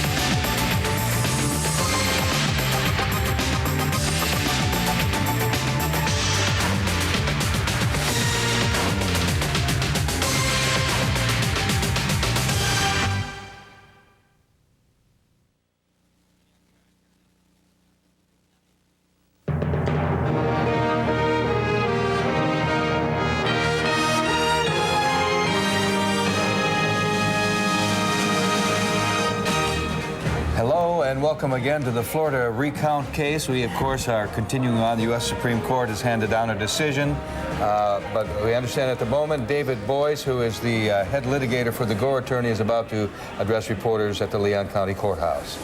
You have them? Will you respond to the Supreme Court ruling today and how this affects Judge Saul's opinion? Obviously, I think you've all heard that Judge Sauls has postponed the delivery of his opinion pending his review of the Supreme Court decision. What we hope is that after reviewing it, he will then issue his opinion. I think the Supreme Court of the United States opinion does not in any way affect the contest that is going on in front of Judge Sauls, and we would hope that that decision would be issued promptly. To follow up, yeah, but you relied heavily on the Supreme Court's decision in your closing argument. So do you think that would cause him pause now to ask for new evidence or a new argument? Remember, the thing that we relied on heavily in the contest section was the statutory interpretation portion of the Florida Supreme Court decision. And that is exactly the portion that the United States Supreme Court says raises no problem at all. The only issue that's raised for clarification in the United States Supreme Court decision is to what extent was the Florida Supreme Court in reaching its certification deadline decision, relying on Florida statutes and Florida statutory interpretation, and to what extent was it relying on an interpretation of the Florida Constitution. Now, as you know, in my closing argument yesterday, what I was talking about was entirely the statutory interpretation because that was what was relevant to the contest proceeding. That part of the opinion is not in any way affected by what the United States Supreme Court did. David, do you believe that it changes the vote total from 537 votes back to 930 votes? It doesn't now. There are a variety of steps by which you can conceive that happening. For example, if the Florida Supreme Court were to rule that its decision was necessarily based on a constitutional interpretation, and if that went back to the United States Supreme Court, and the United States Supreme Court were then to rule that the Florida Supreme Court could not do that, none of those holdings have been made yet, then you would have to go back and start with the 930 as opposed to the 537. Now, of course, all that means is that Broward County is in the same position as Palm Beach and Dade, because Palm Beach and Dade were not included in the certification anyway. So what's your hope? What do you want the Florida Supreme Court to do now? Well, it's always been the case, everybody's always known that this case was going to end up in the Florida Supreme Court from Judge Saul's decision. At that time, the Florida Supreme Court now may have to deal with a clarification of its original decision. So it may be one more issue for the Florida Supreme Court to deal with. What we want is what we've wanted from the beginning, which is an expeditious resolution of this issue. But isn't that the problem you have now? You keep talking about it having an expeditious resolution, and now we have one more issue that is at the very least going to delay the process to a certain degree, meaning Judge Sauls has already said he wants to reread the opinion. The Florida Supreme Court may have to re-rule in essence. As a result, you may have to amend the pleadings here. Isn't this a practical problem for your case? I don't think, and I don't mean to minimize a 2 or 3 hour delay in Judge Saul issuing his opinion, because obviously everything is tight. But I don't think the court taking a couple hours to read the United States Supreme Court opinion is either unreasonable or unnecessarily delays things. I think we'll still have an opportunity to bring that up to the Florida Supreme Court. And when the Florida Supreme Court gets this issue, the fact that it has to clarify its opinion, I don't think is something that ought to cause any delay. Remember, the Florida Supreme Court has already laid out its statutory interpretation. So it doesn't have to revisit that. All, in our view, it has to say is that this was a sufficient grounds for its opinion. Mr. Boyce, is a large part of your arguments, opening and closing, use the Florida Supreme Court decision as a part of your arguments. One, as a practical matter, does that somehow affect the record or make it? And two, does it change the weight of some of those arguments that you presented before Judge Saul? I don't think that it affects the Florida Supreme Court decision the way we used it with Judge Saul's. As you know, the Florida Supreme Court decision talked about statutory interpretation, and that was the primary part of the opinion. And it also talked about the Florida Constitution.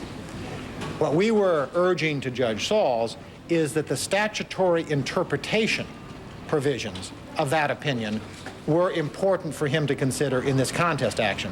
Those statutory interpretation provisions, the United States Supreme Court upholds. It says the Florida Supreme Court has a perfect right to do that. That part of the opinion stands untouched. What the United States Supreme Court said is that we want to know whether that statutory interpretation portion of the opinion, which Florida Supreme Court had a perfect right to do, was sufficient for the deadline decision, or whether it was necessary to the Supreme Court's decision on deadline to construe the Florida Constitution. If the latter is the case, then the United States Supreme Court says we need to reach a federal issue as to whether or not construing a constitutional provision that will affect the presidential election is or is not consistent with Article 2. As you know, we believe it would be, because particularly in Florida, the Florida Constitution is promulgated by the legislature. So it is the legislature acting through the Constitution, just as the legislature acting through statute. Article 2 doesn't say that the legislature can only act through statute. However, that's a decision that the United States Supreme Court did not reach because it held it did not want to reach the federal question until it had clarification. But as a practical matter, when you have a circuit judge here having a unanimous decision coming down from the U.S. Supreme Court over vacating a decision that was relied in part in your case, there must be some reaction that he must have and that you must have that. Well, I think that the reaction, particularly when the United States Supreme Court says that the Florida Supreme Court had the perfect right to do its statutory interpretation, and since the statutory interpretation is all that is relevant to the contest action, I think that to the extent that the court needs to take that into account, it is further evidence that the Florida Supreme Court, as far as statutory interpretation was concerned, had the final authority. So I think that reinforces that portion of the court's opinion that we relied on.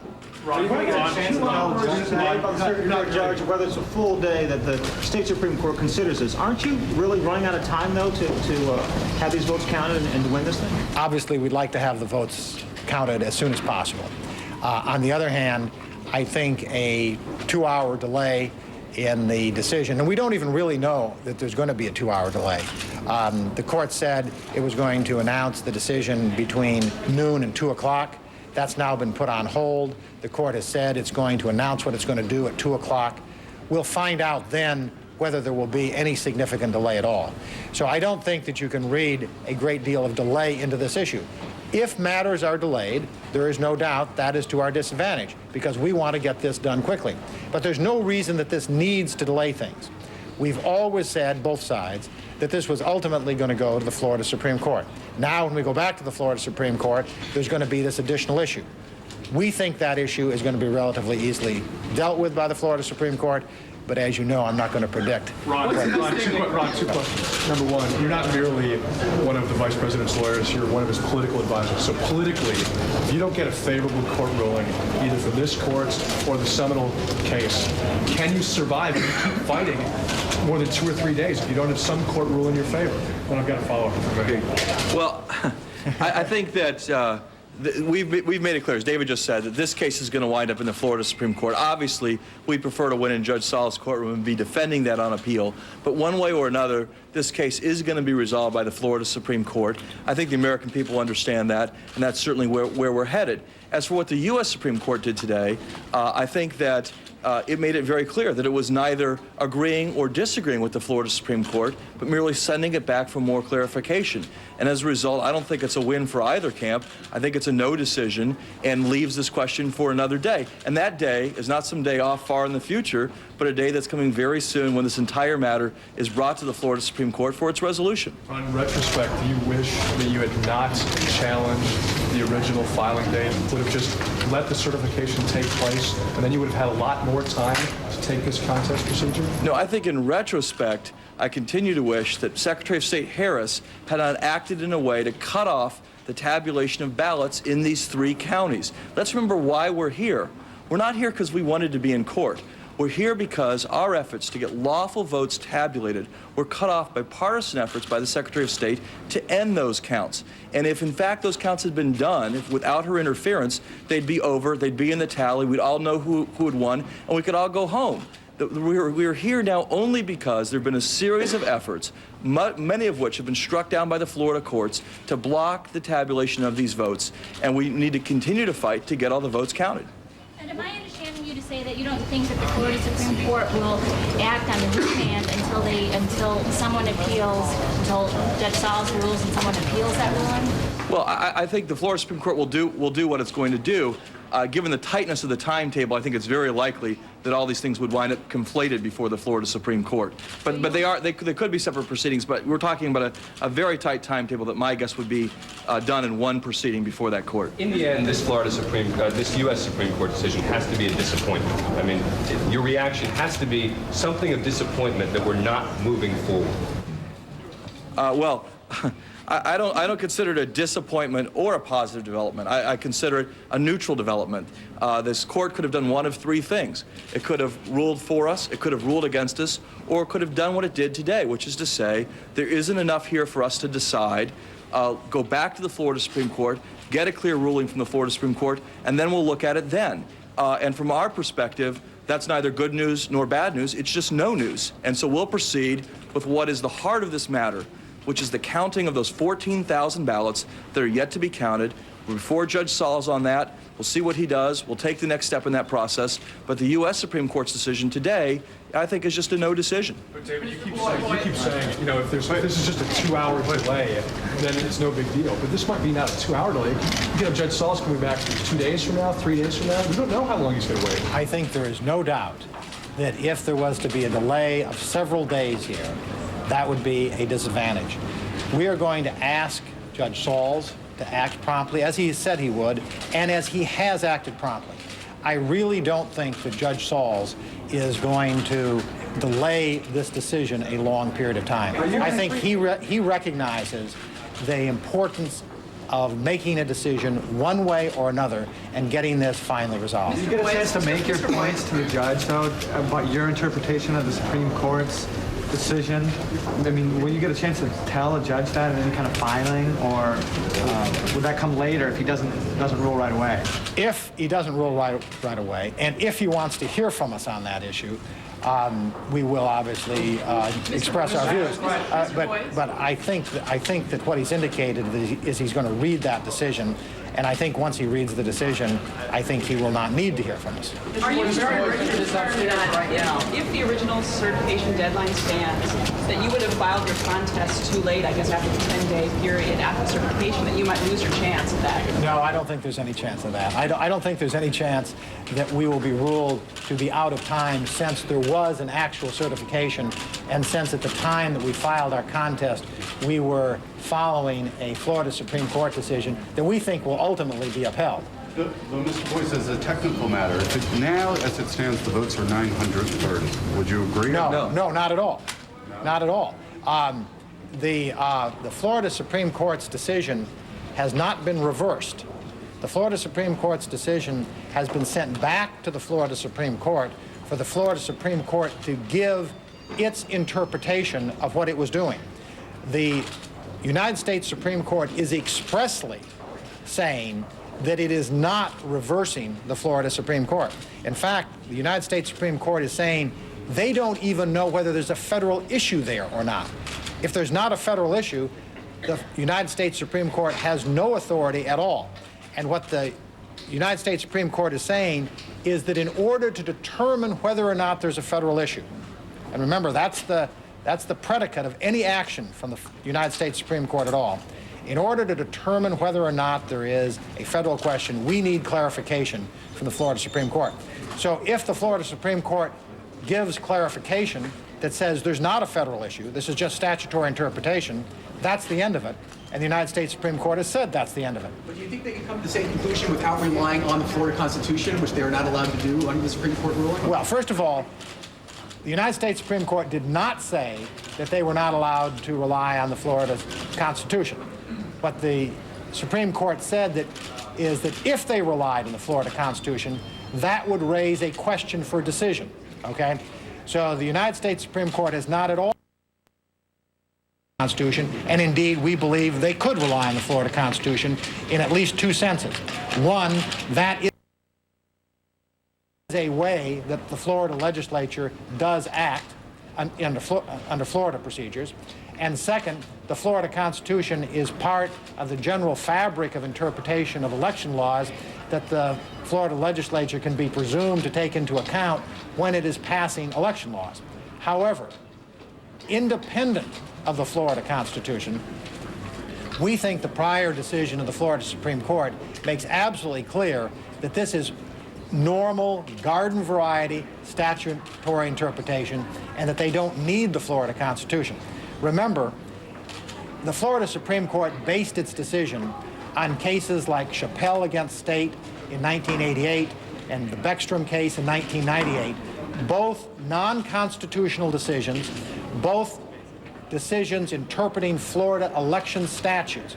And both of those decisions, we believe, compel exactly what the Florida Supreme Court did. For example, in the Chappelle case, the Florida Supreme Court held that you couldn't have an arbitrary deadline. That's exactly what they held in this case. In the Beckstrom case and in the Boardman case that goes all the way back to 1975, the Florida Supreme Court said you can't throw out the votes of voters just because county election officials didn't do their job right. That is, didn't get the manual recounts done in time. That's exactly what they held here. So purely based on precedent, the Florida Supreme Court decision, we think, was soundly based regardless of the Florida Constitution. In addition, the Florida Supreme Court says all we're doing is reconciling statutes. And that's what courts do all the time. So we think there's entirely a sound basis independent of the Constitution. One more, this is the last question. Is it possible then that the justices of the Florida Supreme Court know why they ruled, and that they could just issue a clarifying decision this afternoon without any further action from attorneys, or is that not? They could. And in a case of this nature and these kind of time constraints, they might. That would be unusual. I think they might take additional briefing, although, as you say, they know why they ruled, and they can tell us any time. Thank you, everybody. David Boies, the chief attorney on the Gore legal team, with his first reaction to the Supreme Court ruling. I won't go over all of that ruling for you, except this quote in the ruling handed down just a short while ago. After reviewing the opinion of the Florida Supreme Court, we find there is considerable uncertainty As to the precise grounds for the decision, there is sufficient reason for us to decline at this time to review the federal questions asserted to be present. Charles Bierbower will talk more about the decision in a minute, but that is essentially what David Boies was saying when he asserted that the Supreme Court decision will not affect the ongoing contest. And as you know, the ruling in that contest was expected about an hour ago. But Judge N. Sanders Saul, who heard about the Supreme Court decision, wanted time in order to read over the 7-page document accompanying that decision while he's making further deliberations about what effect that might have on his decision, which we are still expecting in about an hour or two. That's what today is all about. Natalie? Well, let's talk more about what we heard from the United States Supreme Court just a couple of hours ago. Here's Charles Bierbower. He's been poring over these 7 pages that has everyone's attention today. Charles? Natalie, there's an awful lot crammed into these 7 pages, but the bottom line is that the court here has ordered the ruling of the Florida Supreme Court to be vacated and remanded. That is to say that they've thrown out the ruling and told the Florida Supreme Court to look at it again. They have not, as David Boies was pointing out, reversed the ruling that would change the status down there, at least not yet. So the Florida Supreme Court has another crack at it. What the justices here have said is we are unclear as to the extent to which the Florida Supreme Court saw the Florida Constitution as circumscribing the legislature's authority, and then citing both Article 2 of the Constitution and the famous now 3 U.S.C. 5 election code, which specifies that rules and laws dealing with the selection of electors have to be in place prior to the election and 6 days prior to the actual selection of those electors. A lot of intricacies, but I'm recalling that it was Justice Ginsburg during the arguments on Friday who said perhaps we should remand this for clarification, and that is exactly what the court has done. It is a ruling called a per curiam. That is to say, it represents the court.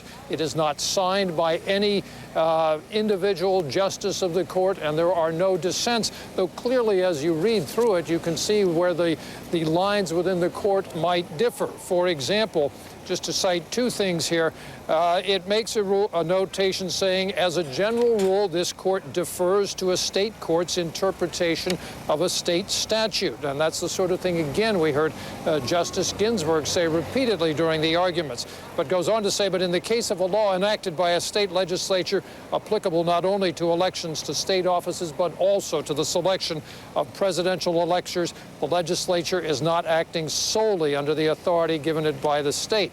One other thing strikes me about this is a statement that says, if the state legislature has provided for final determination of contests or controversies by a law made prior to Election Day, that determination shall be conclusive. That would seem to suggest that there may be a line in the court that would say that the Florida court could not do what it has done at all, but it is asking for clarification, and that's the word out of the U.S. Supreme Court today. Natalie, Lou? So just for clarity, as you report, so the state Supreme Court has another crack at it. So they clarify, and does this go immediately back to the Supreme Court for further review? How does it work?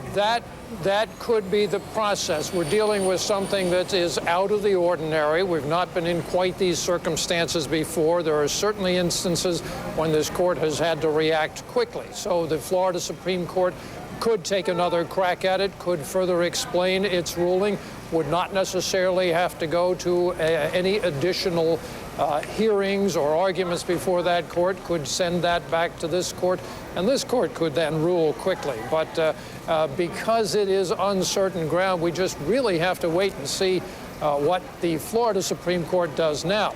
And I also think it's important to note that the contests can proceed, but that Judge Saul down in Tallahassee is very prudent to take a look at this ruling to see if there is any impact on it.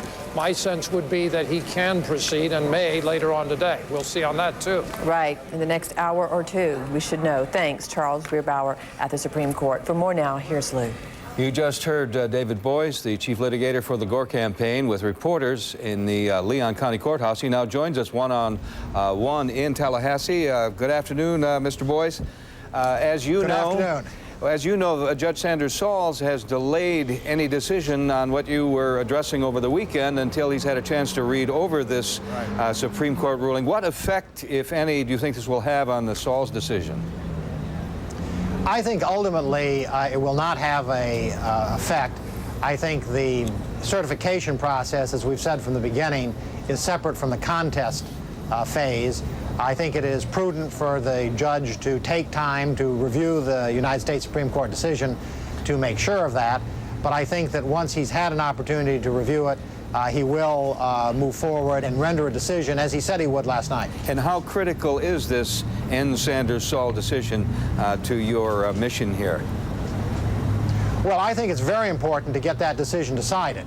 I think we all recognize that this case is ultimately going to end up in the Florida Supreme Court, but I think it's very important that that decision get decided so that we can begin the recount if the court decides that that's the appropriate thing to do, or so that we can take that issue to the Florida Supreme Court and get a resolution within the time that we have. So the steps ahead are the Supreme Court hands down a decision for review by the Florida Supreme Court. Both sides are now agreeing that the Saul's decision will be handed up to the Supreme Court. Is there another step in the United States Supreme Court following that?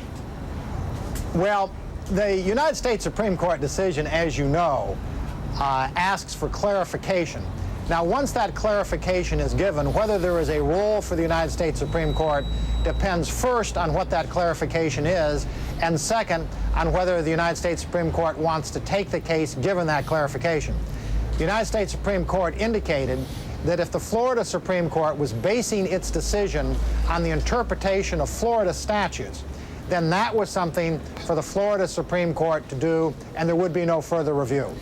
So if the Florida Supreme Court comes back and says, as we think it will based on its prior decision, that this was a decision based on the interpretation of Florida statutes, that's the end of the matter. If the Supreme Court of Florida were to come back and say that they were basing their decision and a necessary basis of the decision was an interpretation of the Florida Constitution, then you would have the question raised that was raised by Justice Scalia, which is, does the fact that you're relying on a state constitutional provision affect the Article 2 issue? I'm just a journalist, Mr. Boyce, so I'm going to call upon our legal analyst, Roger Cossack, who has a question for you. Hello, David. Answering, I remember the time you asked me the question, did I think that the Supreme Court was really going to reverse this case, and I said I thought that perhaps there was some problems, so maybe I wasn't entirely wrong. But let me just ask you the question. You paint this very, very clearly. You say, look, if the Florida Supreme Court says we based it on statutory law, you win. If the Florida Supreme Court says, well, we based it partially on Florida constitutional law, then there has to be a decision made by the Supreme Court. But is that really that clear? I mean, suppose they came back and said, we based it totally on Florida statutory law. Do you think that would be the end, and that those who were against you in the Supreme Court would then fold up their tent and say the Florida Supreme Court acted correctly? Well, remember, the per curiam decision that we got from the Florida Supreme Court, from the United States Supreme Court, was unanimous decision. And that decision, in my mind, does pretty clearly indicate that if all they're doing is interpreting Florida statutes, that is something that is within their province. I think it's hard to read that decision as saying that if the Florida Supreme Court was simply interpreting Florida statutes, that would raise a federal question. In fact, if that were to raise a federal question, then it's hard to think of why the United States Supreme Court would have sent it back for clarification. All right, well, let me suggest to you that perhaps there was a major disagreement within the United States Supreme Court based upon this, or based upon what the Florida Supreme Court has done, and that there are those who wish to reverse based on a federal principle, and those who wish to affirm based on a state principle. Do you think, though, that the clarification of the Supreme Court, assuming that they all decide that they wrote their opinion based on the same grounds, do you think that this will end this issue? I think it will. Obviously, no one can predict what a court is going to do with finality, but I think if you read what the court said today, it's pretty clear that they're saying the Florida Supreme Court has got to tell us whether they were engaged in statutory interpretation or whether they were interpreting the Florida Constitution. And if they are engaged in statutory interpretation, that's within their province. But if they were engaged in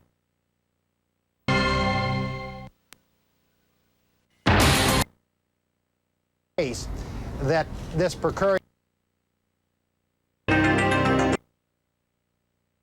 if there was a majority on the court to simply reverse, even if it were a statutory interpretation, you wouldn't think they would send it back to the Florida Supreme Court. David Boyes, thanks for your time. Roger Cossack, we'll talk to you again throughout the afternoon. If you would like to see what the Supreme Court has handed back down to the Florida Supreme Court, it's on CNN.com. And we will take you live to the Florida Supreme Court next. CNN's Susan Candiotti is there. We'll be right back.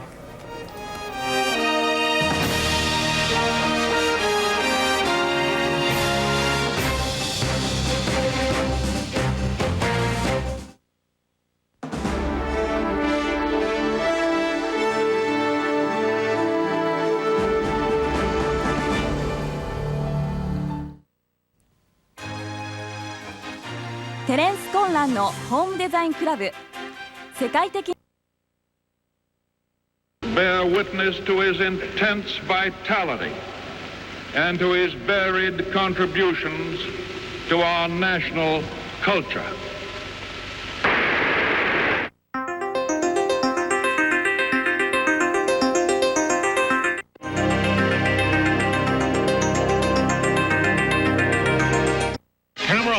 In the world of sports. This, ladies and gentlemen, is the Rose Bowl game, minus the Rose Bowl weather, minus the Rose Bowl. Well, here we are at Durham, North Carolina, the transplanted setting of the postseason classic, where the Beavers of Oregon State and the Blue Devils of Duke make 56,000 rain-soaked spectators forget the weather in a slashing ball game that finds the Dukes trailing 7-0 here in the second period and driving to the Oregon State 9-yard line to set up the scoring play. Blanche takes the ball on a reverse, carries through a hole in the right side of the line, goes over standing up. And what these lovelies behold here in the third period is a deadlocked ball game at 14-all.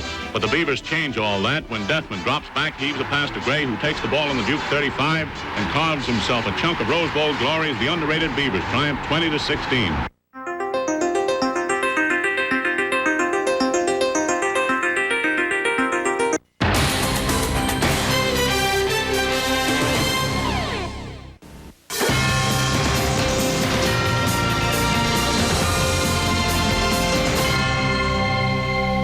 Well, if you ask Team Bush, they'd probably say they are getting a big boost from today's Supreme Court decision. Fox's Mike Emanuel joining us live in Austin with the latest. Mike. Well, hi, Bridget. Yeah, we're still waiting for formal reaction from the Bush camp, but we can tell you that Bush Communications Director Karen Hughes left the governor's mansion a few minutes ago after briefly meeting with George W. Bush. Governor Bush returned to the Texas governor's mansion a little while ago. No comment from him, but Bush waved and gave a thumbs-up sign. Bush attorneys have been poring over the U.S. Supreme Court ruling. Bush advisors in Austin and Washington have been in constant contact with their legal team. We believe they're working on reaction to the Supreme Court ruling. The message from Bush supporters, though, is it's time for Gore to go. I think that Al Gore did the first graceful thing I've seen out of that campaign last night when he said that if he loses and Governor Bush is the president, he will be the president for me and all the people of the nation. I think that he can elevate himself a lot by realizing and projecting to folks that you can go over and over and over at this thing. We all know the legal challenges can spread out over years if you add in the appeals. But I think Vice President Gore last night was very close to saying, I understand I'm the underdog here, maybe a couple more days in this whole challenge thing, and then I'm going to say good luck to Governor George Bush as president. We can tell you Governor Bush returned to the mansion for a series of meetings, one with Andrew Card, his chief of staff. He was also scheduled to meet with Governor Bill Owens from the state of Colorado. Again, we're waiting on official reaction, formal reaction from the Bush campaign. We're not sure if that will come from Karen Hughes, perhaps talking in front of the cameras, or whether the governor will actually come out himself and say what he thinks about the latest twist and turn in this election deadlock. Bridget, back to you. All righty, Mike Emanuel in Austin, Texas. Thank you for the update. And on to the Gore camp now. And we just heard the spin from the lawyers. Brian Wilson joining us live in Washington with more. Brian? Well, thank you, Bridget. The vice president has been back and forth between his home and the White House today, where we are told he's been working on transition issues. No official reaction from the vice president on the Supreme Court ruling today, but his lawyers say it is not a positive or a negative ruling from their perspective. Gore attorneys say it is a neutral decision. Here is Gore attorney David Boies speaking from Tallahassee just a short time ago. I don't think is something that ought to cause any delay. Remember, the Florida Supreme Court has already laid out its statutory interpretation. So it doesn't have to revisit that. All, in our view, it has to say is that this was a sufficient grounds for its opinion. Well, the Gore folks do have something of a problem. After all, the clock is ticking. If there is to be a statewide vote recount, there must be enough time to complete it. And the Florida state judge making that decision in Leon County apparently put things on hold for a while today until he could review the Supreme Court decision. No indication of how long he might put that on hold, but at least for a little while. Gore attorneys are making the case that there is nothing in the U.S. Supreme Court decision handed down a short time ago that would have an impact on the case before Judge Saul's. Now, perhaps the other problem for the Gore camp, the Supreme Court seems to at least be implicitly pointing out that the Florida state legislature gets its authority on how to decide, how to pick its electors directly from Article 2 of the U.S. Constitution. And that would appear to be a very strong endorsement of any action the Florida legislature might take on this in the days ahead. But once again, from the Gore camp perspective, they're saying, look, we can't sit around and wait on this. We've got to go forward, Judge Saul's, with this case. And they do not believe that it will take very long for the Florida Supreme Court to configure this decision into something that might be more acceptable to the U.S. Supreme Court. Brian Bridget? Wilson with the latest from the Gore camp. Brian, we thank you. And straight ahead here, more analysis for you on the decision from the U.S. Supreme Court today. Stick around. We'll be right back with much more.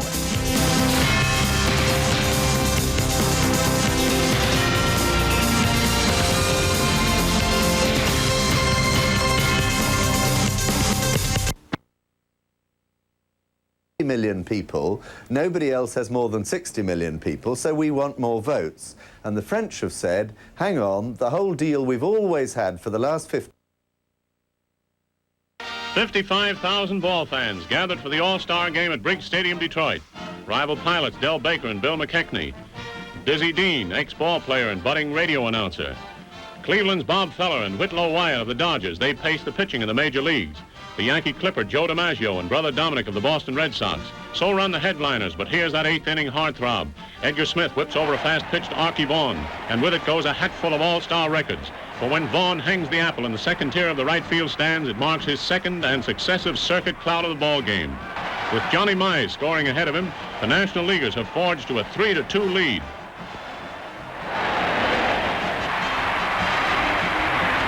Joe DiMaggio tees off in the Americans' half of the eighth with a scorching double to left center. Again, the house comes down. Although not counted in regular season batting records, it nevertheless keeps his consecutive game hitting streak intact at unofficial number 49. And when Paso pitches to brother Dom DiMaggio, there comes into view the first all-star brother act. When Dom single to right center scores brother Joe with a third American tally. Comes it now the ninth and the panic. With one out, Travis walks, the bases are loaded. And who should be coming up at the Yankee siege gun? Joe DiMaggio. But the hero's accolade is not for Joe. DiMaggio grounds to short, forcing Travis at second. Keltner scores, and up comes Ted Williams.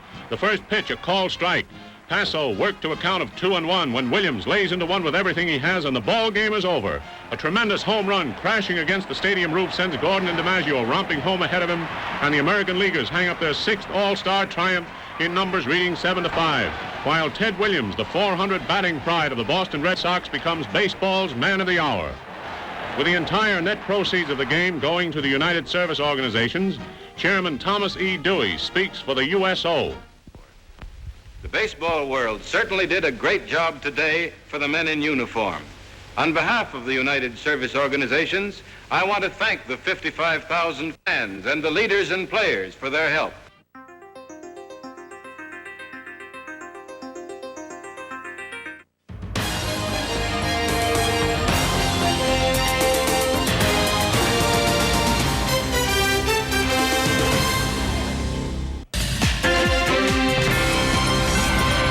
I'm I'm Todd Connor with the latest on the election controversy. The U.S. Supreme Court makes an historic decision, and a Florida state judge is studying that decision before ruling on Al Gore's contest of election results in South Florida. And later today, we may hear from the Florida state legislature. Here's a breakdown of what you can expect today. First up, the U.S. Supreme Court is basically telling Florida to handle it, but to handle it better. In a unanimous decision, justices set aside Florida's Supreme Court decision that allowed hand recounts after the certification deadline. It's a potential victory for the Bush camp, since those recounts could take away 400 votes gained by Gore. The justices did not address specific objections. Instead, they said that the legal basis for the ruling was so unclear they could not deal with the question of whether the case even belonged in the federal courts. That kicks the case back to the Florida Supreme Court. Back in the Sunshine State, Leon County Circuit Court Judge N. Sanders Saul has delayed his ruling to study whether the U.S. Supreme Court ruling will impact his decision. The courts have announced another update scheduled for 2 p.m. Eastern Time, giving us a little better idea when the judge will rule. Judge Sauls presided over a marathon 13-hour session yesterday. Gore lawyers are asking the court to order a recount of thousands of disputed ballots. The George W. Bush team says Florida law makes no provision for hand recounts.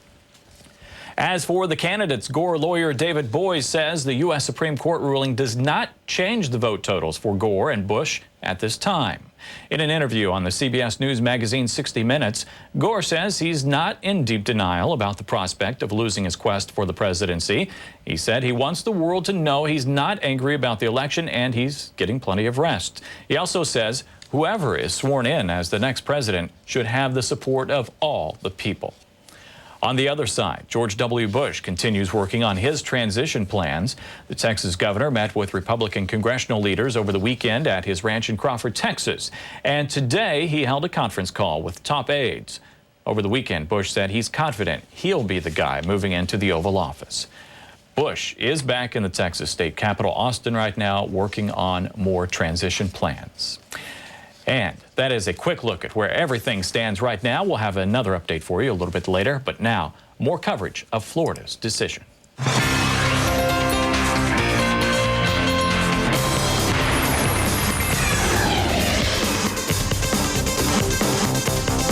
And right now we have more analysis for you of the U.S. Supreme Court decision. We have a couple of guests joining us right now, a couple of legal experts. Joining us is Bruce Fine, a constitutional lawyer, and also Georgetown University law professor Paul Rothstein. Gentlemen, welcome to you both. And Bruce, let me start with you. We had Judge Napolitano on the air a couple of minutes ago, and the way he explained it to me is that they vacated this decision. They have kicked it back to the Florida Supreme Court, but the way he explained it, he said until the Florida Supreme Court takes it up again, the decision is reversed, meaning the old deadline stands, Bush wins by 9:30. What's your interpretation? Well, that's accurate. When you vacate a decision, that means you remove it from having any legal force in effect. I don't think, however, this is a body blow to Gore. I think it's just a postponed victory. The U.S. Supreme Court gave clear guidelines to the Florida Supreme Court as to how it could modify or explain its opinion to avoid reliance on the Florida Constitution and then pass with an A+ in the U.S. Supreme Court. And the Florida Supreme Court needn't have any briefing on the matter because it's simply interpreting its own opinion. It doesn't need litigants to tell them that. So they could be back in the U.S. Supreme Court within a day. And I think otherwise, the Supreme Court's opinion clearly indicated that they're willing to step aside and let that decision prevail once they dot their I's and cross their T's and eliminate some of these more what I would call totemic invocations of the Florida Supreme Court and the right to vote. I also think that there's some misleading impression about this December 12th date.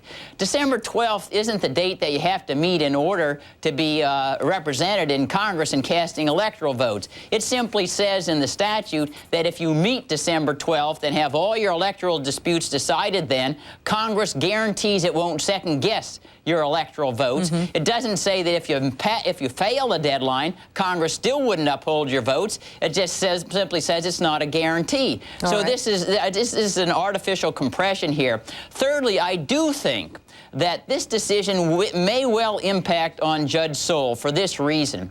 It is very clear from the United States Supreme Court opinion that the Florida Constitution itself cannot be used as sort of ornamentation or gloss in providing principles of interpreting any federal, any state electoral code provision that concerns the designation of presidential electors. Now, presidential electors are involved both at the protest phase, which is the specific case before the U.S. Supreme Court and the Florida Supreme Court now, as well as the contest phase. And I think what the U.S. Supreme Court decision today says, in interpreting your contest statutes, and as you heard those 4 hours of oral argument yesterday, you know they are very difficult and complex before Judge Saul. Right. You should not give over deference to this idea of a right to vote that stems from the Florida Constitution. You must stick to the strict language of the statute, and I think that raises the hurdle for Gore before Judge Saul, and I think it almost guarantees he will rule against them. All right, Bruce, I don't think I have any more questions for you for the rest of the segment. No, I'm only kidding, but Paul, I want to go to you and just go one by one through some of the points. First of all, what do you make of the Florida Supreme Court decision? Who wins? You mean the United States Supreme Court decision? The United States Supreme Court. Right. It's not a clear victory for either side, but it's a little bit worse for Mr. Gore than it could have been, because the United States Supreme Court said that the Florida Supreme Court decision is vacated while they're sending it back to get some answers to these questions. They didn't have to vacate it while they got the answers from the Florida Supreme Court. They could have let it stand. So vacated means that in the interim, temporarily at least, the old bigger figures for Mr. Bush apply from the earlier certification deadline. I also think right, but let me just jump in for a second, Paul. And what do they want in terms of, they just want a clarification? Yes, but the Supreme Court of Florida might take briefs on it from the two parties, but they want the Supreme Court of Florida to say whether they relied on the Constitution of Florida that says you should try to figure out the will of the individual voter, or whether they just relied on the legislative guidelines from the Florida legislature. The implication being that if the Florida Supreme Court relied on the Constitution of Florida to any extent, that might be unconstitutional under the federal Constitution, which says they're only supposed to rely on the legislature. It might be unconstitutional. Supreme Court has, the United States Supreme Court has not yet really reached that question of, if the Florida Supreme Court had relied on the Florida Constitution, does that make it unconstitutional under the federal Constitution? They've only implied possibly there'd be an argument there. The courts move in teaspoons full. They only answer each question when they have to. All right, Bruce, back to you. Do the teaspoons hurt the Gore camp, though, as far as the timeline? I know you said you feel like the 12th is a false deadline, but they have to get those ballots counted if they're going to be able to get them counted at all. Are you asking me? I'm asking Bruce, actually, this time, and Paul, then you jump in afterward. I agree with Bruce Fine that that December 12th may not be an absolute constitutional deadline, but certainly December 18th, when the Electoral College must vote, is a constitutional deadline. But I think Bruce has suggested a way to buy a little more time here. I think also we need at least some amplification on what Paul said about the U.S. Supreme Court's opinion. I think it would be clear to any but the most obtuse that it was stating, in reliance upon an 1892 president called McPherson Blacker, that if the Florida Supreme Court continued to invoke, without any ambiguity, the Florida Constitution as the basis for its ruling, the U.S. Supreme Court would reverse in a second. And that was the intent of all the questions. Let me interrupt you for a minute. If you listen to the arguments in the Supreme Court, only 2 justices seemed very concerned about that argument. So I don't think the others have committed to your theory. But I think if you read the opinion, Paul, read the opinion, not the questioning. The opinion is written. I read it. It's not clear what their use of that case means.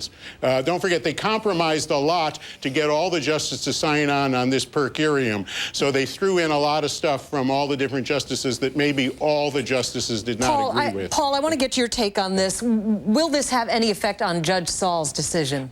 I think that Mr. Boies understated the effect it might have on Judge Saul's. One big reason that Judge Saul's might have for ordering a recount is because the Supreme Court of Florida, and this decision is now in question, had said that you have to try to get to the intention of the individual voter.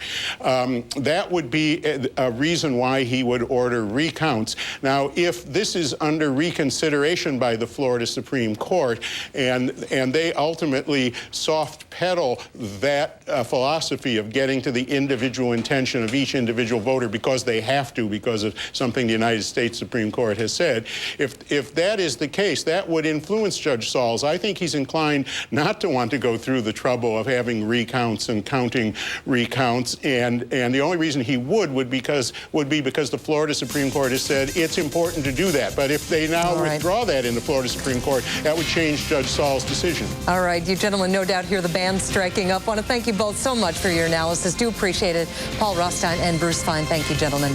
And much more coverage straight ahead, right here on the Fox News Channel. We'll be right back. And some hostility.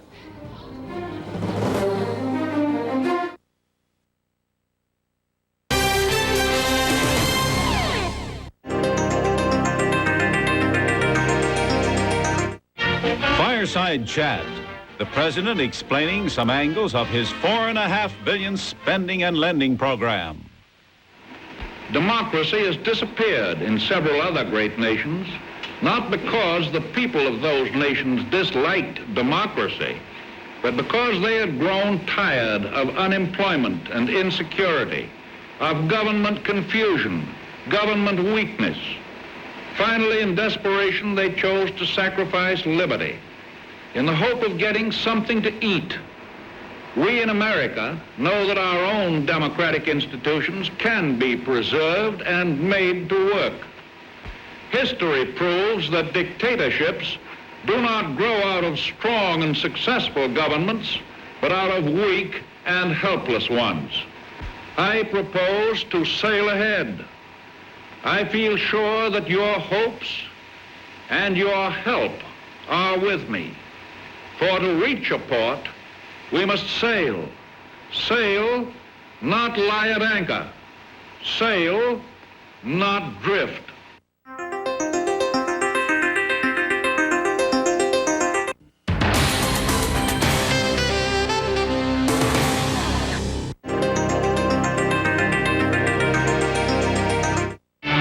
At the United Nations General Assembly, now sitting at New York, Premier Khrushchev mounts the rostrum to indulge in another outburst of vilification.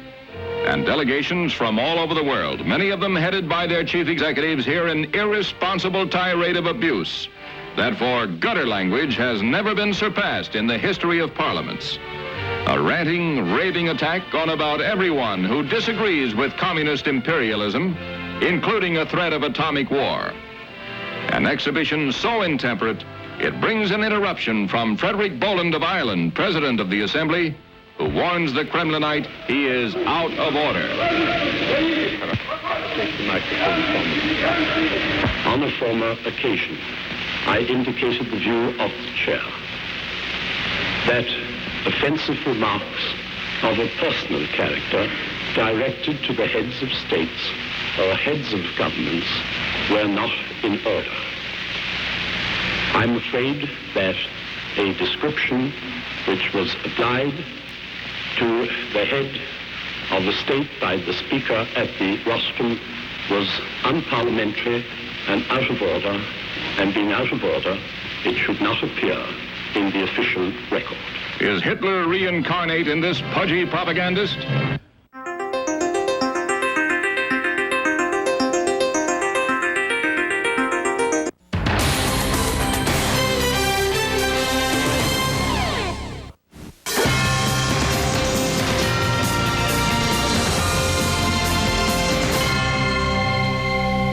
Bring on the Supremes. What we did this morning, the justices try to bring clarity to the chaos. How will the ruling affect the outcome of the election? Joining us now from Los Angeles, advisor to the Bush legal team, Douglas Kamek. Hi, thank you very much for being here. Good to be with you. We heard David Boies from the Gore camp saying that this is essentially a neutral decision. Your take on it? Well, I think it's a little bit more than that. It's a very carefully worded, unanimous opinion of the Supreme Court that vacates the Florida Supreme Court decision, and that's very important for several reasons.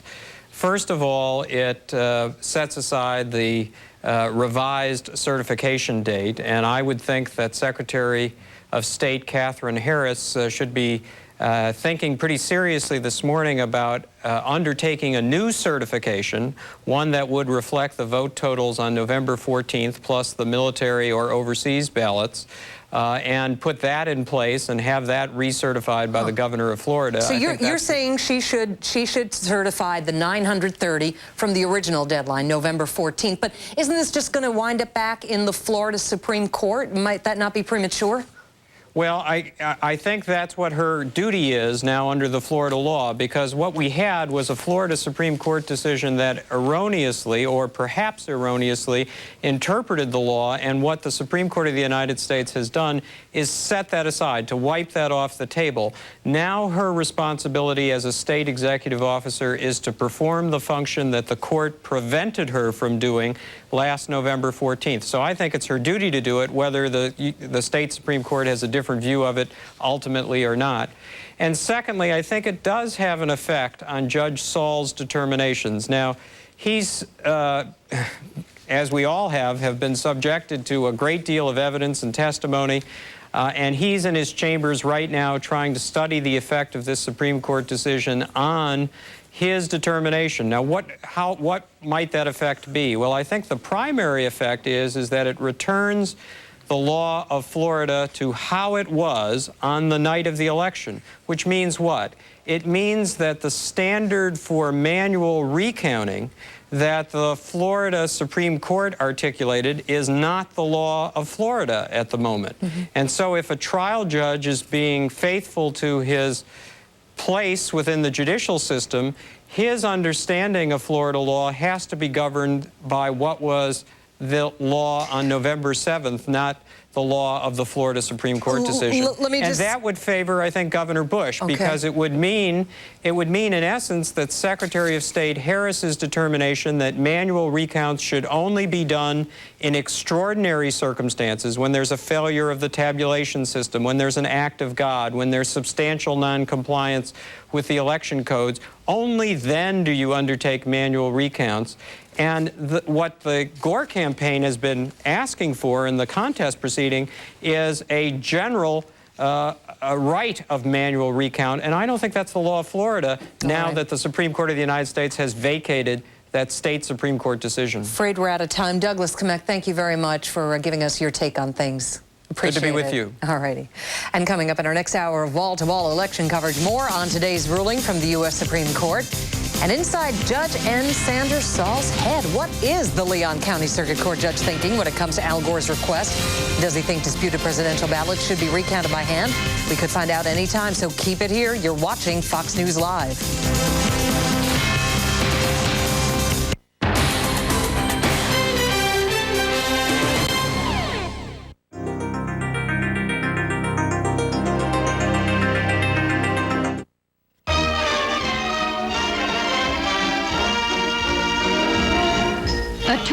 Playsuit or printed jersey is displayed as an American fashion group visits Mexico. And here comes a diver, for this is Acapulco with its famous high dives. Look at the hand-painted blouse blowing in the wind, but look at the dive down into the sea.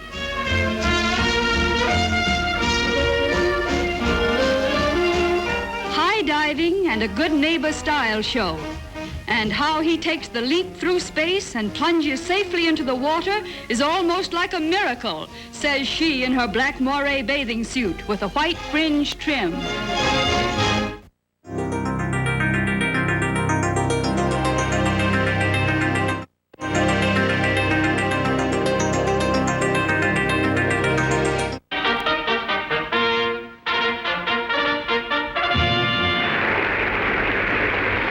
Presentation of the awards of the Academy of Motion Picture Arts and Sciences is always a distinguished occasion in Hollywood. Producer Darryl Zanuck and Mrs. Zanuck and Wendell Wilkie discuss movie affairs. Linda Darnell and Cesar Romero are among the film stars in attendance, as are Betty Grable and George Raft. Donald Cribb Crisp and Mary Astor are acclaimed for the year's best performances as supporting players. For the best acting by stars, Joan Fontaine and Gary Cooper get what Hollywood calls the Oscars. Top honors for producer go to Darryl Zanuck, award presented by Walter Wanger. Colonel Zanuck, it's indeed a pleasure to be able to present you with this award for the most distinguished picture of the year, How Green Is My Valley, a picture which has brought great credit to the industry and to Commander Ford, who made it, and you, who produced it. Thank you very much, Mr. Wanger. It's a great pleasure to accept this award for the entire 20th Century Fox studio.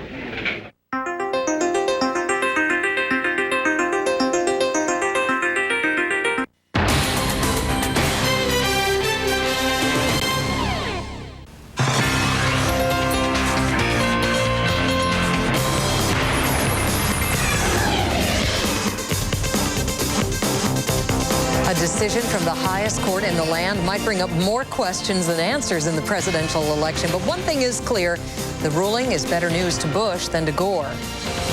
Meantime, all eyes are on another court, this one down in Florida, and all speculation swirling around the man on that bench. He's N. Sanders Saul's, and he holds the next phase of this election saga in his hands.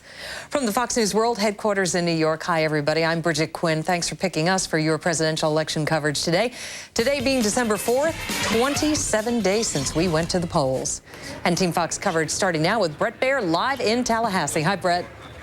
Hi, Bridget. Well, at this hour, we were expecting Judge N. Sanders Sauls to release his ruling on this contest procedure brought by Vice President Gore in this whole deal. But, of course, that has been put on hold after the U.S. Supreme Court issued its ruling vacating this decision, basically asking for a clarification from the Florida Supreme Court on the federal issues here, whether there really is a federal issue.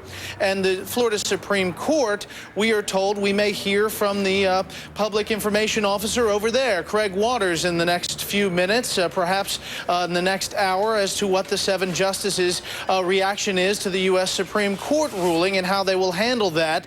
Again, we are expecting to hear from Terry Cass, the court administrator in Leon County Court, as to what kind of time frame we're dealing with in Judge Saul's ruling. Vice President Gore's legal team came out and said basically the U.S. Supreme Court decision is no big deal, no news here. They say this is simply a clarification. It is simply something that happens when the U.S. Supreme Court is looking for more information about a ruling, and they say it shouldn't affect Judge Saul's decision. We heard from David Boies, Vice President Gore's attorney, just a few minutes ago. I don't mean to minimize a 2 or 3 hour delay in Judge Saul issuing his opinion, because obviously everything is tight. But I don't think the court taking a couple hours to read the United States Supreme Court opinion is either unreasonable or unnecessarily delays things. I think we'll still have an opportunity to bring that up to the Florida Supreme Court. And when the Florida Supreme Court gets this issue, the fact that it has to clarify its opinion, I don't think is something that ought to cause any delay. Now you're looking live at the Leon County Courthouse where we are waiting for Doug Smith, the press officer for the Leon County Courthouse, to come out and provide some kind of guidance. There is Doug Smith walking now to the podium, some kind of guidance as to time frame. Let's listen into this.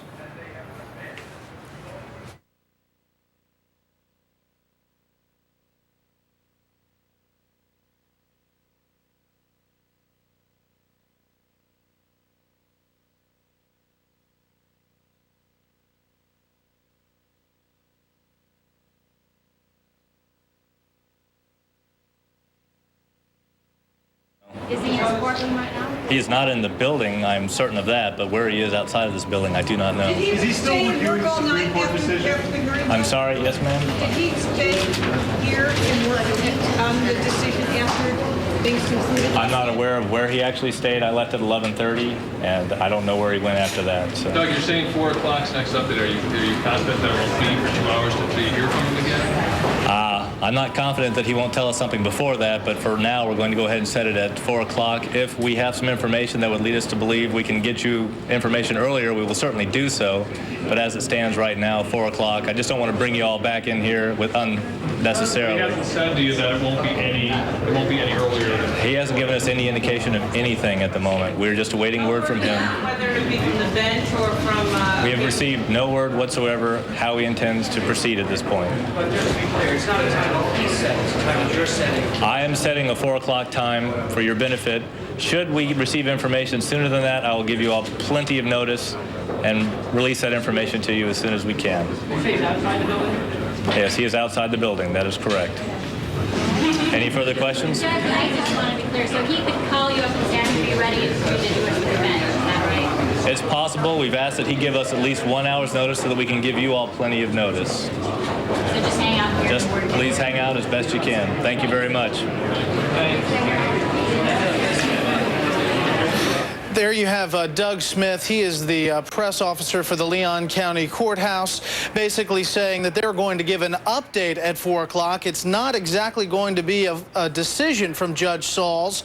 They are saying that it's possible that there may be the decision at 4 o'clock, but they will give us another update. They're hoping to give us an hour heads up as to when that decision will come down.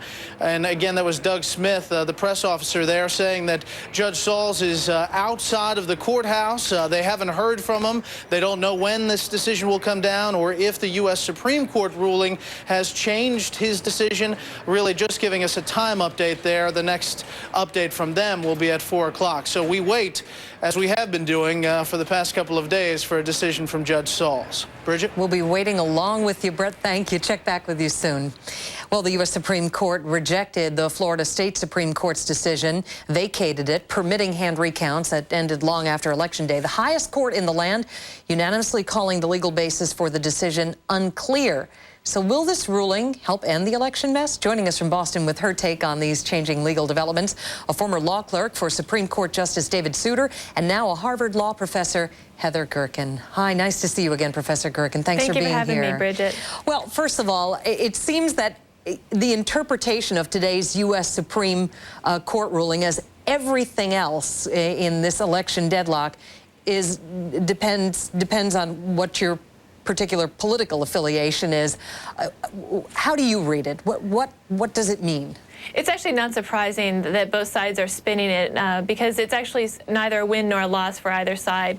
Basically, what the Supreme Court did is it punted. It said, we're not ready to address these questions. We don't have enough information from the state Supreme Court, and so we're just going to ask for more information. So it's really maintaining the status quo. What did you think of David Boyd's interpretation that it's not a big deal because the Florida Supreme Court has already, in a sense, set up its argument for extending the deadline?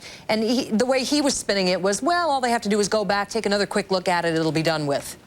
Well, that's certainly one possible interpretation, although I have to say that if it turns out that the state Supreme Court did intend to rely on state constitutional law, then we've got the constitutional question back in front of the United States Supreme Court, and that means further delay for the Gore camp. Do you expect this to get kicked up ultimately back to the U.S. Supreme Court? I think it depends on what the state Supreme Court does. A state Supreme Court could very well change its opinion so that nothing else happens and the United States Supreme Court doesn't feel the need to pursue it further. But if they say that they were relying on the state constitution here, I think we will certainly see it again in front of the United States Supreme Court. So why did the U.S. Supreme Court do what it did today? It was a unanimous decision. We were all sort of anticipating that that might happen. Does this smack of a compromise to you? It doesn't smack of a compromise. This is what the Supreme Court is supposed to do in cases like these. It's supposed to be very careful about not second-guessing state Supreme Court decisions without full information and a good reason to do so. I guess the difference here is that usually they're able to weed out these kinds of cases in the cert process, but this time, because of the rush, they weren't really able to look at the opinion and decide whether they might end up with this kind of problem once they got to the opinion. So, again, what will the Florida Supreme Court do now, do you think? The Florida U.S. Supreme Court will do one of two things. It will either go back and rewrite its opinion slightly, avoid any reference to the state constitution, and then it'll pretty well have insulated its decision from appeal. If, on the other hand, the state Supreme Court goes ahead and relies on the state constitution and says yes to the Supreme Court of the United States, yes, we intended to rely on Florida constitutional law here, then they send that question right back to the Supreme Court, and the question that they were finding so difficult on Friday is one that they will have to answer. And how might this affect Judge Saul's decision in Leon County Court? We just heard from them that we might not be hearing from the judge either on a decision or procedure for another couple of hours. Could it impact his thought process? It's unlikely that what's happening here is going to impact whether or not he can issue a ruling or not. Although if he has, like the state Supreme Court, relied on state constitutional law here, that might make him second guess that. He might sort of go back and really think if that's what he wants to do. So in that sense, it might affect his opinion substantively. But as a purely procedural matter, there's not any reason for him to delay. Harvard Law Professor Heather Gerken, thanks again. Nice to see you. Thank you. And straight ahead here on Fox News Live, all eyes are on the Leon County Courthouse, as we say, for what could be the second most important decision of the day. What can we expect? We'll be talking with a legal expert about that. And then a check on how Al Gore and George W. are spinning the Supreme Court's decision. Keep it right here for more fair and balanced coverage of the political showdown coming up on Fox News Live.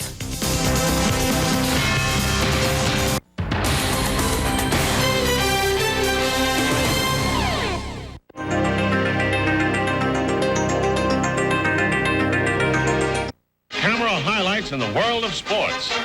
This, ladies and gentlemen, is the Rose Bowl game, minus the Rose Bowl weather, minus the Rose Bowl. Well, here we are at Durham, North Carolina, the transplanted setting of the postseason classic, where the Beavers of Oregon State and the Blue Devils of Duke make 56,000 rain-soaked spectators forget the weather in a slashing ball game that finds the Dukes trailing 7-0 here in the second period and driving to the Oregon State 9-yard line to set up the scoring play.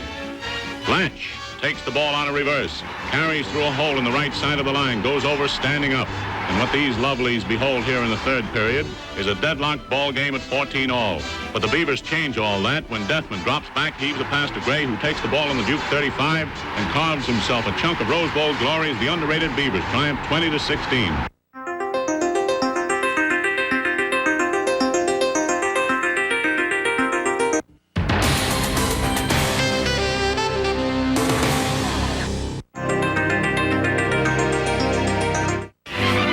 In the celebration of the golden anniversary of the Nickelodeon, Movietone News would first pay tribute to the far-seeing showman who initiated the pioneering enterprise, the late John P. Harris. And from its vaults of living history, Movietone evokes the shadows that raced across the screen of this first all-motion picture theater. The Prince of Wales, as a small boy, was introduced to Pittsburghers by Pioneer Harris. Americans attending early Nickelodeon shows saw England's Edward VII become the first king to grace a screen. The immortal Rough Rider President Teddy Roosevelt lives on in these old films, first shown by Mr. Harris. And the Jim Corbett-Courtney fight is as exciting today as when it was first flashed on the Nickelodeon screen 50 golden years ago. Watch the skill and cleverness of Gentleman Jim that thrilled your grandparents around 1905. The good old days. Well, everyone to their own opinion.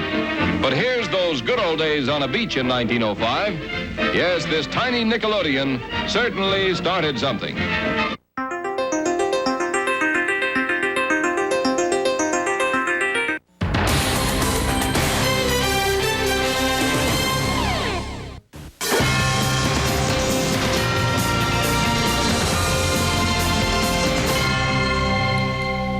I'm David Asman with the very latest on the presidential election controversy. The U.S. Supreme Court makes a decision that puts the official count for George W. Bush back to 930 votes ahead of Al Gore. And that ruling could affect a decision of a state judge on Al Gore's contest of election results in South Florida. Here is a breakdown. The U.S. Supreme Court has tossed a hot potato back to the Florida Supreme Court. The nation's highest court vacated a ruling by Florida's Supreme Court, meaning that the Florida court must reconsider its ruling that extended the deadline for vote recounts. While the legal interpretations of all this differ, the political implications are that Bush's lead over Al Gore now goes back to 930 votes. Meantime, another court that may affect the ultimate outcome in Florida, Leon County Circuit Court Judge N. Sanders Saul's reviewing the Supreme Court decision to see if it affects the case over disputed ballots brought by Vice President Al Gore. A statement from Saul's court says he has not indicated when he will issue a ruling, but we will get the next update from that court at about 4 p.m. Eastern Time. That's about an hour and 45 minutes from now. Judge Sanders Sauls presided over a marathon 13-hour session yesterday. Gore lawyers were asking the court to order a recount of thousands of disputed ballots. The George W. Bush team says Florida law makes no such provision for hand recounts. As for the candidates themselves, Gore lawyer David Boies says the U.S. Supreme Court ruling, no victory for George W. Bush at this time. And in an interview on the CBS News magazine 60 Minutes, Al Gore himself says he is not in deep denial about the prospect of losing his quest for the presidency. He also says whoever is sworn in as the next president should have, quote, the support of all the people, end quote. On the other side, George W. Bush has been working on transition plans in case he wins the presidency. The Texas governor met with Republican congressional leaders over the weekend at his ranch down in Crawford, Texas. And today, he held a conference call with top aides. Over the weekend, Bush said he is confident he's going to be the guy moving into the Oval Office. Bush plans to return to the Texas state capital of Austin later today to continue working on those transition plans. That's a quick look at where everything stands right about now. I'm David Asman. Now, more coverage of Florida's decision. All right, and joining us now from Washington with some insight is Paul Rothstein, Georgetown University law professor. Hi, Paul. Nice to talk to you again. How are you? Let's go back to the beginning, Paul. And the U.S. Supreme Court has vacated the decision of the Florida Supreme Court. What more do they want to hear from the Florida Supreme Court? Well, if the Florida Supreme Court gets this back, what the United States, and they are going to get it back, what the United States Supreme Court wants to know is this. On Friday in the United States Supreme Court, two of the justices in the oral argument said, we think there is a theory here that says that if the Florida Supreme Court relied on the Constitution of Florida in extending the deadline, we think that might be wrong. We're not sure, but we think that might be wrong to do under the federal Constitution, because the federal Constitution says they're only supposed to rely on the legislature of Florida. So we'd like to know the extent to which the Florida Supreme Court relied on the Florida Constitution in extending this deadline. And so that's what the Florida Supreme Court is going to tell them. Now, if the Florida Supreme Court didn't listen to that argument or hasn't read the transcripts in the United States Supreme Court argument on Friday, they're not going to know what rides on this. They're not going to know that they are in peril if they say that their decision hung in large measure on the Florida Constitution. Right. So they'd better read that. Okay, so if the Florida Supreme Court, it goes back to the Florida Supreme Court says, yeah, we were looking at the Constitution. And then what happens? Then the U.S. Supreme Court says, well, you're not supposed to do that? No. Only two of the justices thought that might be the case, but even they're not sure. So it comes back to the United States Supreme Court to decide whether that matters under the federal Constitution and whether all the justices think it matters or not, how many of them. And there are some substantial arguments that it really doesn't matter that the Florida Supreme Court may have relied on the Florida Constitution, because maybe the Florida Constitution is the expression of the legislature of Florida, or maybe the legislature of Florida took it into account and it's their intention to subserve it, so that it really is the legislature speaking, and that even if the Florida Supreme Court relied on the Florida Constitution, which sounds like it's a no-no, maybe that's okay because they really are relying on the legislature of Florida, which is okay. So there's lots of, as I always say, the courts move in teaspoons full. It's like a branching tree. There are, at each stage, it moves incrementally, and there's further questions that are opened up by this. If the Florida Supreme Court says we relied on the Florida Constitution, and then if the United States Supreme Court ultimately decides that's no good, Judge Saul might say to himself, well, I was relying on the Florida Constitution when I said that each voter's intention should be ascertained, because that's where that principle comes from, the Florida Constitution. And maybe, and I'm not supposed to do that. Maybe I shouldn't allow a recount here and shouldn't go any further with Mr. Gore's election contest. So you see how it all has ripples, or it's a branching tree that one thing leads to another with ifs, ands, and buts at each stage. Intersecting court cases and no clear answers thus far. Paul, we'll be checking back with you, I'm sure, for more analysis. Thank you for your thoughts. Thank and reaction to that Supreme Court decision coming in from all corners of the election map. We are going to take you live to Washington coming up for the latest from Vice President Al Gore. Then we go west for reaction from the Bush camp. Fair and balanced as always. Stick around. You're watching the most powerful name in news, Fox News Channel.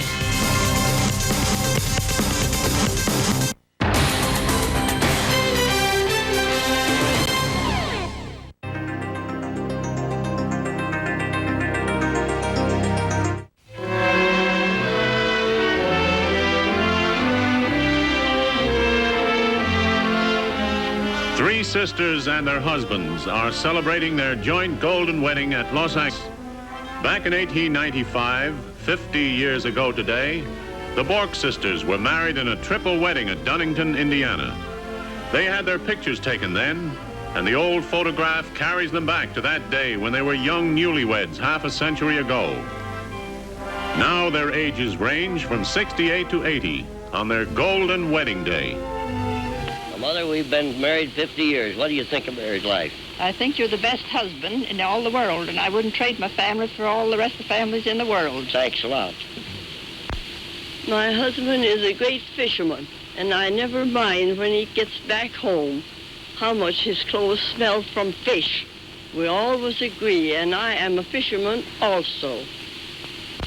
The only thing is that I say this, I don't see how my husband ever put up with me all these years.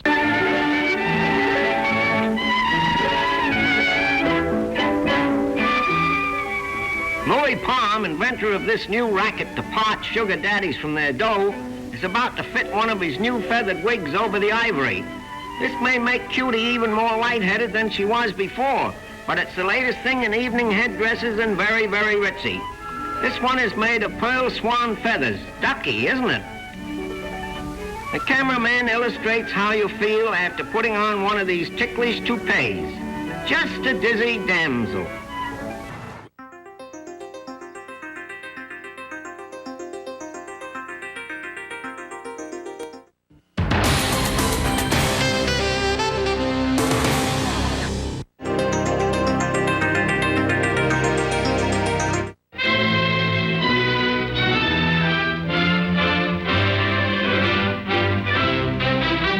St. Mary's Roman Catholic Church at Newport, Rhode Island is besieged as Miss Jacqueline Lee Bouvier arrives on the arm of her stepfather for her marriage to U.S. Senator John F. Kennedy of Massachusetts.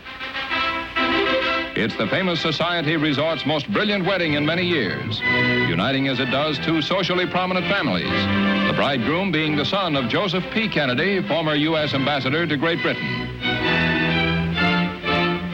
A garden party reception followed the nuptials, the culmination of a romance that began when the bride, as an inquiring photographer, interviewed the young senator after he defeated Henry Cabot Lodge, Jr.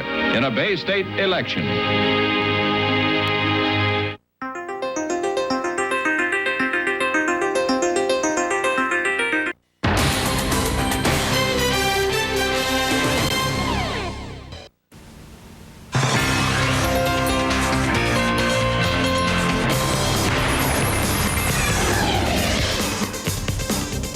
It's only Monday afternoon, and so far already a stunning decision from the U.S. Supreme Court. More information from maybe two courts a little bit later. Let's get reaction right now from the Gore camp, and joining us from Washington, our own Brian Wilson. Brian? Hello, Bridget. There is nothing official from the Vice President today on the Supreme Court decision, but his lawyers have weighed in. They say it's not a positive ruling. They say it's not a negative ruling. They maintain that it is a neutral ruling. Here is Gore attorney David Boies commenting from Tallahassee. I don't think it's something that ought to cause any delay. Remember, the Florida Supreme Court has already laid out its statutory interpretation. So it doesn't have to revisit that. All, in our view, it has to say is that this was a sufficient grounds for its opinion. Now, the Gore lawyers are most emphatic in insisting that nothing that the Supreme Court has done should interfere with a case now before Judge Saul's in Leon County. In that case, Al Gore is asking for a recount of ballots, and that recount will take some time. For the moment, Judge Saul's is taking time to look over the Supreme Court decision before deciding whether he can rule in the case before him now.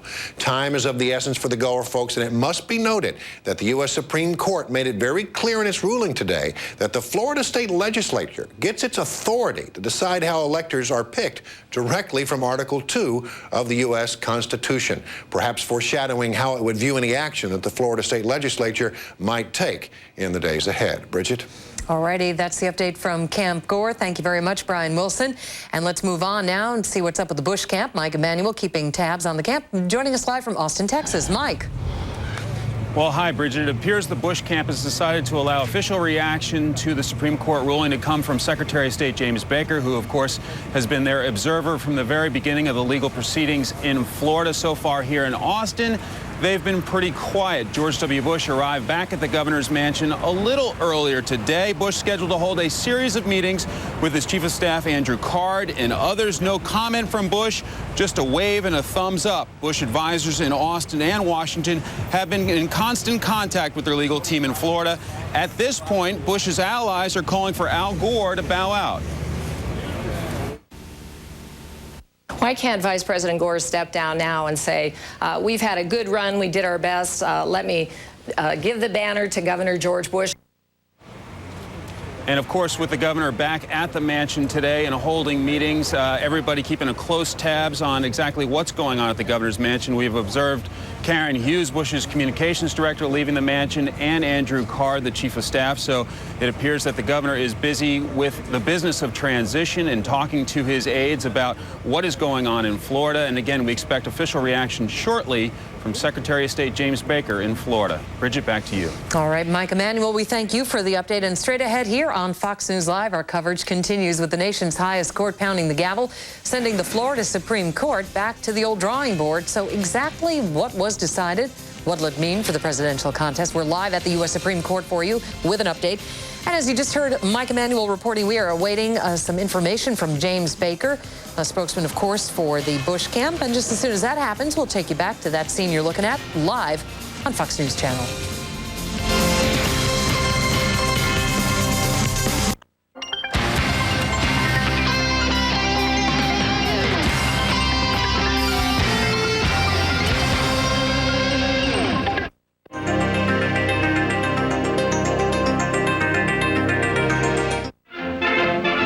As the cruiser Indianapolis steams into the harbor, Buenos Aires begins its day of days. Coming to open the Pan American Peace Conference and greeted with honors and ovation, President Roosevelt.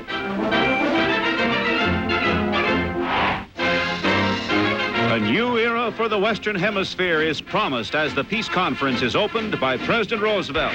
There's his son James in Marine officer uniform of white, and there's President Housteau at the right. This is no conference to form alliances, to divide the spoils of war, to partition countries, to deal with human beings as though they were pawns in a game of chance. Our purpose, under happy auspices, is to secure the continuance of the blessings of peace.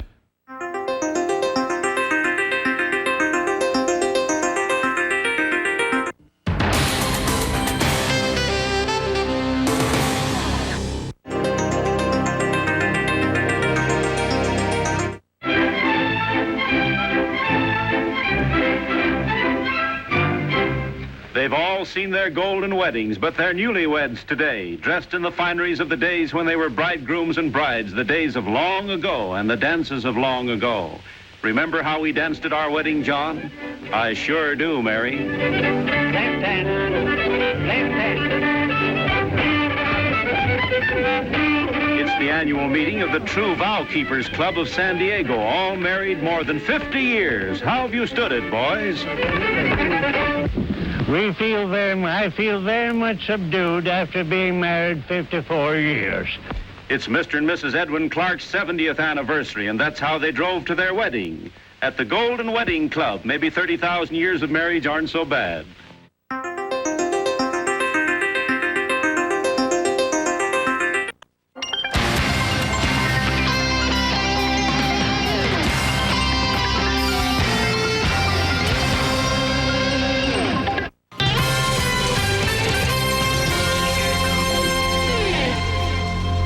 everyone. I'm Todd Connor. Members of Congress went back to work today, faced with a big controversy. The General Services Administration is holding up presidential transition money. The head of the GSA says federal law doesn't allow him to release the money yet. A House panel is trying to sort it out. A hearing today is the lawmakers' first order of duty after a 3-week break. Well, folks, out from a blanket of snow in parts of North Carolina and Kentucky. Weekend storms dumped close to a foot of snow in some places. At least 2 people died in hundreds of traffic accidents. Schools in several counties are closed or they started late today. And a hunter has been missing since Saturday in North Carolina. Some folks believe Pepsi Cola and oatmeal are a good mix. Apparently, PepsiCo plans to buy Quaker Oats for $13.4 billion. The boards of both companies approved the deal this weekend. PepsiCo's other beverages include Lipton teas and Tropicana juices. Quaker Oats produces Gatorade, Captain Crunch cereal, and Aunt Jemima pancake products. Former President George Bush will have a hip replaced. A Mayo Clinic spokesman says the surgery will take place tomorrow. The 76-year-old Bush made highly publicized skydives back in 1997 and 1999. He said he wants to jump again for his 80th birthday. The official Capitol Christmas tree arrived in Washington this morning. The 65-foot blue spruce came from Pike National Forest in Colorado. It arrived on a truck driven by Senator Ben Nighthorse Campbell, a Colorado Republican. And in Chicago, Santa has a new way of getting around. He arrived yesterday by subway. It's the Chicago Transit Authority's Santa Express. CTA elves handed out gifts to needy families at each stop along the route. And those are your latest headlines. Now more coverage of Florida's decision.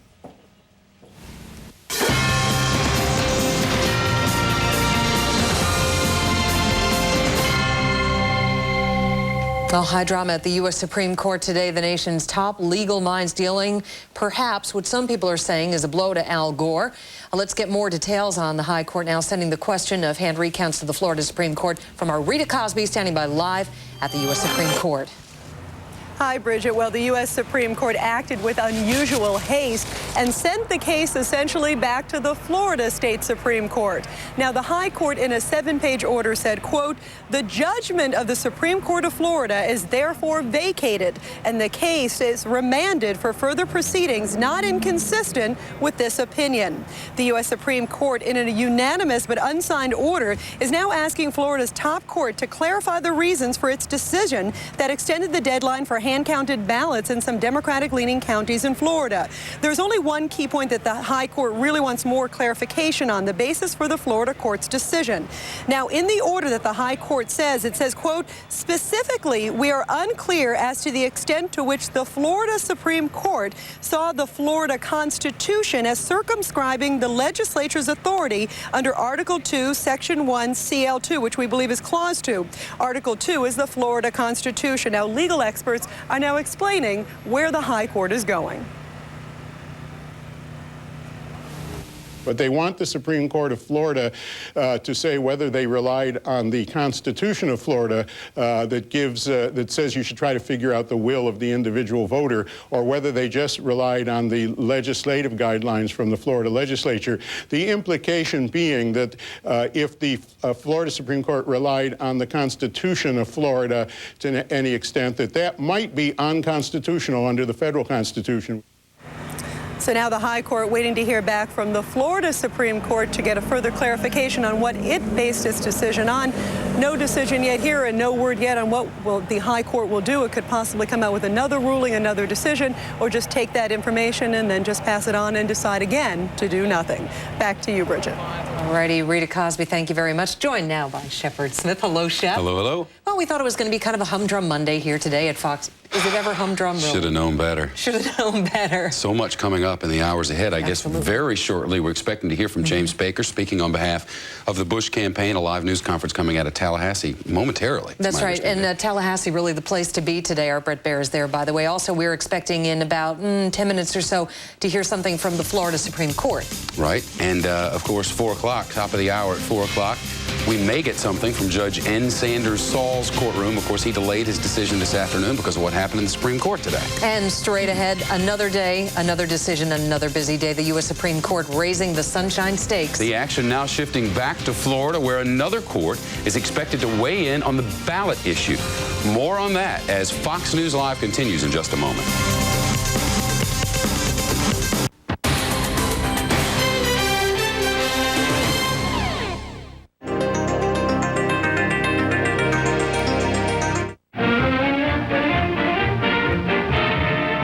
Returned to Hollywood after their surprise elopement to Las Vegas, Nevada, these newlyweds aren't a bit camera shy, which isn't surprising when you consider who the lady is. Filmland's own Joan Crawford, a screen favorite of many starring roles. And Joan has evidently broken hubby to the camera. He's Al Steele, an executive for a soft drink distributor. But he displays a nonchalance before the cameras worthy of a film veteran. Congratulations and best wishes from Movietone.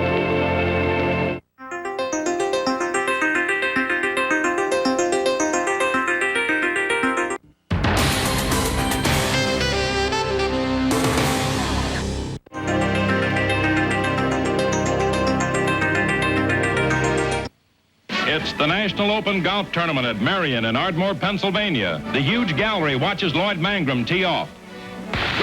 Kerry Middlecoff. Sammy Snead. Eye-filling golf as Ben Hogan drives.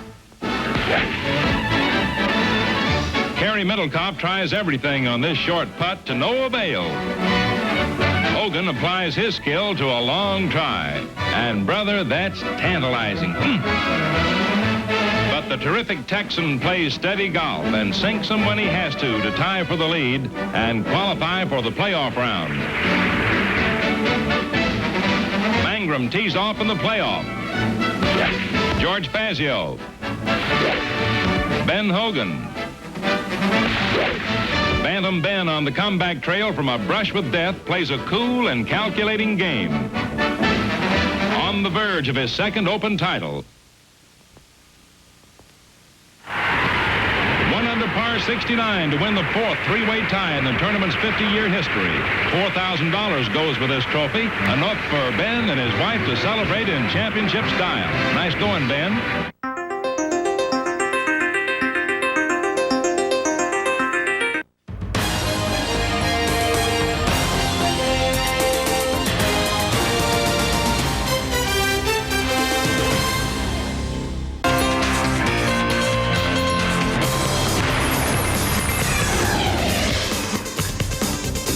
"25 minutes before the hour now on Fox News Live, and we are waiting right now on a news conference scheduled to begin in just moments from James Baker in Tallahassee, expected to react to today's developments.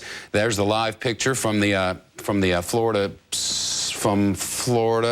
Tallahassee, yes, Tallahassee is enough said. It's Tallahassee. Everything's Tallahassee. And there's the front of the Supreme Court in Tallahassee, where we're expecting a statement, most likely a written statement, just moments from now. And our correspondents, numbers of them, standing by in Tallahassee to make sure we get fair and balanced coverage of all that. And the moment any of those breaking developments come about, we'll take you there. In the meantime, the U.S. Supreme Court placing the legal burden back on Florida's High Court.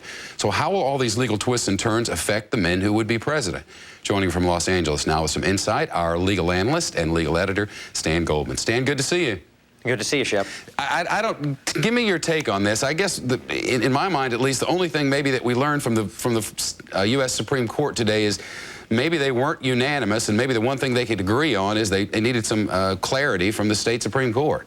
Yeah, I see two things potentially at work here. One, that the court decided it didn't want to issue a split 5-4 decision, or we see the handiwork here of Justice O'Connor, who may very well have decided that she wasn't completely satisfied with the conservative interpretation, but also wasn't going to join the moderate liberal wing of the court, and therefore they couldn't put together a majority opinion. So what they decided to simply do was sort of almost kind of punt on third down and say, look, Florida Supreme Court, you tell us what you really meant, and then we'll be able to make a better decision. If you relied only on the laws of the state, interpreting the statutes of the state, that's okay by us. But if you relied on the state constitution instead, which is something that apparently might be in conflict with the U.S. Constitution, then what we might have to do is reverse you. So you just let us know what you really meant by these words when you cited the state constitution in your opinion. Stan, basically, I understand where you are now. I'm just not sure entirely how you got there.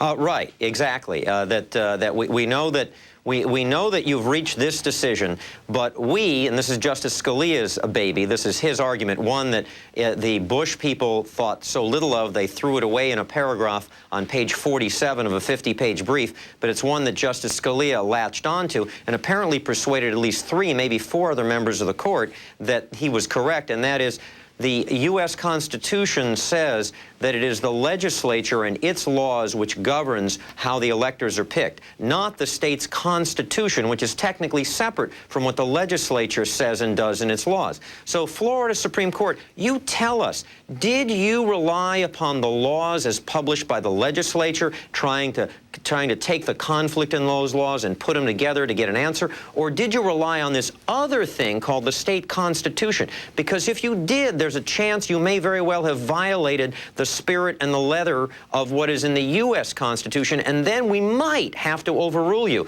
But I think that might depends, in my opinion, as to whether Justice O'Connor joins Justice Scalia, 3 other justices, or whether she joins the dissenters. And we don't 100% know from the way they've worded this opinion. But clearly, it is something that Vice President Gore would rather not have seen, because it puts one more stumbling block in his way before he can get a count of what he believes might put him over Governor Bush in terms of the vote here. And it's something that I don't think the Democrats really wanted to see at all. Stan, another stumbling block might be that this means that the Florida Supreme Court would need to meet again and hear from attorneys again. Is it your sense that that'll be necessary or no?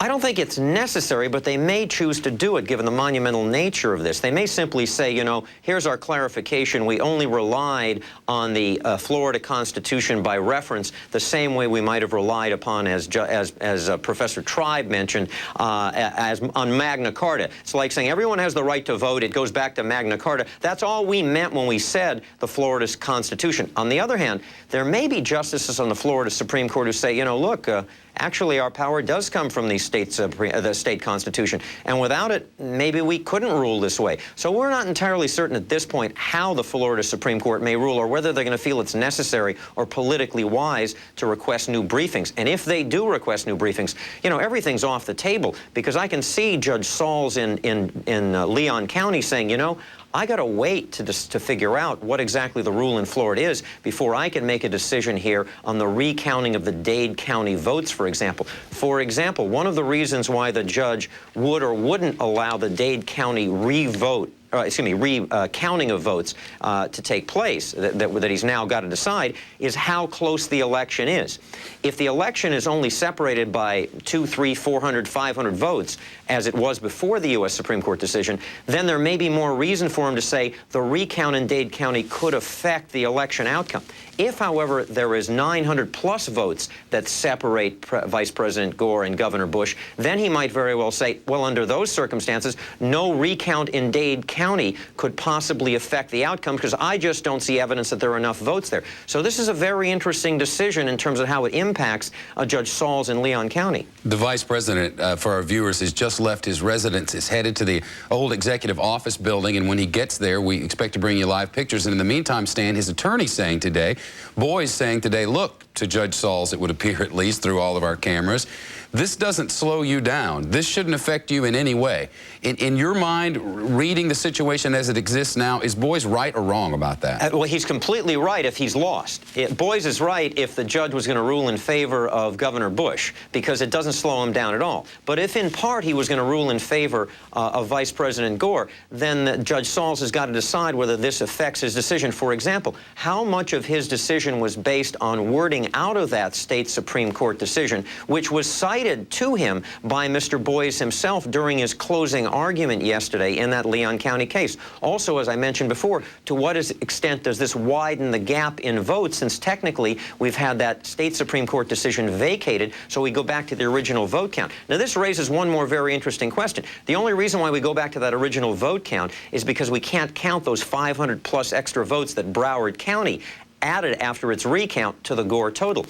Does Vice President Gore's lawyers now decide to file one more lawsuit immediately, and that is in the contest phase of this that we're involved in right now, to now say, even if we've lost those 500+ votes, because the state Supreme Court opinion no longer counts, can we now request that those 500+ votes out of Broward County, which added to Vice President Gore's total, can they now become part of the contest phase in which we request they be added in back to his total simply based on this new phase that we are in which case we'd have almost nothing as the consequence of the U.S. Supreme Court's decision, even if the Florida Supreme Court says we're not going to change anything and we agree to vacate our decision? Stan, from my weeks in Tallahassee, I can tell you now that the man who just came out the door in front of the Florida Supreme Court there and held up 2 fingers meant we are 2 minutes away from some sort of decision from the Florida Supreme Court, at least a statement from the Florida Supreme Court. Knowing what you do about the way these 2 courts work, one with the other, what might today the Florida Supreme Court come out and say? Well, it might simply say we're now going to have to consider it in light of it. We're meeting. We're going to have to decide. We may issue a re-opinion. I would suspect if they're going to issue a re-opinion, it's going to be a per curiam opinion.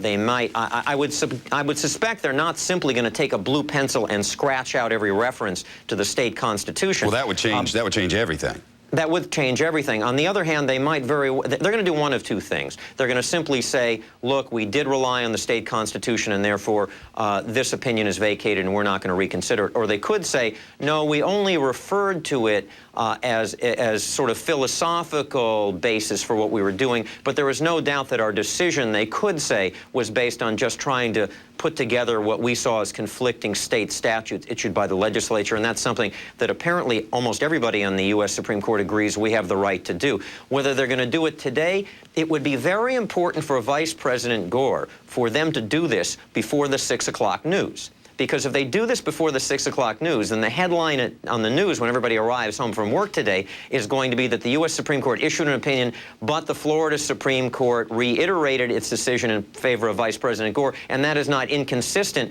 with what the U.S. Supreme Court issued. If they wait till tomorrow or the day after, it's really going to take the steam out of whatever was left in Vice President Gore's argument that he's still got a chance here of winning this and is in a position to just wait for the courts to decide it. Would you suspect, Stan, that what the U.S. Supreme Court has asked the Florida State Supreme Court to do could be accomplished in such a quick a time as the announcement, which we're watching now, could be big? Let's listen. You're right, it could. The Florida Supreme Court, and I have a brief statement to read. Shortly before noon today, the clerk's office here at the Florida Supreme Court received confirmation that the United States Supreme Court had reversed one of this court's opinions in the presidential election cases. The opinion of the U.S. Supreme Court has now been posted on our duplicate websites for those of you who have not yet received copies. The court now has the matter under advisement and will determine how it will proceed. I will let you all know when the court makes any further decisions regarding scheduling and similar matters.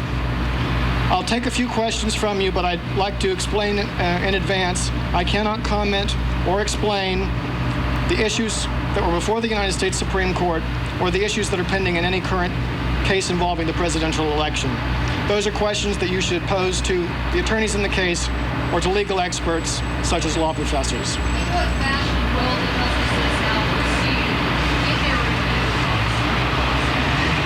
The question was how the justices will proceed. They will be meeting later today to make a determination as to that. Do you know what time that will be? No, I don't know exactly what time that will be. Is there a chance that they might not respond at all to the Supreme Court decision instead of option? They will. The U.S. Supreme Court is the highest court in the land. We do not ignore what they tell us.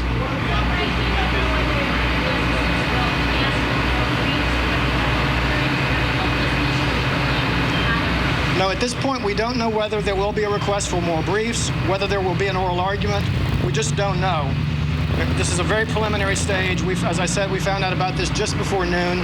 And so I will let you know as soon as we have anything like a scheduling order or something that will give you some indication how we will proceed.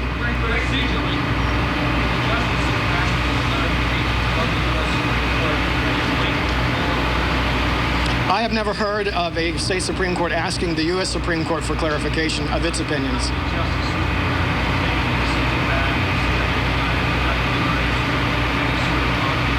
I've been fielding many calls from the press, so I don't really know how many of the justices are in here at the present time. You can be assured, though, that all 7 will be participating. To my knowledge, they are all in town. Has anybody asked for oral arguments at all? Has anybody asked them to be oral arguments? We have had no request as of yet for oral arguments in this case. We initially heard some news accounts. Our clerk's office then called the U.S. Supreme Court and received confirmation and also received a copy of the order itself.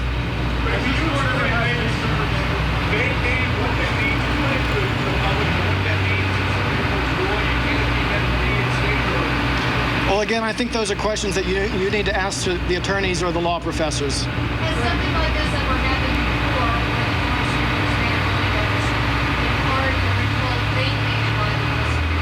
Yes, the court has issued opinions in the past that have been in whole or in part vacated, and we have received cases before where the Supreme Court remanded to us or sent them back to us with instructions about how to proceed. Give us an example. I can't, Susan, I just can't recall any off the top of my head. Is there any time frame? We don't have a time frame yet, but the court will be working on that. Right, I'm not sure I understand. Is this a case where justice feels compelled that they must respond? They have been requested by the U.S. Supreme Court to respond, yes. Some legal experts are suggesting they have an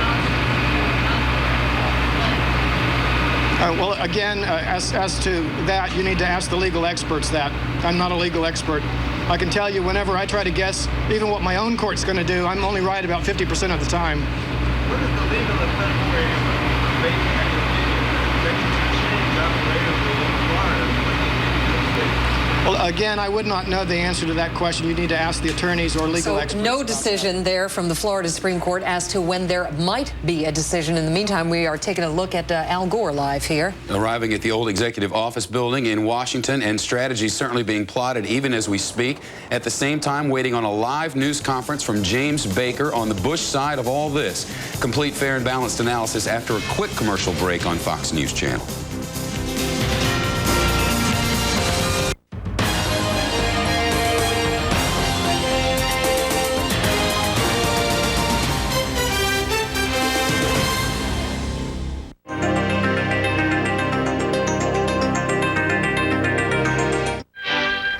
Years ago, the United States faced one of the blackest periods in its history. It was in the grip of what is now referred to as the Great Depression. Millions of Norway's Telenor, the state-dominated telecoms group, lowered its offer price at the weekend. But on Monday, its stock slid almost 5% and also slid, of course, as just mentioned, in New York on the NASDAQ. Well, earlier I put it to Telenor CEO Tormod Hermansen. Under Roosevelt's leadership, the American people proved again that they could meet any challenge. I shall ask the Congress for the one remaining instrument to meet the crisis. Broad executive power to wage a war against the emergency as great as the power that would be given to me if we were in fact invaded by a foreign foe.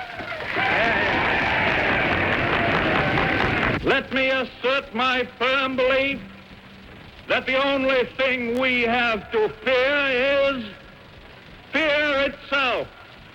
Nameless, unreasoning, unjustified terror, which paralyzes needed efforts to convert retreat into advance.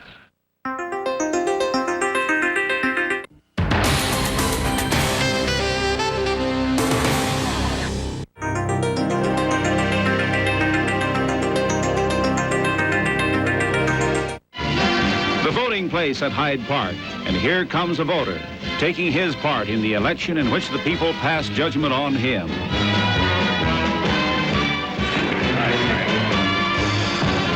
He's waged a hard campaign, many a mile traveled and many a speech made. Has he succeeded in swaying the nation? The Landons vote at Independence, Kansas. The Republican nominee, his wife and father. The sunflower candidate who knows how to take victory or defeat with a smile. A Kansas ballot. And another, cast by Mrs. Landon, who through the campaign has kept in the background. And then his father. The candidates and their families have voted. Next, the returns. Hyde Park, election night. The figures pouring in, landslide figures. Neighbors and their congratulations. From every part of the nation, the figures tell the story of a Roosevelt sweep. Roosevelt policies and Chairman Jim Farley's strategies score a triumph.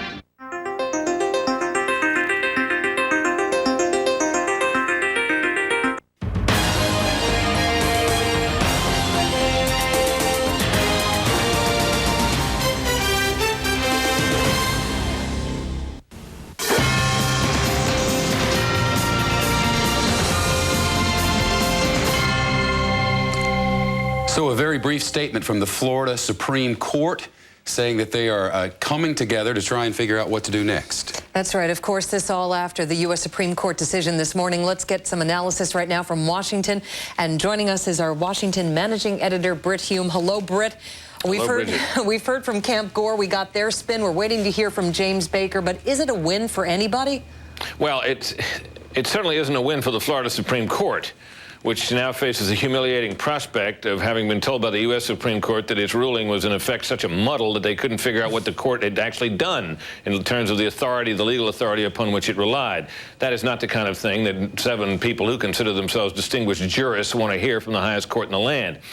It obviously can't help Vice President Gore to the extent that it adds further delay to this matter. It can't help him to the extent that it sets the clock back, at least for the time being, to a period when he only had 930 votes to his credit before recounts drew that number down to 537, the certified number. It opens the door to the possibility that Katherine Harris may slide another certification through here and boost the legal total to 930 and make it potentially at least a higher hill for Mr. Gore to climb, should he ever succeed in getting further recounts stimulated down in that Tallahassee judge's courtroom. So it's certainly not a clear-cut victory for anybody, but it doesn't seem to have hurt the Bush position at all, and there are several ways in which you can see it damaging to the Gore position. If nothing else, it is a delay, Britt, as you mentioned, and as a result, does that push the Florida legislature any closer to action? I don't think so. I mean, I am increasingly of the view, Shep, for what it's worth, that the Florida legislature has played a role in this by sort of sitting up, taking notice, making sounds, and asserting the primacy which the Constitution confers upon state legislatures in matters of selecting presidential electors. But the electors that this majority Republican legislature would appoint have indeed been appointed. The certificate of that is here in Washington and will go to Congress should it need to if there is some dispute about whose electors are to vote for Florida. So I don't know what additional role they could play unless they were to pass some bill and get it signed that simply told the Florida Supreme Court to take a hike, sit down, be quiet, and tried to avoid anything that came out of the Florida's court system. They could probably try to do that. There would be a tremendous hue and cry in the land, and I don't anticipate that they will do that. And in the meantime, Britt, we're also waiting in about an hour from now to get more information from Judge Saul's courtroom as to what he might be doing. And he doesn't seem to be in a particular rush. He wanted time to digest the U.S. Supreme Court ruling. That can't help the Gore camp either if time is of the essence. Well, time is a problem because if they're going to somehow turn this around, the Gore team has succeeded in turning this around, they're going to need to have a recount occur that will turn up somehow enough votes to suggest that Al Gore has won the Florida electors and have a new slate named and sent to Washington and so forth. So obviously time is of the essence. I must tell you, though, I think that for all the talk we hear about dilatory tactics and stalling and so forth, I think the Bush team would like very much for there to be some kind of decisive end to this. and not have them seem to win the game by stalling and running out the clock. Now, these latest events, the decision by the U.S. Supreme Court and the delay incurred in Judge Saul's courtroom because of that are certainly not the fault of the Bush team, and I think they expect to win in Judge Saul's court. And the real question is what effect long-term this may have on the behavior of the Florida Supreme Court when it receives this case, as it inevitably will again. Brit, Hume in Washington, we thank you. See you soon. Shep? Well, there are a lot of things coming up in the next few minutes. We've just been given guidance that James Baker will be speaking in Tallahassee in a matter of just 3 or 4 minutes from now. So we're going to slide a quick commercial break in. Let's listen here just for a second. Director of the Center for the American Founding. As soon as Secretary Baker finishes his press conference, I would like to make an announcement there for all the journalists. We're going to hit this commercial break. Should James Baker come to the podium during this commercial break, we'll break out of it and bring it to you live. Stay with us.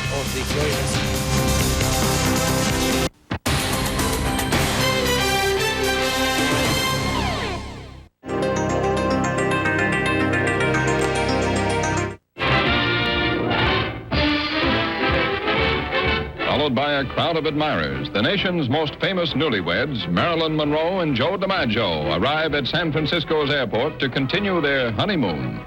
With Lefty O'Doul, another baseball great, the popular film star and famous home run hitter, are off for Japan. The trans-Pacific flight that ends in a Tokyo welcome second only to those that the Japanese reserve for their emperor.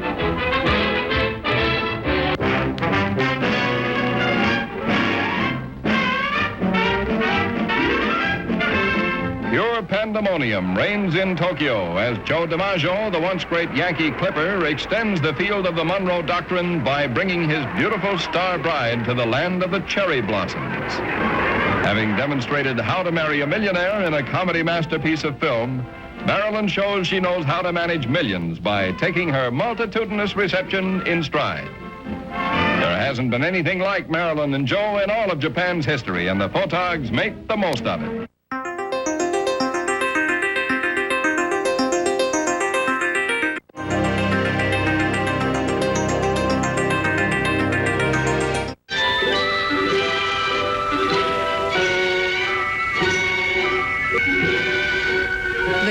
Couple, because millions are golden, also because silence is golden. They're seen but not heard. Count and Countess von Haugwitz-Reventlow. Married at Reno, they're on their honeymoon, speechless. But let's try to get them to say a few words, 5 words or maybe 10. Count, what do you think of married life? Not a word, but maybe the Countess will let slip a secret or two. How's the weather, Countess? Nothing for publication. The words she would not speak were countless, but she is not countless. Away she goes to greet some of her friends, and so ends the interview that was only a view.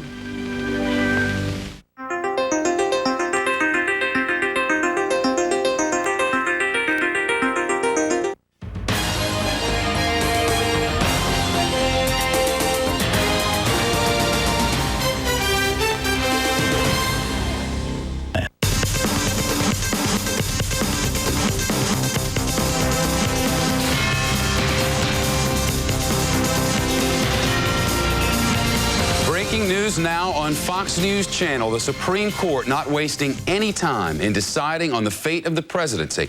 The court's action to take no action and kick the case back to Florida's top court. And that ruling having a trickle-down effect. Leon County Circuit Judge N. Sanders Saul's delaying his own decision on allowing hand recounts of presidential ballots. It's 3 o'clock in the east now, noon in the west. I'm Shepard Smith in New York, and this is a special edition of Fox News. We are moments away from a live statement in Tallahassee, Florida, from former Secretary of State James Baker, outlining today's events from the Bush campaign's perspective. In addition, just about 1 hour from now, Judge N. Sanders Saul's expected to make some sort of announcement as well. A very busy day in courtrooms from Washington to Tallahassee. We begin this hour with Fox News senior White House correspondent Jim Angle, who is once again with us from Tallahassee. Hello, Jim. Hello, Shep. Well, that's right. We now know that the Supreme Court of Florida has received word from the U.S. Supreme Court and will meet this afternoon to deal with this matter. Now, as you were saying, the U.S. Supreme Court sent the decision back. That decision obviously was appealed to the U.S. Supreme Court. That decision has been remanded to the Florida Supreme Court over one key issue, and that is over whether or not there are questions here that involve the U.S. Constitution as well as the Florida Constitution and Florida state law. When the Florida Supreme Court stepped in, it seemed to quote both Florida law and the Florida Constitution. But the fact is, as the Supreme Court points out in its order this morning, is that the state legislatures act under the U.S. Constitution as well, that their right to regulate elections, including elections for nationwide officials such as senators and the president, obviously, that those rights are enshrined in the U.S. Constitution. And if the Florida Supreme Court steps on that, that becomes a federal matter. Now, if the Florida Supreme Court were only interpreting Florida law, then it might not have further problems with the U.S. Supreme Court. But the U.S. Supreme Court is suggesting that it appears the Florida court did, in fact, step on a U.S. constitutional duty of the state legislatures to regulate these elections. That's what they're trying to clarify. They're asking these guys, okay, come back to us, tell us, did you or did you not deal with this matter enshrined in the U.S. Constitution given the state legislatures, or were you just interpreting state law? Now, it may be difficult for them to take out all these references. Essentially, what they have to do is go back and edit their decision, Shep, so that it wouldn't violate the sensibilities of the U.S. Supreme Court. It's not clear how easy that will be. In the meantime, as you said, Judge Saul is weighing the U.S. Supreme Court decision from today and trying to figure out what influence that should have over his decision and over whether or not he needs to delay. The Gore campaign is saying, hey, there's no reason for you to delay. This doesn't change a thing. This doesn't change the numbers. This doesn't change any of the statutes that we cited in our arguments. You can go ahead and make your decision right now. You don't have to wait another minute. Obviously, Judge Saul has a little different view, and he is looking closely at this decision. And as you said, we won't find out until later this afternoon what he intends to do and when he intends to do it. Shep? Jim, you mentioned this matter of deleting constitutional references there. Couldn't it, well, we'll talk about that in just a moment because James Baker's coming to the microphone. Want to listen in live. Good afternoon, ladies and gentlemen. Let me say we are very gratified by the United States Supreme Court's decision today. And in commenting on it, let me be very clear. This decision was unanimous. This decision vacated the Florida Supreme Court ruling, and it did so on the reservations that we have expressed about this decision in the past. The United States Supreme Court has also remanded the case to the Florida court for further consideration, as we all know. In so doing, it instructed the Florida court to consider and resolve both of the grounds that we had raised in our appeal. First, that a court's rewriting of Florida's election laws during a presidential contest is prohibited by Article 2 of the United States Constitution. And second, that any construction of the Florida Election Code deemed to be a change in the law after Election Day could cost Florida's electors conclusive status and could be overturned under the federal statute, Title III, United States Code. Any future decisions now by the Florida courts must be made in compliance with the United States Supreme Court decision, and any further action will be subject to United States Supreme Court review. The legal effect of today's decision is that the Florida courts must construe the election code to be consistent not just with Florida law, but also with federal law and with the United States Constitution. This is precisely what we argued before both the Florida and United States Supreme Courts. Mike? Mr. Baker, do you believe there is a new total for George W. Bush? And isn't the November 14th and November 17? Mike, I don't think I can answer that question for you. I think much will depend upon what the Florida Supreme Court now does with the case on remand. But let me simply say for you that if there is a new total, it moves up. It doesn't move down. And we're ahead under both scenarios. Yes. The Democratic response has been, this is their analogy, this is a baseball game, this was a rainout. They just threw it back. It has no legal significance to what is going on. The Democratic response is this was a rainout. If it was a baseball analogy, this was a rainout.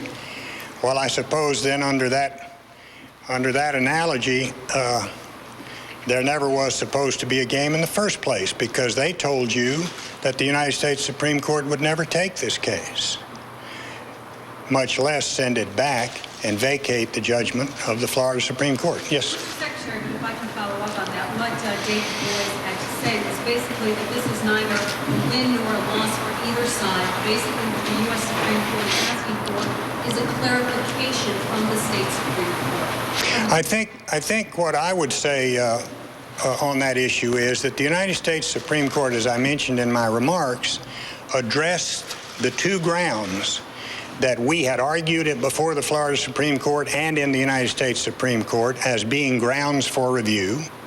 And they said, in effect, that the Florida Supreme Court's opinion was very unclear on these two issues, and it sent the case back to them to consider the very issues that form the basis of our appeal. So I would argue to you that from our standpoint at least, it was a win.